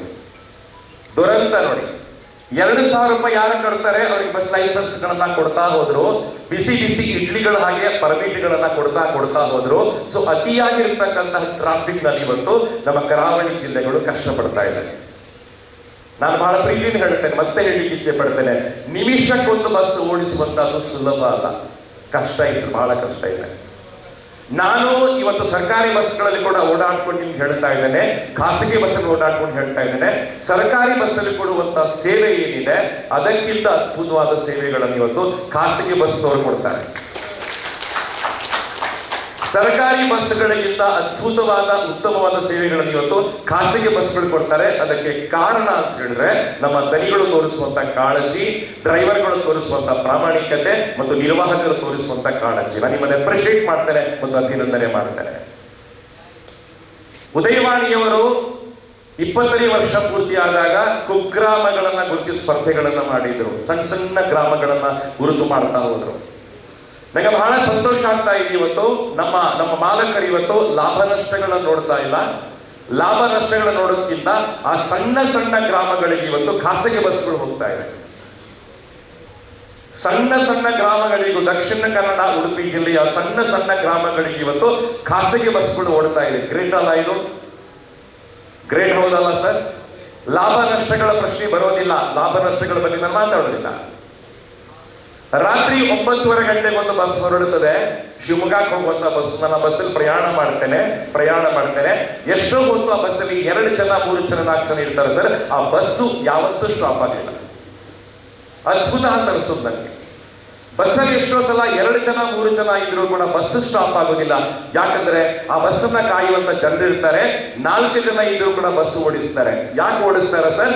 ಜನರಿಗೆ ತೊಂದರೆ ಆಗಬಾರದು. ಹೌದಲ್ಲ ಸರ್? ಕರೆಕ್ಟ್ ಅಲ್ಲ? ರಾಮಕೃಷ್ಣ ಹೆಗಡೆ ಅವರು ಮುಖ್ಯಮಂತ್ರಿ ಆಗಿದ್ದಾಗ ಶಾಲಾ ಮಕ್ಕಳಿಗೆ 50% ರಿಯಾಯಿತಿ ಕೊಡುವಂತ ಕಾನೂನನ್ನ ಮಾಡಿದ್ರು. ಸರ್ಕಾರಿ ಬಸ್ಗಳಲ್ಲಿ ಮಾಡಿದ್ರು, ಖಾಸಗಿಯವರು ಮಾಡಬೇಕು ಅಂತ ಇರಲಿಲ್ಲ ಸರ್. ಬಟ್ ಅದೇ ವರ್ಷ ಅದೇ ದಿನ ಖಾಸಗಿ ಬಸ್ಸಲ್ಲಿ ಕೂಡ 50% ಮಕ್ಕಳಿಗೆ ಟಿಕೆಟ್ ಕೊಡುವಂತ ವ್ಯವಸ್ಥೆಗಳನ್ನ ಮಾಡಿದ್ರಲ್ಲ, ನಾನು ನಿಮ್ಮನ್ನು ಅಭಿನಂದಿಸ್ಬೇಕಲ್ಲ ನಾನು. ಯಾಕಂದ್ರೆ ನಾನು ಡಿಗ್ರಿ ಮಾಡುವಾಗ, ನಾನು PhD ಮಾಡುವಾಗ ನಿಮ್ಮ ಬಸ್ಸುಗಳಲ್ಲಿ 50% ಹಣ ಕೊಟ್ಟು ನಾನು ಬಸ್ಸಲ್ಲಿ ಪ್ರಯಾಣ ಮಾಡಿದವ. ನನಗೆ ಲಾಭ ಆಗಿದೆ. ಇವತ್ತು ಲಕ್ಷಾಂತರ ಮಕ್ಕಳು ಅದರ ಪ್ರಯೋಜನ ಪಡ್ಕೊಳ್ತಾರೆ. ಗ್ರೇಟ್ ಅಲ್ಲ ಸರ್? ಸರಿಯಲ್ಲ? ನನ್ನ ಮಾತುಗಳು ಸರಿಯಲ್ಲ? ನಾನು ಖಾಸಗಿ ಬಸ್ಸಿನ ಎಲ್ಲ ಮಾಲಕರನ್ನ ಅಭಿನಂದನೆ ಮಾಡ್ತೇನೆ. ಯಾಕಂತ ಹೇಳಿದ್ರೆ 99% ಇವತ್ತು ಮಾಲಕರು ಲಾಭ ನಷ್ಟಗಳ ಬಗ್ಗೆ ಮಾತಾಡ್ತಾ ಇಲ್ಲ, ಯೋಚನೆಗಳನ್ನ ಮಾಡೋದಿಲ್ಲ. ಯಾಕಂದ್ರೆ ಎಷ್ಟೋ ಬಸ್ಗಳು ಇವತ್ತು ನಷ್ಟದಲ್ಲಿವೆ, ಆದ್ರೂ ಬಸ್ಗಳನ್ನ ಓಡಿಸ್ತಾ ಇದ್ದಾರೆ. ನಷ್ಟದಲ್ಲಿ ಕೂಡ ಬಸ್ಗಳನ್ನು ಓಡಿಸ್ತಾರೆ. ಸ್ನೇಹಿತರೆ, ಈ ಕಷ್ಟಗಳನ್ನ ನೀವು ಅರ್ಥ ಮಾಡಿಕೊಂಡ್ರೆ ಡ್ರೈವರ್ ಮತ್ತು ಕಂಡಕ್ಟರ್ಗಳು ನಮ್ಮ ದನಿ ಅನ್ಸುವಂತ ಫೀಲಿಂಗ್ ಅನ್ನ ಸ್ಟ್ರಾಂಗ್ ಮಾಡ್ಕೊಳ್ತೀರಿ. ನಾನು ನಮ್ಮ ಶಾಲೆಯ ಮಕ್ಕಳಿಗೆ ಒಂದು ಚಿತ್ರವನ್ನ ತೋರಿಸ್ತೇನೆ, ಒಂದು ಮೊಸಳೆ ಚಿತ್ರ. ನದಿಯ ಬದಿಯಲ್ಲಿ ಒಂದು ಮೊಸಳೆ ತನ್ನ ಬಾಯಿ ತೆರೆದು ಕೂತಿರ್ತದೆ. ಬಾಯಿ ತೆರೆದು ಕೂತಿರುವಾಗ ಒಂದು ಪುಟ್ಟ ಹಕ್ಕಿ, ಸಣ್ಣ ಹಕ್ಕಿ ಬಂದು ಆ ಮೊಸಳೆ ಬಾಯಲ್ಲಿ ಕೂತ್ಕೊಳ್ತದೆ. ಮೊಸಳೆ ಬಾಯಿ ಮುಚ್ಚೋದಿಲ್ಲ. ಹಕ್ಕಿ ಕೆಲಸ ಏನು ಅಂತ ಹೇಳಿದ್ರೆ ಆ ಮೊಸಳೆಯ ಹಲ್ಲುಗಳ ಮಧ್ಯೆ ಇರ್ತಕ್ಕಂತಹ ತೊಂದರೆ ಕೊಡುವಂತಹ, ನೋವು ಕೊಡುವಂತಹ ಸಣ್ಣ ಸಣ್ಣ ಸಣ್ಣ ಹುಳಗಳನ್ನದು ಹೆಕ್ಕಿ ಹೆಕ್ಕಿ ಹೆಕ್ಕಿ ಹೆಕ್ಕಿ ತಿಂತದೆ. ಅದರ ಹೊಟ್ಟೆ ತುಂಬುತ್ತದೆ. ಮೊಸಳೆ ತನ್ನ ಬಾಯಿಯನ್ನು ಮುಚ್ಚುವುದಿಲ್ಲ. ಮೊಸಳೆಗೇನು ಲಾಭ ಅಂತ ಹೇಳಿದ್ರೆ ಅದರ ನೋವು ಕಡಿಮೆ ಆಗುತ್ತೆ. ಹಕ್ಕಿಗೇನು ಲಾಭ ಅಂತ ಅದರ ಹೊಟ್ಟೆ ತುಂಬುತ್ತದೆ. ಪರಸ್ಪರ ಲಾಭವನ್ನ ಕೊಡುವಂತದ್ದು. ಮೊಸಳೆಗೂ ಲಾಭ ಇದೆ, ಹಕ್ಕಿಗೂ ಲಾಭ ಇದೆ. ಮೊಸಳೆ ಬಾಯಿ ಮುಚ್ಚಿದ್ರೆ ಹಕ್ಕಿ ಇರೋದಿಲ್ಲ, ಆದರೆ ಮೊಸಳೆ ಬಾಯಿ ಮುಚ್ಚೋದಿಲ್ಲ. ಇದೇ ರೀತಿಯ ಪರಿಕಲ್ಪನೆಗಳ ಮೂಲಕ ಮಾಲಕರು, ಚಾಲಕರು ಮತ್ತು ನಿರ್ವಾಹಕರು ಕೆಲಸಗಳನ್ನ ಮಾಡಿದ್ರೆ ನಮ್ಮ ವ್ಯವಸ್ಥೆ ಇನ್ನೂ ಅದ್ಭುತ ಆಗ್ತದೆ. ನಾನು ನೋಡಿದ ಸ್ನೇಹಿತರೆ, 40 ವರ್ಷಗಳ ಕಾಲ ಸರ್ವಿಸ್ ಮಾಡಿರ್ತಕ್ಕಂಥ ಎಷ್ಟೋ ಜನ ಡ್ರೈವರ್ಗಳು, ಕಂಡಕ್ಟರ್ಗಳು ಒಂದು ಆಕ್ಸಿಡೆಂಟ್ ಅನ್ನ ಮಾಡದೆ ಸನ್ಮಾನ ತಗೊಂಡು ಹೋಗಿರತಕ್ಕಂಥವ್ರು ನಂಗೆ ಅದ್ಭುತ ಅಂತ ಅನ್ಸುವಂತಾರೆ. ಅವರೆಲ್ಲರೂ ಕೂಡ ನಮ್ಮ ದನಿ ಅಂತ ಹೇಳ್ಕೊಂಡು ಅವರ ಕೈ ಮುಗಿದು, ಅವರ ಕಾಲು ಮುಗಿದು ಸ್ನೇಹಿತರು ಹೋಗ್ತಾ ಇರತಕ್ಕಂಥ ದಿವಸಗಳಿದ್ದವು. ಸ್ನೇಹಿತರೆ, ನಾನು ನೋಡಿರ್ತಕ್ಕಂಥದ್ದು ಹನುಮಾನ್ ಮೋಟಾರ್ಸ್ನ ದನಿಗಳ ಬಳಿಗೆ ಬಂದು ಮದುವೆ ಕಾಗದವನ್ನ ಕೊಡುವಂತಹದ್ದು, ಅವರ ಪಾದ ಮುಟ್ಟಿ ನಮಸ್ಕಾರಗಳನ್ನ ಮಾಡುವಂತಹದ್ದು, ಅವರೆಲ್ಲರ ಮದುವೆ ಬಂದು ಆಶೀರ್ವಾದವನ್ನ ಮಾಡುವಂತಹದ್ದು. ವಿಜಯ ಸಂಕೇಶ್ವರ ಅವರ ಸಾವಿರಾರು ಬಸ್ಗಳನ್ನ ಓಡಿಸುವಂತಹದ್ದು. ಅವರ ಮನೆಗೆ ಯಾರೇ ಬಂದು ಕಾಗದವನ್ನ ಕೊಟ್ಟರು ಕೂಡ ವಿಜಯ ಸಂಕೇಶ್ವರ ಅವರು ಆ ಡ್ರೈವರ್ಗಳ, ಕಂಡಕ್ಟರ್ಗಳ ಮನೆ ಕಾರ್ಯಕ್ರಮಕ್ಕೆ ಹೋಗುವಂತಹದ್ದು. ಹೊಸ ಮಗು ಹುಟ್ಟಿದಾಗ ಬಂದು ಉಡುಗೊರೆಗಳನ್ನ ಕೊಟ್ಟು ಹೋಗುವಂತಹದ್ದು. 60 ವರ್ಷ ಪೂರ್ತಿಯಾದಾಗ ಗೌರವದಲ್ಲಿ ಚಿನ್ನದ ಉಂಗುರ ಹಾಕಿ ಸನ್ಮಾನ ಮಾಡಿ ಕಳಿಸುವಂತಹದ್ದು ನಾನು ನೋಡಿರ್ತಕ್ಕಂಥ ದೃಶ್ಯಗಳು. 40 ವರ್ಷ 30 ವರ್ಷ ನಾನು Hanuman company driver, CPC company driver, ನಾನು ಇಂತಹ ಕಂಪನಿ ಡ್ರೈವರ್ ಅಂತ ಜಂಬದಲ್ಲಿ ಸ್ನೇಹಿತರೆ ಹೇಳಿಕೊಳ್ಳುವಂತಹ ದಿವಸ ನಾನು ನೋಡಿದ್ದೇನೆ ಸ್ನೇಹಿತರೆ. ಬಟ್ ಇವತ್ತು ಚಿತ್ರಣ ಬದಲಾಗಿದೆ, ಚಿತ್ರಣ ಚೇಂಜ್ ಆಗಿದೆ. ಇವತ್ತು ಡ್ರೈವರ್ಗಳ ಮತ್ತು ನಿರ್ವಾಹಕರ ಮನಸ್ಸಿನಲ್ಲಿ ನಮ್ಮ ದನಿಗಳು ಅನ್ನೋ ಭಾವನೆ ತುಂಬಾ ಕಡಿಮೆಯಾಗಿದೆ. ನಾನು ಯಾರನ್ನೂ ಆಕ್ಷೇಪಣೆ ಮಾಡ್ತಾ ಇಲ್ಲ. ಯಾಕಂದ್ರೆ 1 ವರ್ಷ 2 ವರ್ಷ ನಾವು ಕಂಪನಿಗಳನ್ನ ಚೇಂಜ್ ಮಾಡ್ತಾ ಹೋಗ್ತೇವೆ. ಬದುಕುವುದು ಬಹಳ ಕಷ್ಟ ನಮ್ಗೆ. ಇವತ್ತು ದನಿಗಳು ಅನ್ಸೋ ಭಾವನೆ ಬಹಳ ಕಡಿಮೆಯಾಗಿದೆ. ದನಿಗಳು ಕೂಡ ಅಷ್ಟೇ ಸ್ನೇಹಿತರೆ. ಎಷ್ಟೋ ಸಲ ಸ್ನೇಹಿತರೆ ನಮ್ಮ ಡ್ರೈವರ್ಗಳನ್ನ, ನಮ್ಮ ಕಂಡಕ್ಟರ್ಗಳನ್ನ ತುಂಬಾ ಚೆನ್ನಾಗಿ ನೋಡ್ಕೊಳ್ಬೇಕು ಅಂತ ರಿಕ್ವೆಸ್ಟ್ ಮಾಡ್ಕೋತೇನೆ. ನನ್ನ ವಿನಂತಿ ಇದು. ನಾನಿರುವಂತಹ ಮಾತುಗಳು ಪ್ರತಿಯೊಬ್ಬರಿಗೆ ಸಂಬಂಧಪಟ್ಟದ್ದು. ನನಗೆ ಎಕ್ಸಾಂಪಲ್ಸ್ ಕೊಡ್ಲಿಕ್ಕೆ ಇಚ್ಛೆ ಪಡ್ತೇನೆ. ಬಹಳ ಅದ್ಭುತ ಎಕ್ಸಾಂಪಲ್. ಧೀರುಭಾಯಿ ಅಂಬಾನಿಯವರನ್ನ ಮಾತನಾಡಲಿಕ್ಕಂತ ಹೋಗಿದ್ದೆ ನಾನು. ಗುಜರಾತಿಗೆ ಹೋಗಿದ್ದೆ, ಅವರ ಇಂಟರ್ವ್ಯೂ ಬೇಕಿತ್ತು ನನಗೆ. ಆಗ ಧೀರುಭಾಯಿ ಅಂಬಾನಿ ಹೇಳ್ತಾರೆ, ನನ್ನ ಹತ್ರ ಇಷ್ಟು 1000 ಜನ ಎಂಪ್ಲಾಯೀಸ್ಗಳು ಅಲ್ಲ, ನೌಕರರು ಅಲ್ಲ, ನನ್ನ ಸಕ್ಸಸ್ ಪಾರ್ಟ್ನರ್ಸ್ಗಳಿದ್ದಾರೆ. ಸರಿಯಾ ನನ್ನ ಮಾತುಗಳು? ನನ್ನ ಪ್ರತಿಯೊಬ್ಬರು ಕೂಡ ಅಟೆಂಡರ್, ಪಿಯೋನ್ಗಳು ಕೂಡ ನನ್ನ ಸಕ್ಸಸ್ ಪಾರ್ಟ್ನರ್ಸ್ಗಳು, ನನ್ನ ಯಶಸ್ಸಿನ ಪಾಲುದಾರರು ಅಂತ ದನಿಗಳು ಭಾವಿಸಿಕೊಳ್ಳಿಕ್ಕೆ ಸ್ಟಾರ್ಟ್ ಮಾಡಿದಾಗ ಪ್ರತಿಯೊಬ್ಬ ಎಂಪ್ಲಾಯಿ ಕೂಡ ತುಂಬಾ ಚೆನ್ನಾಗಿ, ತುಂಬಾ ಅದ್ಭುತ ಕೆಲಸ ಮಾಡಿ ಸ್ಟಾರ್ಟ್ ಮಾಡ್ತಾನೆ. ನಿಜವಾಗಿ ನಡೆದಿರ್ತಕ್ಕಂಥ ಘಟನೆ ಹೇಳ್ತೇನೆ, ರೋಮಾಂಚನ ಆಗುತ್ತೆ. ನನಗೆ ಹಸಿವಾಗ್ತಾ ಇದೆ, ಬಟ್ ಆ ಮಾತು ಕೇಳಬೇಕು ನೀವು. ನಾನು ಮತ್ತೆ ಹೇಳಿಕ್ಕೆ ಇಚ್ಛೆ ಪಡ್ತೇನೆ, ಧೀರುಭಾಯಿ ಅಂಬಾನಿ ಅವರ ಹತ್ರ ಒಬ್ಬರು ಪರ್ಸನಲ್ ಅಸಿಸ್ಟೆಂಟ್ ಆಗಿ PA ಕೆಲಸಗಳನ್ನ ಮಾಡ್ತಾ ಇದ್ರು ನಮ್ಮೂರಿನವರು. ಯಾವುದೋ ಕಾರಣಕ್ಕೆ ಅವರಿಗೆ ಸಿಟ್ಟು ಬಂತು ಅಂಬಾನಿಯವರ ಮೇಲೆ. ಕೆಲಸಕ್ಕೆ ರಾಜೀನಾಮೆ ಕೊಡ್ತಾರೆ. ನನ್ನ ಫ್ಯಾಮಿಲಿ ಕರ್ಕೊಂಡು ನಮ್ಮ ಊರಿಗೆ ಬರ್ತಾರೆ. ರಾಜೀನಾಮೆ ಕೊಟ್ಟು ಬಂದಿದ್ದಾರೆ. ಅವರನ್ನು ತಡೆಯುವಂತ ತುಂಬಾ ಪ್ರಯತ್ನವನ್ನು ಅಂಬಾನಿ ಮಾಡ್ತಾರೆ. ಬಟ್ ಅವರು ಕೇಳೋದಿಲ್ಲ. ಕೆಲಸಕ್ಕೆ ರಾಜೀನಾಮೆ ಕೊಟ್ಟು ಊರಿಗೆ ಬರ್ತಾರೆ. ಒಂದು ಫ್ಯಾಕ್ಟ್ರಿ ಮಾಡಬೇಕು ಅಂತ ಹೊರಡ್ತಾರೆ. ಇದರೊಂದು ಫ್ಯಾಕ್ಟ್ರಿ ಆಯ್ತು, ಫ್ಯಾಕ್ಟ್ರಿ ಲಾಸ್ ಆಯ್ತು, ಎಲ್ಲ ಬಿಸಿನೆಸ್ಗಳು ಫ್ಲಾಪ್ ಆಯ್ತು. ದಂಪತಿಗಳು ತುಂಬಾ ಡಿಪ್ರೆಸ್ ಆದ್ರು. ಕೊನೆ ಒಂದು ದಿವಸ ಅವರೆಲ್ಲವನ್ನ ಕಳ್ಕೊಂಡು, ಚಿನ್ನ, ಆಭರಣ ಎಲ್ಲವನ್ನ ಕಳ್ಕೊಂಡು ಸುಸೈಡ್ ಮಾಡಬೇಕು ಅಂತ ಹೊರಡ್ತಾರೆ. ನೀವು ಸುಸೈಡ್ ಮಾಡ್ಕೊಳ್ಬೇಕು ಅಂತ ಹೊರಟಾಗ ಆಶ್ಚರ್ಯ ಆಗ್ಬೋದು ನಿಮ್ಗೆ. ಅದೇ ದಿನ ಸಂಖ್ಯೆ ಧೀರುಭಾಯಿ ಅಂಬಾನಿಯವರು ಅವರಿಗೆ ಟ್ರಂಕ್ ಕಾಲ್ ಮಾಡ್ತಾರೆ. ಟ್ರಂಕ್ ಕಾಲ್ ಮಾಡಿ ಹೇಳ್ತಾರೆ, ನನ್ನ ಪ್ರೀತಿಯ ಸ್ನೇಹಿತ, ದಯವಿಟ್ಟು ಡಿಪ್ರೆಸ್ ಆಗ್ಬೇಡ, ನಾನು ಇನ್ನೊಟ್ಟಿಗಿದ್ದೇನೆ, you can come back, the doors are open sir. My dear friend, the doors are open, you can come back. ನನ್ನ ಪ್ರೀತಿ ಸ್ನೇಹಿತ, ಬಾಗಿಲು ತೆರೆದಿದೆ, ಮತ್ತೆ ಕೆಲಸಕ್ಕೆ ಬಾ ಅಂತ ಕರ್ಕೊಂಡು ಹೋಗ್ತಾರೆ. ಮತ್ತೆ ಅವರಿಗೆ ಅದೇ ಹುದ್ದೆಯನ್ನ, ಅದೇ ಗೌರವವನ್ನ ಧೀರುಭಾಯಿ ಅಂಬಾನಿಯವರು ಕೊಡ್ತಾರೆ. ಒಬ್ಬ ಎಂಪ್ಲಾಯಿಯನ್ನ ಹೇಗೆ ನಡೆಸ್ಕೊಳ್ಬೇಕಂತ ಹೇಳೋದನ್ನ ಧೀರುಭಾಯಿ ಅಂಬಾನಿಗೆ ತೋರಿಸ್ಕೊಟ್ಟಿದ್ದಾರೆ. ಜಿ.ಆರ್.ಡಿ. ಟಾಟಾ ಅವರು ಅದೇ ಕೆಲಸವನ್ನ ಮಾಡಿದ್ರು ಸರ್. ತನ್ನ ಪ್ರತಿಯೊಬ್ಬ ಎಂಪ್ಲಾಯಿಗಳನ್ನ ಅವರು ಬಹುವಚನ ಬಳಸ್ಕೊಂಡು ಕರೀತಾ ಇದ್ರು, ಪ್ಲೂರಲ್ ಬಳಸ್ಕೊಂಡು ಕರೀತಾ ಇದ್ರು. ಯಾರನ್ನು ನೀನು ನೀನು ಅಂತ ಹೇಳಿದೆ, ನೀವ್ ಹೇಗಿದ್ದೀರಾ ಸರ್, ನೀವ್ ಹೇಗಿದ್ದೀರಾ ಸರ್ ಅಂತ ಒಬ್ಬ ಅಟೆಂಡರ್ ಅನ್ನ ಕೂಡ ಬಹಳ ಪ್ರೀತಿಯಿಂದ ಜಿ.ಆರ್.ಡಿ. ಟಾಟಾ ಅವ್ರು ಕರೀತಾ ಇದ್ರು. ನಾನು ಕಣ್ಣಾರೆ ನೋಡಿದ್ದು ನನಗೆ ಹೇಳುವಂತ. ನನ್ನ ಪ್ರೀತಿ ಬಂಧುಗಳೇ, ಬೆಂಗಳೂರಲ್ಲಿ ಇನ್ಫೋಸಿಸ್ ಕಂಪನಿ ಒಂದು ಆಫೀಸ್ ಇದೆ. ಸುಧಾಮೂರ್ತಿ ಅವರಲ್ಲಿ ಕೂತಿರ್ತಾರೆ ಆಫೀಸ್ ನಲ್ಲಿ. ನಿಮ್ಗೆ ಆಶ್ಚರ್ಯ ಆಗ್ಬೋದು, ಸುಧಾಮೂರ್ತಿ ಅವರ ಚೇಂಬರ್ ಅಲ್ಲಿ ಜಿ.ಆರ್.ಡಿ. ಟಾಟಾ ಅವರ ಫೋಟೋ ಇದೆ. ಅವರ ಕಂಪನಿ ಬೇರೆ, ಇವರ ಕಂಪನಿ ಬೇರೆ. ಯಾಕೆ ಅವರ ಫೋಟೋ ಇಟ್ಕೊಂಡಿದ್ದೀರಿ? ಸುಧಾಮೂರ್ತಿ ಹೇಳ್ತಾರೆ, ನನಗೆ ಮೊದಲು ಜಾಬ್ ಅನ್ನ ಕೊಟ್ಟದ್ದು ಟಾಟಾ ಕಂಪನಿ, ನನಗೆ ಮೊದಲು ಉದ್ಯೋಗವನ್ನ ಕೊಟ್ಟದ್ದು ಟಾಟಾ ಕಂಪನಿ. ಜಿ.ಆರ್.ಡಿ. ಟಾಟಾದ ಇಂಟರ್ವ್ಯೂ ಅನ್ನ ಮಾಡಿರ್ತಕ್ಕಂಥವ್ರು. ಅದಕ್ಕೋಸ್ಕರ ನಾನು ಜಿ.ಆರ್.ಡಿ. ಟಾಟಾ ಅವರನ್ನ ನನ್ನ ದನಿಯಾಗಿ, ಪರ್ಮನೆಂಟ್ ದನಿಯಾಗಿ ಮಾಲಕರಾಗಿ ತಗೊಂಡಿದ್ದೇನೆ. ಗ್ರೇಟಾ ಸರ್? ನನಗೆ ಹೇಳಿ ಸರ್, ಇವತ್ತು ಈ ದೃಶ್ಯಗಳಿದೆಯಾ? ಇವತ್ತು ಈ ದೃಶ್ಯಗಳಿದೆಯಾ? ನನ್ನ ಮನೆ ಒಂದು ಕಾರ್ಯಕ್ರಮ ಇದೆ, ತಂದೆಗಳಿಗೆ ಹೋಗಿ ಕಾಗದ ಕೊಡಬೇಕು, ನಾನು ಅವರು ಬರಬೇಕು ನನ್ನ ಕಾರ್ಯಕ್ರಮಕ್ಕೆ, ಅವರ ಮುಂದೆ ನಾನು ಆಮಂತ್ರಣ ಪತ್ರಿಕೆ ಕೊಡಬೇಕು, ಅವರ ಪಾದ ಮುಟ್ಟಿ ನಮಸ್ಕರಿಸುವ ಅಗತ್ಯ ಇಲ್ಲ, ಕಾಗದವನ್ನ ಕೊಡುವಂತ ಗೌರವವನ್ನ ಮಾಡಿ ಸಾಧ್ಯ ಆಗ್ತಾ ಇದೆಯಾ? ಇವತ್ತು ದನಿ ಮತ್ತು ನಮ್ಮ ನೌಕರರ ಮಧ್ಯೆ ಆ ಸಂಬಂಧಗಳು ಸಹಿತ ಜೀವಂತವಾಗಿದೆಯಾ? ಜೀವಂತವಾಗಿ ಯೋಚನೆ ಮಾಡಿ ಸರ್. ಈ ವ್ಯವಸ್ಥೆಗಳು ಕರೆಕ್ಟ್ ಆಯಿತು ಅಂತಂದ್ರೆ ಎಲ್ಲವೂ ಕರೆಕ್ಟ್ ಆಗುತ್ತೆ. ಯಾವಾಗ ಪ್ರತಿಯೊಬ್ಬ ನೌಕರರು ಕೂಡ ಇವರು ನನ್ನ ದನಿ, ಇವರು ನನ್ನ ಮಾಲಕರು, ಇವರು ನನ್ನ ಅನ್ನದಾತರು, ಇವರು ನನ್ನ ಅನ್ನದಾತರು, ಸಂಬಳ ಕೊಡ್ತಾ ಇದ್ದಾರೆ ಚೆನ್ನಾಗಿ, ಕೊರೋನಾ ಟೈಮಲ್ಲೂ ಸಂಬಳವನ್ನ ಕೊಟ್ಟಿದ್ದಾರೆ, ಚೆನ್ನಾಗಿ ನಡೆಸ್ಕೊಂಡಿದ್ದಾರೆ ಅಂತ ಯಾವ ಭಾವನೆಯಿಂದ ಪ್ರತಿಯೊಬ್ಬ ನೌಕರರು ಕೆಲಸ ಮಾಡಿ ಸ್ಟಾರ್ಟ್ ಮಾಡ್ತಾರೆ ಸರ್, ಅದ್ಭುತ ಸಂಬಂಧಗಳಾಗ್ತದೆ. ನಮ್ಮ ಬಿಸಿನೆಸ್ 10 ಪಟ್ಟು 20 ಪಟ್ಟು ಜಾಸ್ತಿ ಆಗ್ತದೆ. ಮಾಡಿ ಪ್ರಯತ್ನಗಳನ್ನ ಮಾಡಿ ಅಂತ ಹೇಳುವಂತ ನಾನು ಇವತ್ತಿಗೆ ಹೇಳ್ತೇನೆ ಸರ್. ಕರಾವಳಿ ಜನ ಬಹಳ ಬುದ್ಧಿವಂತರು. ನನ್ನ ಮಾತುಗಳು ಲೈವ್ ಹೋಗುತ್ತಾ ಗೊತ್ತಿಲ್ಲ, ನನಗೆ ಹೋದ್ರೂ ಪರವಾಗಿಲ್ಲ. ಕರಾವಳಿ ಜನ ಬಹಳ ಬುದ್ಧಿವಂತರು ಸರ್. ಇಲ್ಲಿನ ಜನ ಸರ್ಕಾರಿ ವ್ಯವಸ್ಥೆ ಅಷ್ಟು ಬೇಗ ನಂಬೋದಿಲ್ಲ. ಇಲ್ಲಿನ ಜನ ಸರ್ಕಾರಿ ವ್ಯವಸ್ಥೆ ಅಷ್ಟು ಬೇಗ ನಂಬೋದಿಲ್ಲ ಸರ್. ಖಾಸಗಿ ನಂಬಲಿಕ್ಕೆ ಸ್ಟಾರ್ಟ್ ಮಾಡ್ತಾರೆ.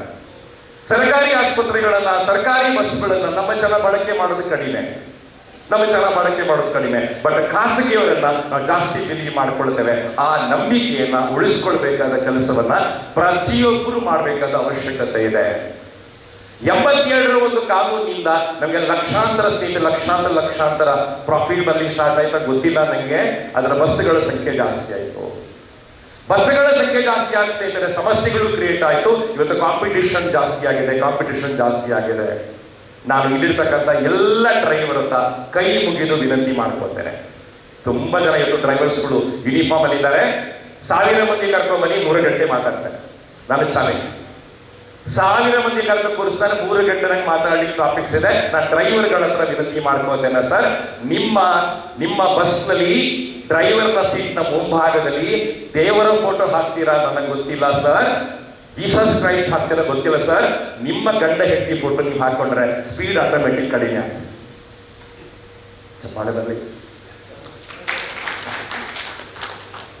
ಡ್ರೈವರ್ ಸೀಟ್ ಮುಂಭಾಗದಲ್ಲಿ ತಿರುಪತಿ ದೇವರ, ಲಕ್ಷ್ಮೀ ದೇವರ, ಕಟೀಲು ದೇವರ ಫೋಟೋಗಳನ್ನು ಹಾಕೊಳ್ಳೋದಕ್ಕಿಂತ ನಿಮ್ಮ ಹೆಂಡತಿಯ, ನಿಮ್ಮ ಮಗುವಿನ ಫೋಟೋ ನೀವು ಹಾಕೊಂಡ್ರೆ ನಿಮ್ಮ ಸ್ಪೀಡ್ ಆಟೋಮೆಟಿಕ್ ಕಡಿಮೆ ಆಗುತ್ತೆ.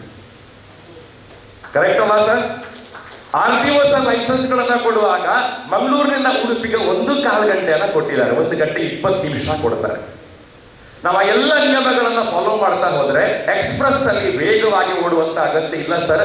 ವೇಗವಾಗಿ ಓಡುವಂತ ಅಗತ್ಯ ಇಲ್ಲ. ನಾವು ಯಾಕೆ ವೇಗ ತಕ್ಕೋತೇವೆ ಅಂತ ಹೇಳಿದ್ರೆ, ಮಂಗಳೂರಿನಿಂದ ನಾವು ಕೊಟ್ಟಾರಕ್ಕೆ ಹೋಗ್ಲಿಕ್ಕೆ ಸುಮಾರು 25 ನಿಮಿಷ ತಗೋತೇವೆ.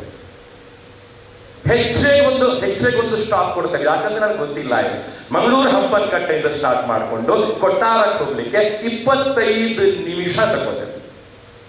ಹಿಂಸೆ ಆಗುದಿಲ್ಲ, ಯಾಕಂತ ಗೊತ್ತಿಲ್ಲ ಸರ್. ನಿಮಿಷಕ್ಕೊಂದು ಸ್ಟಾಪ್. ಯಾರು ಕೈ ಅಡ್ಡ ಹಿಡಿದು ಬಸ್ ನಿಲ್ಲಿಸ್ತೇವೆ.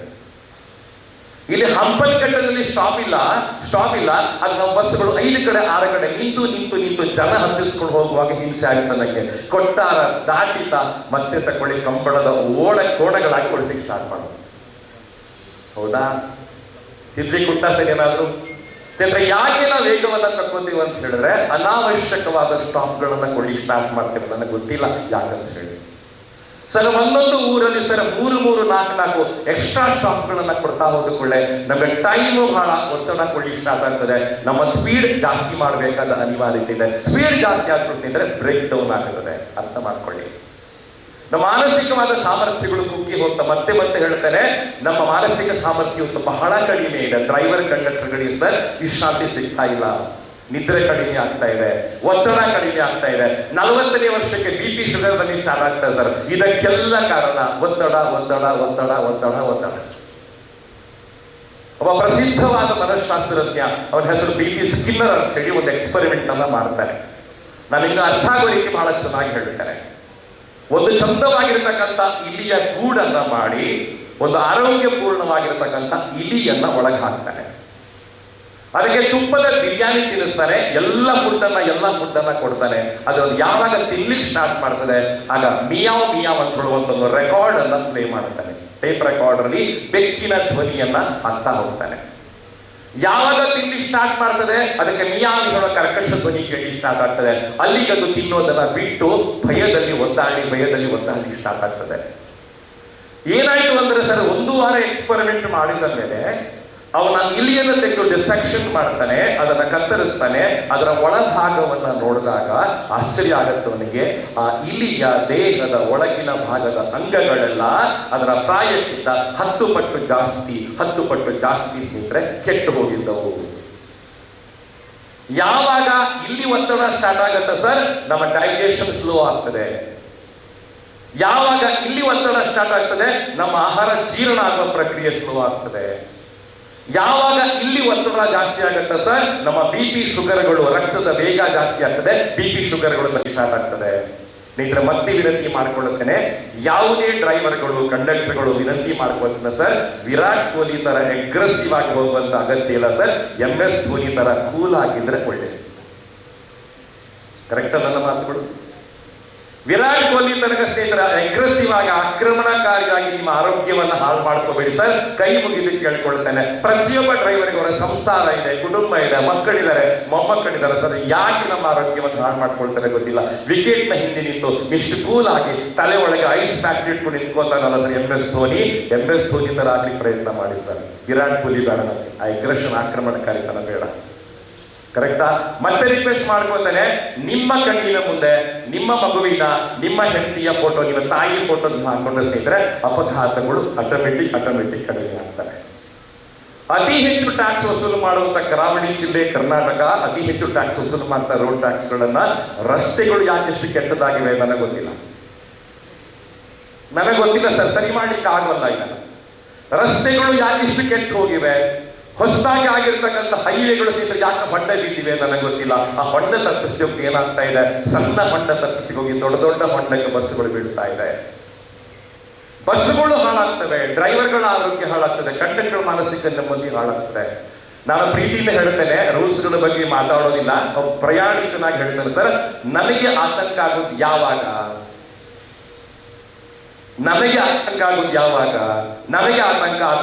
ಅಂತ ಹೇಳಿದ್ರೆ, ನನ್ನ ಪಕ್ಕದಲ್ಲಿ ಒಂದು ಪಾಪದ ಹೆಣ್ಣು ಮಗಳು ಕೂತಿರ್ತಾಳೆ. ಟಿಕೆಟ್ ಕೊಡಿ ಸರ್ ಅಂತ ಟಿಕೆಟ್ ತಗೋತಾಳೆ. ಡ್ರೈವರ್ 100 ರೂಪಾಯಿ ನೋಟಿಗೆ, ಕಂಡಕ್ಟರ್ 100 ರೂಪಾಯಿ ನೋಟಿಗೆ ಚಿಲ್ಲರೆ ಕೊಡೋದಿಲ್ಲ. ಮತ್ತೆ ಕೊಡ್ತೇನೆ ಅಜ್ಜಿ ಅಂತ ಆಚೆಗೆ ಹೋಗ್ತಾನೆ. ಅಜ್ಜಿ ಹೇಳ್ತಾಳೆ, ನನ್ನ ಹತ್ರ 100 ರೂಪಾಯಿ ನೋಟ್ ಮಾತ್ರ ಇರೋದು ಸರ್, ಇಳಿದ ಮೇಲೆ ಮನೆ ಹೋಗ್ಲಿಕ್ಕೂ ದುಡ್ಡಿಲ್ಲ. ಆ ಕಂಡಕ್ಟರ್ ಚಿಲ್ಲರೆ ಕೊಡ್ತಾನೋ ಇಲ್ಲವೋ ಅಂತ ಆತಂಕ ಮಾಡ್ತಕ್ಕಂಥ, ನಿಜವಾಗಿ ನಡೆದಿರ್ತಕ್ಕಂಥ ಮಾತು ಹೇಳ್ತಾರೆ. ನನ್ನ ಪಕ್ಕದಲ್ಲಿ ಕೂತಿರ್ತಕ್ಕಂಥ ಅಜ್ಜಿ ಬಸ್ಸಲ್ಲಿ ಇಳಿದ ಮೇಲೆ ಮನೆ ತನಕ ಹೋಗ್ಬೇಕು, ಅವಳಿಗೆ ದುಡ್ಡಿಲ್ಲ. ಅವಳ ಹತ್ರ 100 ರೂಪಾಯಿ ನೋಟನ್ನ ಕಂಡಕ್ಟರ್ ಕೊಟ್ಟು ನಂಬಿಕೆಯಿಂದ ಕೂತಿದ್ದಾಳೆ. ಕಂಡಕ್ಟರ್ ಮತ್ತೆ ಕೊಡ್ತೇನೆ ಅಂತೇಳಿ 100 ರೂಪಾಯಿ ನೋಟ್ ತಗೊಂಡು ಹೋಗ್ತಾರೆ. ಉದ್ದೇಶಪೂರ್ವಕ ಅಂತ ಹೇಳ್ತಾ ಇಲ್ಲ ಸರ್. ಚಿಲ್ಲರೆಯನ್ನ ಆ ಹೊತ್ತಿ ಕೊಟ್ರೆ ಅಜ್ಜಿ ನೆಮ್ಮದಿರ್ತಾರೆ. ನನ್ನ ಮಾತುಗಳು ಕರೆಕ್ಟ್ ಇದೆಯಾ? ನನ್ನ ಹಿರಿಯ ಉಪಾಧ್ಯಕ್ಷರ ಮಾತುಗಳನ್ನು ಕೇಳ್ತಾರೆ, ಅವರ ವಿನಂತಿ ಮಾಡ್ಕೊತೇನೆ ನಾನು. ಸರ್ ಇವತ್ತು ಸಣ್ಣ ಸಣ್ಣ ಅಂಗಡಿಯವರು ಕೂಡ ಸತ್ಯ ಸ್ಕ್ಯಾನರ್ ಇಟ್ಟು ಬಿಸ್ನೆಸ್ ಮಾಡ್ತಾರಲ್ಲ, ಸ್ಕ್ಯಾನರ್ನ ಮೂಲಕ ಬಿಸ್ನೆಸ್ ಆಗತ್ತಲ್ಲ. ಇವತ್ತು ಬಸ್ಸಲ್ಲಿ ಯಾಕೆ ಸ್ಕ್ಯಾನರ್ ಮಾಡ್ಲಿಕ್ಕಾಗಿಲ್ಲ ನಮ್ಗೆ ಇವರಿಗೆ ಗೊತ್ತಿಲ್ಲ. ನನಗೆ ಮಾಡ್ಬೋದಾಗಿತ್ತಲ್ಲ, ಚಿಲ್ಲರೆ ಸಮಸ್ಯೆ ಪರಿಹಾರ ಆಗ್ತಿತ್ತಲ್ಲ, ಕಂಡಕ್ಟರ್ ಒತ್ತಡ ಕಡಿಮೆ ಆಗ್ತಿತ್ತಲ್ಲ. ಯಾಕೆ ಇವತ್ತು ಸೇರಿದ್ರೆ ಬಸ್ಗಳಲ್ಲಿ ನನಗೆ ಫೋನ್ ಪೇ ಮಾಡ್ಲಿಕ್ಕೆ ಆಗ್ತಾ ಇಲ್ಲ, ಯಾಕೆ ಸ್ಕ್ಯಾನರ್ ಮಾಡ್ಲಿಕ್ಕೆ ಆಗ್ತಾ ಇಲ್ಲ? ಮಾಡ್ಬೋದಲ್ಲ ಇದನ್ನ, ತುಂಬಾ ಕಷ್ಟ ಇಲ್ಲ ಅಂತ ನಂಗೆ ಅನಿಸ್ತಾ ಇದೆ. ಕಂಡಕ್ಟರ್ ಒತ್ತಡ ಕಡಿಮೆ ಆಗ್ತದೆ, ಚಿಲ್ಲರೆ ಸಮಸ್ಯೆ ಪರಿಹಾರ ಆಗುತ್ತೆ, ಮಾಡ್ಬೋದಲ್ಲ ಇದನ್ನ? RTO ಸರ್ ಮಾಡ್ಬೋದಲ್ಲ ಇದನ್ನ? ಟೆಕ್ನಾಲಜಿ ಬಹಳ ಫಾಸ್ಟ್ ಇದೆ. ಗೂಡಂಗಡಿಯವರು ಕೂಡ ಸೇರಿದ್ರೆ ಫೋನ್ ಪೇ ಬಳಸ್ತಾ ಇದ್ದಾರೆ.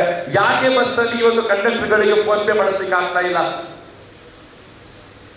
ಹೌದಲ್ಲ, ಮಾಡ್ಬೇಕಲ್ಲ ಸರ್ ಇದನ್ನ? ನನ್ನ ಮಾತುಗಳು ಸರಿ ಇದೆಯಾ? ನನ್ನ ಮಾತುಗಳು ಸರಿ ಇದೆಯಾ?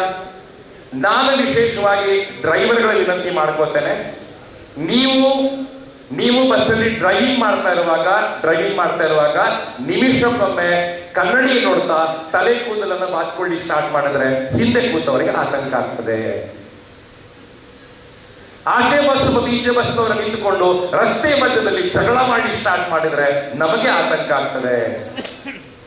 ಪಡುಬಿದ್ರೆಯಲ್ಲಿ ಮೊನ್ನೆ ಒಂದು ಬಸ್ನವರು ರಸ್ತೆ ಮಧ್ಯೆ ಬಸ್ ನಿಲ್ಲಿಸಿಕೊಂಡು ಹಿಂದಿನ ಬಸ್ಗಳನ್ನೆಲ್ಲ ಬ್ಲಾಕ್ ಮಾಡಿ ಇಡೀ ಟ್ರಾಫಿಕ್ ಅನ್ನು ಬ್ಲಾಕ್ ಮಾಡಿದಾಗ ಸರ್ ನೂರಾರು ಜನ ಆತಂಕ ಮಾಡ್ಕೊಂಡಿದ್ದಾರೆ. ಬಸ್ ಸ್ಟ್ಯಾಂಡ್ ಅಲ್ಲಿ ನಿಂತುಕೊಂಡು ಆಚೆ ಬಸ್ಸಿನ ಡ್ರೈವರು, ಈಚೆ ಬಸ್ಸಿನ ಡ್ರೈವರು, ಕಂಡಕ್ಟರ್ ಸ್ನೇಹಿತರೆ ಹೈ ಪಿಚ್ ಅಲ್ಲಿ ಬೈದಾಡ್ಕೊಳ್ಳಿ ಸ್ಟಾರ್ಟ್ ಮಾಡಿದಾಗ ನಮಗೆ ಆತಂಕ ಆಗುತ್ತೆ. ಯಾಕಂದ್ರೆ ನೀವು ನಮ್ಮವರು, ನಿಮ್ಮ ಆರೋಗ್ಯ ಬಹಳ ಇಂಪಾರ್ಟೆಂಟ್ ನಮ್ಗೆ. ಬಸ್ ಸ್ಟ್ಯಾಂಡ್ ಅಲ್ಲಿ ನಿಂತ್ಕೊಂಡು ಸ್ನೇಹಿತರೆ ಆಚೆ ಬಸ್ಸಿನವರು ಈಚೆ ಬಸ್ಸಿನ ಜಗಳ ಮಾಡ್ಕೊಳ್ಳಿ ಸ್ಟಾರ್ಟ್ ಮಾಡಿದಾಗ ನನ್ನ ಪಕ್ಕದವರು ಸ್ನೇಹಿತರೆ ಆತಂಕ ಮಾಡ್ಕೊಳ್ತಾರೆ. ದಯವಿಟ್ಟು ಬಸ್ಗಳ ಮಧ್ಯೆ ಅನಾವಶ್ಯಕವಾದ ತುಂಬಾ ಕೆಟ್ಟದಾಗಿರ್ತಕ್ಕಂಥ ಸ್ಪರ್ಧೆಗಳನ್ನ ಕಮ್ಮಿ ಮಾಡಿ. My request. ನಾನು ಮತ್ತೆ ಹೇಳ್ತೇನೆ, ಬಹಳ ಅದ್ಭುತವಾದ ಸ್ಟೋರಿ ನಿಮ್ಗೆ ಹೇಳ್ತೇನೆ, ತುಂಬಾ ಚಂದವಾದ ಸ್ಟೋರಿ. ಒಮ್ಮೆ ಬ್ರಹ್ಮದೇವನ ಬಳಿ ರಾಕ್ಷಸರು ಮತ್ತು ದೇವತೆಗಳು ಬಂದ್ರಂತೆ. ನಾವು ಗ್ರೇಟ್ ಅಂತ ಪ್ರೂವ್ ಮಾಡ್ಬೇಕಾಗಿತ್ತು. ದೇವತೆ ಹೇಳ್ತಾರೆ ನಾವು ಗ್ರೇಟು, ರಾಕ್ಷಸರು ನಾವು ಗ್ರೇಟು ಅಂತ ಹೇಳ್ತಾರಂತೆ. ಆಗ ಬ್ರಹ್ಮದೇವರಿಗೆ ಪರೀಕ್ಷೆ ಮಾಡುತ್ತೆ. ಯಾವ ಪರೀಕ್ಷೆ ಅಂತ ಹೇಳಿದ್ರೆ, ಈಚೆ ಕಡೆ ಕೋಣೆಯಲ್ಲಿ ದೇವತೆಗಳನ್ನು ಹಾಕ್ತಾನೆ, ಆಚೆ ಕಡೆ ಕೋಣೆಯಲ್ಲಿ ರಾಕ್ಷಸರನ್ನ ಹಾಕ್ತಾನೆ. ಉದ್ದವಾದ ಸೌಟುಗಳನ್ನ ಕೊಡ್ತಾನೆ, ಮೃಷ್ಟಾನ್ನ ಭೋಜನ ಕೊಡ್ತಾನೆ. ನೀವು ಸೌಟಲ್ಲೇ ಊಟ ಮಾಡಬೇಕು ಅಂತ ಹೇಳ್ತಾರೆ. ಎಷ್ಟು ಬೇಕಾದ್ರೂ ತಿನ್ನಿ ಪರವಾಗಿಲ್ಲ, ಮೃಷ್ಟಾನ್ನ ಭೋಜನ ಕೊಡ್ತಾನೆ, ಬಟ್ ಕೈಯಲ್ಲಿ ತಿನ್ಲಿಕ್ಕಿಲ್ಲ, ಸೌಟಲ್ಲಿ ತಿನ್ನಿ ಅಂತ ಕೂರಿಸ್ತಾನೆ.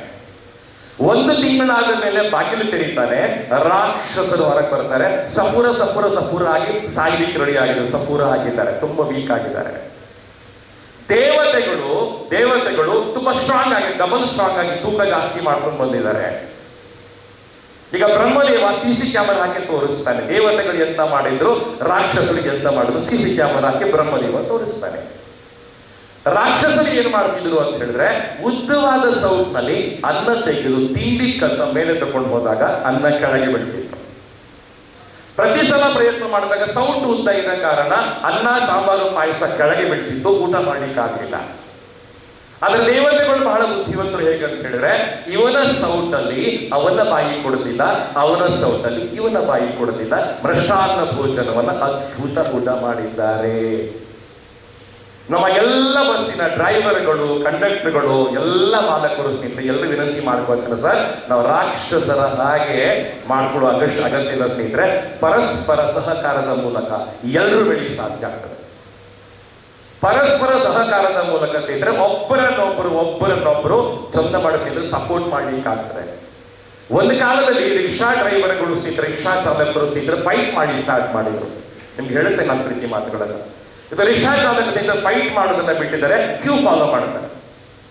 100ಕ್ಕೆ 100 ಸೇರಿದ್ರೆ ಕ್ಯೂ ಫಾಲೋ ಮಾಡ್ತಾರೆ. ಅವರ ಜಗಳ ನಿಂತು ಹೋಗಿದೆ. ನಾನು ಮತ್ತೆ ಹೇಳ್ತೇನೆ, ಬಸ್ಗಳ ಮಧ್ಯೆ, ಡ್ರೈವರ್ ಮಧ್ಯೆ, ಚಾಲಕರ ಮಧ್ಯೆ ಸ್ನೇಹಿತರೆ, ಈ ರೀತಿಯ ಅನಾವಶ್ಯಕವಾದ ಅನ್ಹೆಲ್ದಿ ಕಾಂಪಿಟೇಷನ್ ಅನ್ನ ಕಮ್ಮಿ ಮಾಡಿ ಪರಸ್ಪರ ಸಹಕಾರದ ಮೂಲಕ ಹೋದ್ರೆ ಚೆನ್ನಾಗಿರೋಲ್ವಾ? ಸರಿಯ ನನ್ನ ಮಾತುಗಳು? ಯಾಕೋಸ್ಕರ ಬಸ್ಸಲ್ಲಿ ಬಸ್ ನಿಲ್ಲಿಸ್ಕೊಂಡು ಜಗಳ ಮಾಡೋದು ನನಗೆ ಗೊತ್ತಿಲ್ಲ. ಒಂದೊಂದು ನಿಮಿಷಕ್ಕೂ ನಿನ್ನ ಬಸ್ ಉಂಟಾವೆ ಅಂತ ಯಾಕೆ ನಾವು ಜಗಳ ಮಾಡ್ತೇವೆ ನನಗೆ ಗೊತ್ತಿಲ್ಲ ಸ್ನೇಹಿತರೆ. ಇದು ಪ್ಯಾಸೆಂಜರ್ಸ್ ಮಾತ್ರ ಹಿಂಸೆ ಆಗುವಂಥದ್ದಲ್ಲ, ನಿಮ್ಮ ಆರೋಗ್ಯವನ್ನ ಕೂಡ ಕೇಳಿಸುತ್ತೆ ಅಂತ ನಾನು ಕಾಳಜಿ ಇರತಕ್ಕಂಥದ್ದು. ಮಾಡ್ಕೋಬಹುದಲ್ಲ? ಇದನ್ನ ಮಾಡಿ ಸಾಧ್ಯ ಆಗತ್ತ? ನನ್ನ ಪ್ರೀತಿ ಬಂಧುಗಳೇ, ನಾವು 3 ತಿಂಗಳಿಗೊಮ್ಮೆ ಹೋಗಿ ಡಾಕ್ಟರ್ ಬಳಿ ಸರ್ವಿಸ್ ಮಾಡಿ ನಮ್ಮ ದೇಹವನ್ನು ಸರ್ವಿಸ್ ಚೆಕ್ಅಪ್ ಮಾಡ್ಕೋತೇವಲ್ಲ, ಪ್ರಾಯ 40 ವರ್ಷ ಆದ ನಂತರ 3 ತಿಂಗಳಿಗೊಮ್ಮೆ ಹೋಗಿ ನಮ್ಮ ಬಾಡಿನ ಚೆಕ್ ಮಾಡ್ಕೊಂಡು ಬರ್ತೇವೆ, ಆರೋಗ್ಯ ತಪಾಸಣೆ ಮಾಡ್ಕೊಂಡು ಬರ್ತೇವೆ. ಬಟ್ ಬಸ್ಗಳ ತಪಾಸಣೆ ಕೂಡ ಕಾಲಕ್ಕೆ ಆಗ್ಬೇಕು ಅಂತ ಕಾಳಜಿ ಇರ್ತಕ್ಕಂಥದ್ದು. ತುಂಬಾ ಹಳೆಯ ಬಸ್ಗಳು ರಸ್ತೆಯಲ್ಲಿ ಓಡುವಾಗ ನಮ್ಗೆ ಆತಂಕ ಆಗುತ್ತೆ ಸರ್. ಆ ಬಸ್ಗಳನ್ನ ಕರೆಕ್ಟ್ ಆಗಿ ಸರ್ವಿಸ್ ಮಾಡ್ಲಿಕ್ಕೆ ಸಾಧ್ಯ ಆದ್ರೆ, ರೋಡ್ಗಳನ್ನ ಸರಿ ಮಾಡ್ಲಿಕ್ಕೆ ಸಾಧ್ಯ ಆದ್ರೆ, ನಮ್ಮ ಡ್ರೈವರ್ಗಳ ಕಂಡಕ್ಟರ್ಗಳ ಒತ್ತಡ ಬಹಳ ಕಡಿಮೆ ಆಗುತ್ತೆ ಸರ್, ಬಹಳ ಕಡಿಮೆ ಆಗ್ತದೆ. ನಾನು ಮತ್ತೆ ಕಂಡಕ್ಟರ್ ವಿನಂತಿ ಮಾಡ್ಕೋತೇನೆ, ಡ್ರೈವರ್ಸ್ ನಮ್ಮ ಅದ್ಭುತ ಅಂತ ಹೇಳ್ತೇನೆ, ವಿನಂತಿ ಮಾಡಿ ನಮ್ಮ ನಿರ್ವಾಹಕರು ವಿನಂತಿ ಮಾಡ್ಕೋತೇನೆ. ನಮ್ಮ ಭಾಷೆ ಸ್ವಲ್ಪ ಮೌಲ್ಡ್ ಆದ್ರೆ ನಮ್ಮ ಕಸ್ಟಮರ್ನ ಜಾಸ್ತಿ ಮಾಡ್ಲಿಕ್ಕಾಗತ್ತೆ. ಎಣ್ಣೆ ಹೊಡೆಸರಿ ಅಜಕಾರಿಂದ ಸ್ಟಾರ್ಟ್ ಮಾಡ್ಸರಿ, ಅಜಕಾರಲ್ಲ ಹೆಬ್ರಿಯಿಂದ ಸ್ಟಾರ್ಟ್ ಮಾಡ್ಕೊಂಡು ಕಾರ್ಕಳ ತನಕ ಬರುವಂತ ಒಂದು ಬಸ್ ಇತ್ತು. ಹೆಬ್ರಿಯಿಂದ ಸ್ಟಾರ್ಟ್ ಮಾಡ್ಕೊಂಡು ಕಾರ್ಕಳ ಒಂದು ಬಸ್ ಇತ್ತು. ಅದ ನಿತ್ಯ ಪ್ರಯಾಣಿಕರು ದಿನಾ ಬರುವಂತ 40 ಜನ ಪ್ರಯಾಣಿಕರು ದಿನಾ ಬರ್ತಾರೆ. ಅದೇ ಬಸ್ಸು, ಅದೇ ಕಂಡಕ್ಟರ್, ಅದೇ ಡ್ರೈವರ್ ದಿನಾ ಬರ್ತಾರೆ. ಸರ್ ಮೊನ್ನೆ ಏನಾಯ್ತು ಅಂತ ಹೇಳಿದ್ರೆ ಕಂಡಕ್ಟರ್ ರಿಟೈರ್ಡ್ ಆಗ್ತಾರೆ, ನಿವೃತ್ತರಾಗ್ತಾರೆ. ನಿವೃತ್ತರಾಗುವಾಗ ಆ 40 ಜನ ನಿತ್ಯ ಪ್ರಯಾಣಿಕರು ಆ ಕಂಡಕ್ಟರ್ನ ಬಸ್ ಮುಂದೆ ಚೇರ್ ಹಾಕಿ ಕೂರಿಸ್ಕೊಂಡವರಿಗೆ ಸನ್ಮಾನ ಮಾಡಿ ಕಳಿಸಿದ್ರು. ನಾವು ದೃಶ್ಯ ನೋಡಿ ನಿಮ್ಗೆ ಹೇಳ್ತಾ ಇದ್ದಾರೆ. ನೀವು ನಿತ್ಯ ಪ್ರಯಾಣಿಕರು 40 ಜನ ಇದ್ದಾರಲ್ಲ, 40 ಜನ ಕಂಡಕ್ಟರ್ಗೆ ಚೇರ್ ಹಾಕಿ ಶಾಲೆ ಓದಿಸಿ ಬಹಳ ಚಂದ ಸನ್ಮಾನ ಮಾಡಿ ಕಳಿಸ್ತಾರೆ. ಅದರ ಫೋಟೋವನ್ನು ಅವರು ಸೋಷಿಯಲ್ ಮೀಡಿಯಾ ಶೇರ್ ಮಾಡ್ಕೊತಾರೆ. ಯಾಕಂದ್ರೆ ಈ ಕಂಡಕ್ಟರ್ ಒಂದು ದಿವಸವೂ ರ್ಯಾಶ್ ಮಾಡ್ತಿಲ್ಲ. ನಿತ್ಯ ಪ್ರಯಾಣಿಕರು 40 ಜನ ಇದ್ದಾರೆ, ಅದು ಒಬ್ರು ಮಿಸ್ ಆಗಿಲ್ಲ. ಆ ಬಸ್ ಅನ್ನು ಅವರು ಕಾದು ಕೂತ್ಕೊತಾರೆ ಸರ್, ಕಾದು ಕೂತ್ಕೊಂಡು ಅದೇ ಬಸ್ ಅಲ್ಲಿ ಬರ್ತಾರೆ. ಯಾಕಂದ್ರೆ ಕಂಡಕ್ಟರ್ ತುಂಬಾ ಚೆನ್ನಾಗಿದ್ದಾರೆ. ಬರ್ಡೇ ಬಂದಾಗ ಅವ್ರು ವಿಶ್ ಮಾಡ್ತಾರೆ, ನಮ್ಮ ಕಷ್ಟಗಳಿಗೆ ಸ್ಪಂದಿಸ್ತಾರೆ, ನಮ್ಮ ಮನೆ ವಾರ್ತೆಗಳನ್ನ ಕೇಳ್ತಾರೆ, ನಮ್ಮ ಮಕ್ಕಳ ಬಗ್ಗೆ ಕೇಳ್ತಾರೆ ಸರ್. ಆ ಕಂಡಕ್ಟರ್ ಸ್ನೇಹಿತರ, ಆ ಕಂಡಕ್ಟರ್ ಅವರ ದನಿಗೆ ಎಷ್ಟು ಪ್ರಾಫಿಟ್ ಜಾಸ್ತಿ ಮಕ್ಕಳನ್ನು ಗೊತ್ತಿಲ್ಲ ಸರ್. 40 ವರ್ಷಗಳ ಕಾಲ 40 ನಿತ್ಯ ಪ್ರಯಾಣಿಕರು ಆ ಬಸ್ ಬಿಟ್ಟು ಬೇರೆ ಬಸ್ ಹತ್ತಿಲ್ಲ ಸರ್. ಅದಕ್ಕೆ ಕಾರಣ ಆ ಕಂಡಕ್ಟರ್. Greta sir. ಒಂದು ಕಂಪನಿಯಲ್ಲಿ ಅದ್ಭುತವಾದ ಪ್ರಾಡಕ್ಟ್ ಅನ್ನು ಹೊರಗೆ ಹಾಕ್ತಾರೆ, ಅದ್ಭುತ ಪ್ರಾಡಕ್ಟ್ಗಳು. ಆ ಪ್ರಾಡಕ್ಟ್ಗಳು ಸೇಲ್ಸ್ ಮ್ಯಾನ್ಗಳ ಮೂಲಕ ಅಂಗಡಿ ಹೋಗುವಂತ. ಅಂಗಡಿ ಹೋದ ಮೇಲೆ ಸಮಸ್ಯೆಗಳಾಗೋದಿಲ್ಲ. ಅದರ ಅಂಗಡಿಯಲ್ಲೆಲ್ಲ ಸೇಲ್ಸ್ ಮ್ಯಾನು ಬಹಳ ಕೆಟ್ಟ ಭಾಷೆ ಬಳಸ್ಕೊಂಡು ಮಾರ್ಕೆಟ್ ಮಾಡ್ಲಿಕ್ಕೆ ಹೋದ್ರೆ ಕಂಪನಿಯ ಇಮೇಜ್ ಠಮಾರ್ ಆಗ್ತದೆ. ಎಷ್ಟು ಒಳ್ಳೆಯ ಬಸ್ಗಳಿದ್ರು, ಎಷ್ಟು ಚೆನ್ನಾಗಿ ಬಸ್ ನಡೆಸಿದ್ರು ಸ್ನೇಹಿತರೆ, ನಮ್ಮ ಕಂಡಕ್ಟರ್ಗಳು ತುಂಬಾ ಲಘುವಾದ ಭಾಷೆಗಳನ್ನ ಬಳಸಿದರೆ ನಮ್ಮ ಪ್ರಾಫಿಟ್ ಕಲ್ಲು ಬೀಳುತ್ತೆ ಸ್ನೇಹಿತರೆ. ನಮ್ಮನ್ನ ಕಸ್ಟಮರ್ಸ್ ಬಿಟ್ಟು ಹೋಗ್ತಾರೆ. ರಿಕ್ವೆಸ್ಟ್ ಮಾಡ್ಕೊಳ್ತೇನೆ ಸರ್, ಮಾಡ್ಕೊಳ್ತಾನೆ. ಪ್ರತಿಯೊಬ್ಬ ಕಸ್ಟಮರಿಗೂ ಒಂದು ಈಗೋ ಅಂತಿದೆ. ಪ್ರತಿಯೊಬ್ಬ ಕಸ್ಟಮರಿಗೂ ನನಗೊಂದು ರೆಸ್ಪೆಕ್ಟ್ ಕೊಡಬೇಕು ಅಂತ ಭಾವನೆ ಇದೆ. ದಯವಿಟ್ಟು ಯಾವುದೇ ಕಸ್ಟಮರ್ಗಳು ಬಸ್ ಹತ್ತುವಾಗ ಸಾಧ್ಯವಾದ್ರೆ ಒಂದು ವಿಶ್ ಮಾಡ್ಲಿಕ್ಕಾಗತ್ತ ನೋಡಿ, ರಿಕ್ವೆಸ್ಟ್ ಮಾಡ್ಕೊಳ್ತಾನೆ. ನಿಮ್ಗೆ ಕಮಾಂಡ್ ಮಾಡ್ಲಿಕ್ಕೆ ಬಂದಿಲ್ಲ. ಒಂದು ನಗುಮುಖದ ಸ್ವಾಗತವನ್ನ ಮಾಡ್ಲಿಕ್ಕಾಗತ್ತ ನೋಡಿ, ಸಾಧ್ಯವಾದ್ರೆ ಅವರ ಬರ್ಡೇ ನಿಮಗೆ ನೆನಪಿದ್ರೆ ಒಂದು ಗುಲಾಬಿ ಹೂವನ್ನ ಕೊಡ್ಲಿಕ್ಕಾಗತ್ತ ನೋಡಿ. ಅವರ ಆನಿವರ್ಸರಿಗಳು ಮರ್ತು ಹೋಗಿದ್ರೆ ಅವರಿಗೆ ಗುಲಾಬಿ ಹೂವನ್ನ ಕೊಟ್ಟು ನೆನಪು ಮಾಡ್ಲಿಕ್ಕಾಗತ್ತ ನೋಡಿ. ಅವರ ಸುಖ ಕಷ್ಟಗಳನ್ನ ಕೇಳಲಿಕ್ಕಾಗತ್ತ ನೋಡಿ. ನಮ್ಮ ಜನಗಳು ಹೇಗೆ ಅಂತ ಹೇಳಿದ್ರೆ ಅವರಿಗೆ ಅವರ ಲೋಕಲ್ ಭಾಷೆಯಲ್ಲಿ ಮಾತಾಡಬೇಕು. ತುಳು ಭಾಷೆ ಜನ ಬಂದಾಗ ತುಳು ಭಾಷೆಯಲ್ಲಿ ಮಾತಾಡಬೇಕು. ದಾರಿ ಭಾಷೆ ಜನ ಬಂದಾಗ ದಾರಿ ಭಾಷೆಯಲ್ಲಿ ಮಾತಾಡಬೇಕು. ಕೊಂಕಣಿ ಭಾಷೆಯಲ್ಲಿ ಬಂದಾಗ ಕೊಂಕಣಿ ಭಾಷೆಯಲ್ಲಿ ಮಾತಾಡಿದ್ರೆ ಬಹಳ ಪ್ಲೀಸ್ ಆಗತ್ತೆ ಅವರಿಗೆ. ಪ್ರಯತ್ನ ಮಾಡಿ ನೋಡಿ. ಒಂದು ರಾಷ್ಟ್ರೀಕೃತವಾಗಿ ನಮ್ಮ ಸರ್ವೆಗಳನ್ನ ಮಾಡಿದ್ರು. ಮೊನ್ನೆ ಸರ್ವೆ ಮಾಡಿದಾಗ ರಿಸಲ್ಟ್ ಏನು ಬಂತು ಅಂದ್ರೆ ಬಿಸಿನೆಸ್ 40% ಫಾಲ್ ಆಗಿದೆ. ಯಾಕೆ ಬಿಸಿನೆಸ್ 40% ಫಾಲ್ ಆಗಿದೆ ಅಂತ ಕಾರಣ ಏನು ಅಂತ ಹೇಳಿದ್ರೆ ಅಲ್ಲಿದ್ದವರೆಲ್ಲ ಕೇರಳದಿಂದ ಬಂದಿರತಕ್ಕಂಥವ್ರು ಲೋಕಲ್ ಭಾಷೆಗಳು ಗೊತ್ತಿಲ್ಲ, ಲೋಕಲ್ ಭಾಷೆ ಅವ್ರಿಗೆ ಕಲಿಯೋದಿಲ್ಲ. ಈ ಕಾರಣಕ್ಕೆ ಬಿಸಿನೆಸ್ ಫಾಲ್ ಆಗ್ತಾ ಇದೆ. ನಾನು ನಮ್ಮ ನಿರ್ವಾಹಕರಲ್ಲಿ ವಿನಂತಿ ಮಾಡಿಕೊಳ್ಳುತ್ತೇನೆ, ಪ್ರತಿಯೊಬ್ಬರಲ್ಲಿ ಕೂಡ ಅವರ ಲೋಕಲ್ ಭಾಷೆಯಲ್ಲಿ ಮಾತನಾಡಲಿಕ್ಕಾಗತ್ತ. ನಾವೆಲ್ಲ ಅದ್ಭುತ ಸರ್ವಿಸ್ಗಳನ್ನ ಕೊಡ್ತಾ ಇದ್ದೇವೆ, ನಮ್ಮ ಸರ್ವಿಸ್ ತುಂಬಾ ಚೆನ್ನಾಗಿದೆ. ಎಕ್ಸ್ಟ್ರಾ ಏನಾದ್ರೂ ಕೊಡ್ಲಿಕ್ಕಾಗತ್ತ? ಆ ಸರ್ವಿಸ್ ಒಟ್ಟಿಗೆ ಎಕ್ಸ್ಟ್ರಾ ಏನಾದ್ರೂ ಕೊಡ್ಲಿಕ್ಕಾಗತ್ತ? ಒಂದು ನಗುಮುಖದ ಸೇವೆ ಬ್ಯಾಂಕಲ್ಲಿ ಒಂದು ಕಡ್ಡಾಯ ಮಾಡಿ, ನಗುಮುಖದ ಸೇವೆ ಎಷ್ಟೋ ಕಡೆ ಇವತ್ತು ಆಗ್ತಾ ಇಲ್ಲ. ಕಂಡಕ್ಟರ್ ಒಂದು ನಗುಮುಖದ ಸೇವೆಯನ್ನು ಮಾಡ್ಲಿಕ್ಕಾಗತ್ತಾ? ಟ್ರೈ ಮಾಡಿ ಅಂತ ವಿನಂತಿ ಮಾಡ್ಕೊಳ್ತೇನೆ. ಡ್ರೈವರ್ಗಳು ದಯವಿಟ್ಟು ಸ್ನೇಹಿತರೆ, ನೀವು ಎಂಥ ಇಂಪಾರ್ಟೆಂಟ್ ಸಂಗತಿಗಳಿದ್ರು ಕೂಡ ಮೊಬೈಲ್ ಅಲ್ಲಿ ಮಾತಾಡಿ ಸ್ಟಾರ್ಟ್ ಮಾಡಿದ್ರೆ ನಮ್ಗೆ ಆತಂಕ ಸ್ಟಾರ್ಟ್ ಆಗ್ತದೆ. ಸಣ್ಣ ಸಣ್ಣ ಪ್ರಾಯದ ಡ್ರೈವರ್ಸ್ಗಳು ಬಂದಿದ್ದಾರೆ, ನಿಮ್ಮನ್ನ ಅಭಿನಂದನೆ ಮಾಡ್ತೇನೆ. ಸಣ್ಣ ಸಣ್ಣ ಪ್ರಾಯದಲ್ಲಿ ಬಂದಿದ್ದಾರೆ. ವಿಪರೀತವಾಗಿ ಸ್ಪೀಡ್ ತಗೊಂಡಾಗ ನಮ್ಗೆ ಆತಂಕ ಆಗುತ್ತದೆ. ನಿತ್ಯ ಪ್ರಯಾಣಿಕರ ಅಂತ ಹೇಳ್ತಾರೆ ಸರ್, ಪ್ರತಿದಿನ ಬೆಳಿಗ್ಗೆ ಸಂಜೆ ನಿಮ್ಮ ಬಸ್ಸಲ್ಲಿ ಓಡಾಡ್ತೇನೆ, ನಾನು ವಿನಂತಿ ಮಾಡ್ಕೊಳ್ತೇನೆ ಸರ್, ನಿಮ್ಮ ವೇಗ ಜಾಸ್ತಿ ಆದ ಕೂಡಲೇ ಹಿಂದೆ ಕೂತ ನಮಗೆ ಆತಂಕ ಆಗುತ್ತೆ ಸರ್, ನಮಗೆ ಆತಂಕ ಆಗ್ತದೆ. ಕರ್ಕಶ ಹಾರನ ಬಗ್ಗೆ ಸರ್ ಹೇಳಿದ್ರು, RTO ಸರ್ ಹೇಳಿದ್ರು, ಕರ್ಕಶ ಹಾರನ ಇವತ್ತು ಕಡಿಮೆ ಆಗಿದೆ. ಆದ್ರೂ ಕೆಲವು ಬಸ್ಗಳಲ್ಲಿ RTO ಸಾಹೇಬ್ರೆ ಇವತ್ತು ಕೂಡ ಟೇಪ್ ರೆಕಾರ್ಡರ್ ಹಾಕ್ತಾ ಇದ್ದಾರೆ. ಇವತ್ತು 80% ಜನ ಇವತ್ತು ಮೌನವನ್ನ ಇಷ್ಟಪಡ್ತಾರೆ ಸರ್. ಅವರವರ ಕೆಲಸ ಜಾಸ್ತಿ ಇರ್ತದೆ. ನೀವು ಟೇಪ್ ರೆಕಾರ್ಡರ್ಗಳನ್ನು ಹಾಕಿದ ಕೂಡಲೇ ಅವರ ಮಾನಸಿಕ ನೆಮ್ಮದಿ ಹಾಳಾಗ್ತದೆ. ಬೈಲಿಕ್ಕೆ ಸ್ಟಾರ್ಟ್ ಮಾಡ್ತಾರೆ ನಿಮ್ಮನ್ನ. ನನ್ನ ವಿನಂತಿ, ನಾನು ಕಡ್ಡಾಯ ಮಾಡಿ ಹೇಳ್ತಾ ಇಲ್ಲ ಸರ್, ಮಾಡ್ಲಿಕ್ಕಾಗತ್ತ ನೋಡಿ. ಪ್ರತಿಯೊಬ್ಬರಿಗೂ ಟಿಕೆಟ್ಗಳನ್ನ ಕೊಟ್ಟಾಗ ಸರ್ ಅವರು ತುಂಬಾ ಸುರಕ್ಷಿತವಾಗಿ ನಿಮಗೆ ಆಶೀರ್ವಾದ ಮಾಡಿ ಹೋಗ್ತಾರೆ ಸರ್. ಟಿಕೆಟ್ಗಳನ್ನ ಕೊಡುವಂಥದನ್ನ ದಯವಿಟ್ಟು ಕಡ್ಡಾಯ ಮಾಡಿ. ಎಲ್ಲವನ್ನ CC ಕ್ಯಾಮೆರಾ ಮೂಲಕ, ಇನ್ಸ್ಪೆಕ್ಷನ್ ಮೂಲಕ ಮಾಡ್ಲಿಕ್ಕೆ ಆಗೋದಿಲ್ಲ ಸರ್. ಬಟ್ RTO ಸರ್ ನಾನು ಹೇಳಿಕ್ಕೆ ಇಚ್ಛೆ ಪಡ್ತೇನೆ, ನಾವು ಒಳ್ಳೆದನ್ನ ಮಾಡಿದ್ರೆ ನಮಗೆ ಒಳ್ಳೇದು ವಾಪಸ್ ಬರ್ತದೆ.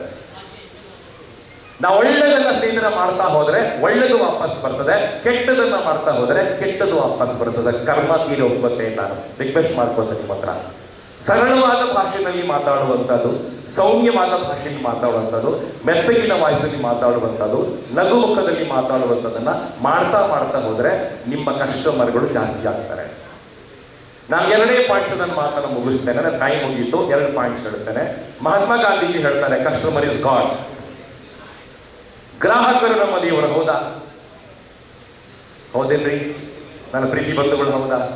Customer is god. ದೇವರು, ಕಸ್ಟಮರ್ ನಮ್ಮ ದೇವರು. ನಮ್ಮ ಬಸ್ಗಳು ನಡೆಯುವಂತಹದ್ದು ಕಸ್ಟಮರ್ಗಳಿಲ್ಲ. ನಮ್ಮಿಂದ ಅವರಿಗೆ ಏನು ಲಾಭಗಳಿಲ್ಲ ಸರ್, ಬಟ್ ಅವರಿಂದ ನಮ್ಗೆ ಲಾಭ ಇದೆ. ಹೌದಲ್ಲ? So customer is always right. 2ನೇ ಫಿಲಾಸಫಿ, ನಮ್ಮ ಕಸ್ಟಮರ್ ಈಸ್ ಆಲ್ವೇಸ್ ರೈಟ್. ನಮ್ಮ ಕಸ್ಟಮರ್ ಏನು ಹೇಳ್ತಾನೆ, ಎಷ್ಟೋ ಬಾರಿ ಕಸ್ಟಮರ್ಗಳು ಸಿಟ್ಟಲ್ಲಿ ಮಾತಾಡ್ತಾರೆ, ತಾಳ್ಮೆಯಿಂದ ಮಾತಾಡಿ. ಎಷ್ಟೋ ಬಾರಿ ಕಸ್ಟಮರ್ಗಳು ಜಗಳ ಮಾಡ್ಲಿಕ್ಕಂತ ಬಂದಿರ್ತಾರ ಸರ್, ಜಗಳ ಮಾಡ್ಲಿಕ್ಕೆ ಹೋಗ್ಬಿಟ್ಟು ಸರ್, ತಾಳ್ಮೆಯಿಂದ ಮಾತಾಡಿ. Because customer is always right, customer is god, customer ನಮ್ಮ ದೇವರು ಅಂತ ಅರ್ಥ ಮಾಡಿಕೊಂಡಿದ್ದೇನೆ. ನನ್ನ ಪ್ರೀತಿ ಬಂಧುಗಳೇ, ಮಕ್ಕಳ ಸುರಕ್ಷತೆ ಬಗ್ಗೆ ಜಾಗ್ರತೆ ಮಾಡುವಂತದ್ದು, ಹೆಂಗಸರಿಗೆ ಅವರಿಗೆ ಕೊಡುವಂತಹ ಗೌರವವನ್ನ ಕೊಡುವಂತದ್ದು, ರಿಸರ್ವ್ ಆಗಿರ್ತಕ್ಕಂಥ 3 ಸೀಟ್ಗಳನ್ನ 4 ಸೀಟ್ಗಳನ್ನ ಅವರಿಗೋಸ್ಕರ ಮೀಸಲಾಗಿರುವಂತದ್ದು, ಪ್ರಾಯದವರು ಬಂದಾಗ ಯಾರ ರಿಕ್ವೆಸ್ಟ್ ಮಾಡ್ಕೊಂಡಾದ್ರೂ ಸೀಟನ್ನ ಮಾಡಿಕೊಡುವಂತದ್ದು ನಮ್ಮ ಜವಾಬ್ದಾರಿ.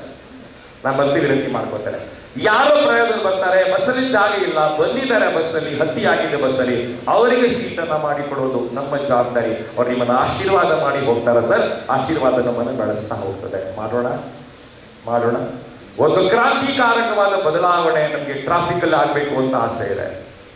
ಸಾರಿಗೆ ವ್ಯವಸ್ಥೆ ಕ್ರಾಂತಿಕಾರಕ ಬದಲಾವಣೆ ಮಾಡತಕ್ಕಂಥ ಕರಾವಳಿ ಜಿಲ್ಲೆಗಳು ಸರ್, ಇದೆಲ್ಲ ಕೂಡ ಸಣ್ಣ ಮಟ್ಟದ ಬದಲಾವಣೆಗಳಾಗಬೇಕು ಅಂತ ನನ್ನ ಆಸೆ ಇದೆ.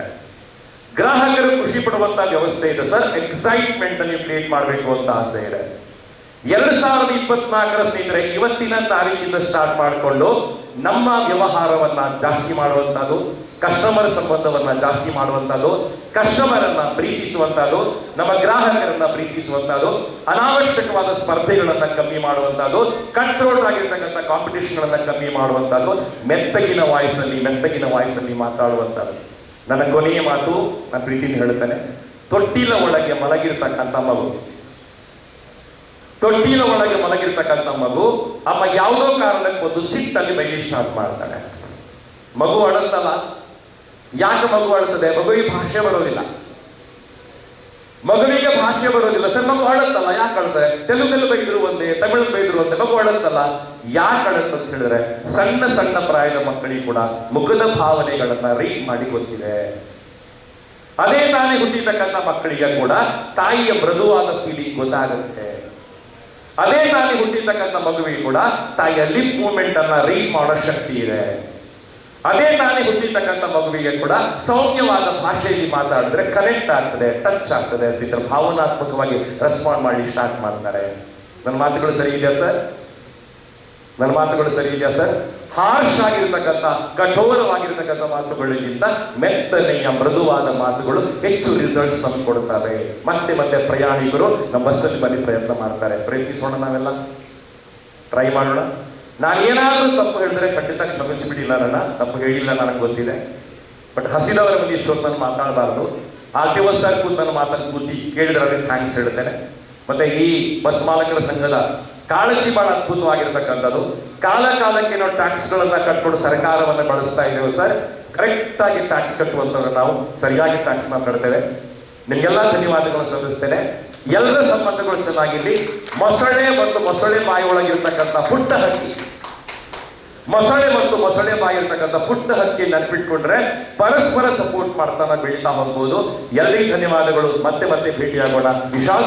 ನಾನು ನಿಮ್ಮೊಟ್ಟಿಗೆ ದಕ್ಷಿಣ ಕನ್ನಡ ಬಸ್ ಮಾಲಕರ ಸಂಘ ಹಾಗೂ ಕೇಂದ್ರ ಬಸ್ ಮಾಲಕರ ಸಂಘ ರಿಜಿಸ್ಟ್ರೇರ್ ಹಾಗೂ saint Sebastian saint Aloysius deemed university ಕಾಲೇಜಿನ ಜಂಟಿ ಆಶ್ರಯದಲ್ಲಿ ನಡೆದಂಥ ಇಂದಿನ ಚಾಲಕ ನಿರ್ವಾಹಕರ ಮಾಹಿತಿ ಕಾರ್ಯಾಗಾರ ಈ ಕಾರ್ಯಕ್ರಮದ ಬಂದಂಥ ಎಲ್ಲ ಅತಿಥಿಗಳಿಗೆ ಧನ್ಯವಾದ ಕೋರುತ್ತಾ, ಬಸ್ ಮಾಲೀಕರ ಒಂದು ಮೊಬೈಲ್ ನಂಬರ್ಗಳನ್ನು ಬಸ್ಸಲ್ಲಿ ಹಾಕಬೇಕು. ಇಲ್ಲಿ ನಿಯಮ ಇದ್ದು ಈ ನಿಯಮ ಈಗ ಹೋಗಿ ನನಗೆ ಗೊತ್ತಿಲ್ಲ, ಹಾಕಬೇಕು. ಯಾಕಂದ್ರೆ ನನಗೆ ತೊಂದರೆಗಳಾದಾಗ ಯಾರಿಗೆ ತಿಳಿಸ್ಬೇಕಂತ ಗೊತ್ತಾಗುತ್ತೆ, ನನಗೆ ಎಷ್ಟೋ ಬಾರಿ ಬಸ್ಗಳಲ್ಲಿ ಕಂಡಕ್ಟರ್ಗಳು ಹಾರ್ಶ್ ಆಗಿ ಮಾತಾಡಿದಾಗ, ರೂಲ್ಸ್ಗಳನ್ನು ಮುರಿತಾ ಹೋದಾಗ ದನಿಗಳಿಗೆ ತಿಳಿಸ್ಬೇಕು ಅಂತ ಆಸೆ ಇರುತ್ತೆ. ದನಿಗಳ ನಂಬರ್ ನಮಗೆ ಸಿಗೋದಿಲ್ಲ. ನಾನು ವಿನಂತಿ ಮಾಡ್ಕೊಳ್ತೇನೆ ಸರ್, ಎಲ್ಲ ಅಜೀಜ್ ಇದರೊಂದು ಪ್ರಯಾರಿಟಿ ತಗೊಳ್ಳಿ. ಎಲ್ಲ ಬಸ್ಸಲ್ಲಿ ಕೂಡ ದನಿಗಳ ಒಂದು ನಂಬರ್ ಹಾಕುವಂಥದ್ದು ಬಹಳ ಪ್ರಯಾರಿಟಿ ಸರ್, ಹಾಕ್ಬೇಕು ಸರ್. ನನ್ನ ಕಾಳಜಿ ಟಿಕೆಟ್ ಅಲ್ಲಿ ಪ್ರಿಂಟ್ ಆಗಿ ಬರುತ್ತಂತೆ, ಥ್ಯಾಂಕ್ಸ್ ಸರ್ ಈಗ ತುಂಬಾ. ಬಟ್ ಬಸ್ಸಲ್ಲಿ ಹಾಕಿದ್ರೆ ತುಂಬಾ ಜನ ನಿಮಗೆ ನಿಮ್ಮ ನೋವು ಹಂಚಿಕೊಳ್ತಾರೆ. ಶಿಕ್ಷಕರು, ರಾಷ್ಟ್ರೀಯ ಮಟ್ಟದ ತರಬೇತುದಾರರು, ಇವರಿಗೆ ನಮ್ಮ ಎಲ್ಲ ಬಸ್ ಮಾಲಕರ ಸಂಘದ ಪರವಾಗಿ ಅನಂತ ಧನ್ಯವಾದಗಳು. ಅದೇ ರೀತಿ ಈ ಉಚಿತವಾಗಿ ಕಾಲ್ ವ್ಯವಸ್ಥೆಯನ್ನು ಮಾಡಿಕೊಟ್ಟಂಥ ಸಂತ ಅಲೋಸಿಯಸ್ ಸಂಸ್ಥೆ ಕೂಡ ನಮ್ಮ ಬಸ್ ಮಾಲಕರ ಸಂಘದ ಪರವಾಗಿ ಧನ್ಯವಾದಗಳು. ಹಾಗೂ ಎಲ್ಲ ಬಸ್ ಮಾಲಕರಿಗೆ ಹಾಗೂ ಚಾಲಕ ನಿರ್ವಾಹಕರಿಗೆ ಕೂಡ ನಮ್ಮ ಬಸ್ ಮಾಲಕರ ಸಂಘದ ಪರವಾಗಿ ಧನ್ಯವಾದಗಳು. ಕಾರ್ಯಕ್ರಮದೊಂದಿಗೆ ಕಾರ್ಯಕ್ರಮ ನಡೆಸಿಕೊಟ್ಟ RJ ಅಭಿಷೇಕ್, ರೇಡಿಯೋ ಸಾರನ್, ಇವರಿಗೆ ಕೂಡ ನಮ್ಮ ಬಸ್ ಮಾಲಕರ ಸಂಘದ ಅನಂತ ಧನ್ಯವಾದಗಳು. ಬಂದಂಥ ಎಲ್ಲ ಅತಿಥಿಗಳಿಗೂ ಚಾಲಕ ನಿರ್ವಾಹಕರಿಗೂ ಎಲ್ಲರಿಗೂ ನಮ್ಮ ಬಸ್ ಮಾಲಕರ ಸಂಘ ಹಾಗೂ ಕೇಂದ್ರ ಬಸ್ ಮಾಲಕರ ಸಂಘದ ಪರವಾಗಿ ಧನ್ಯವಾದಗಳು.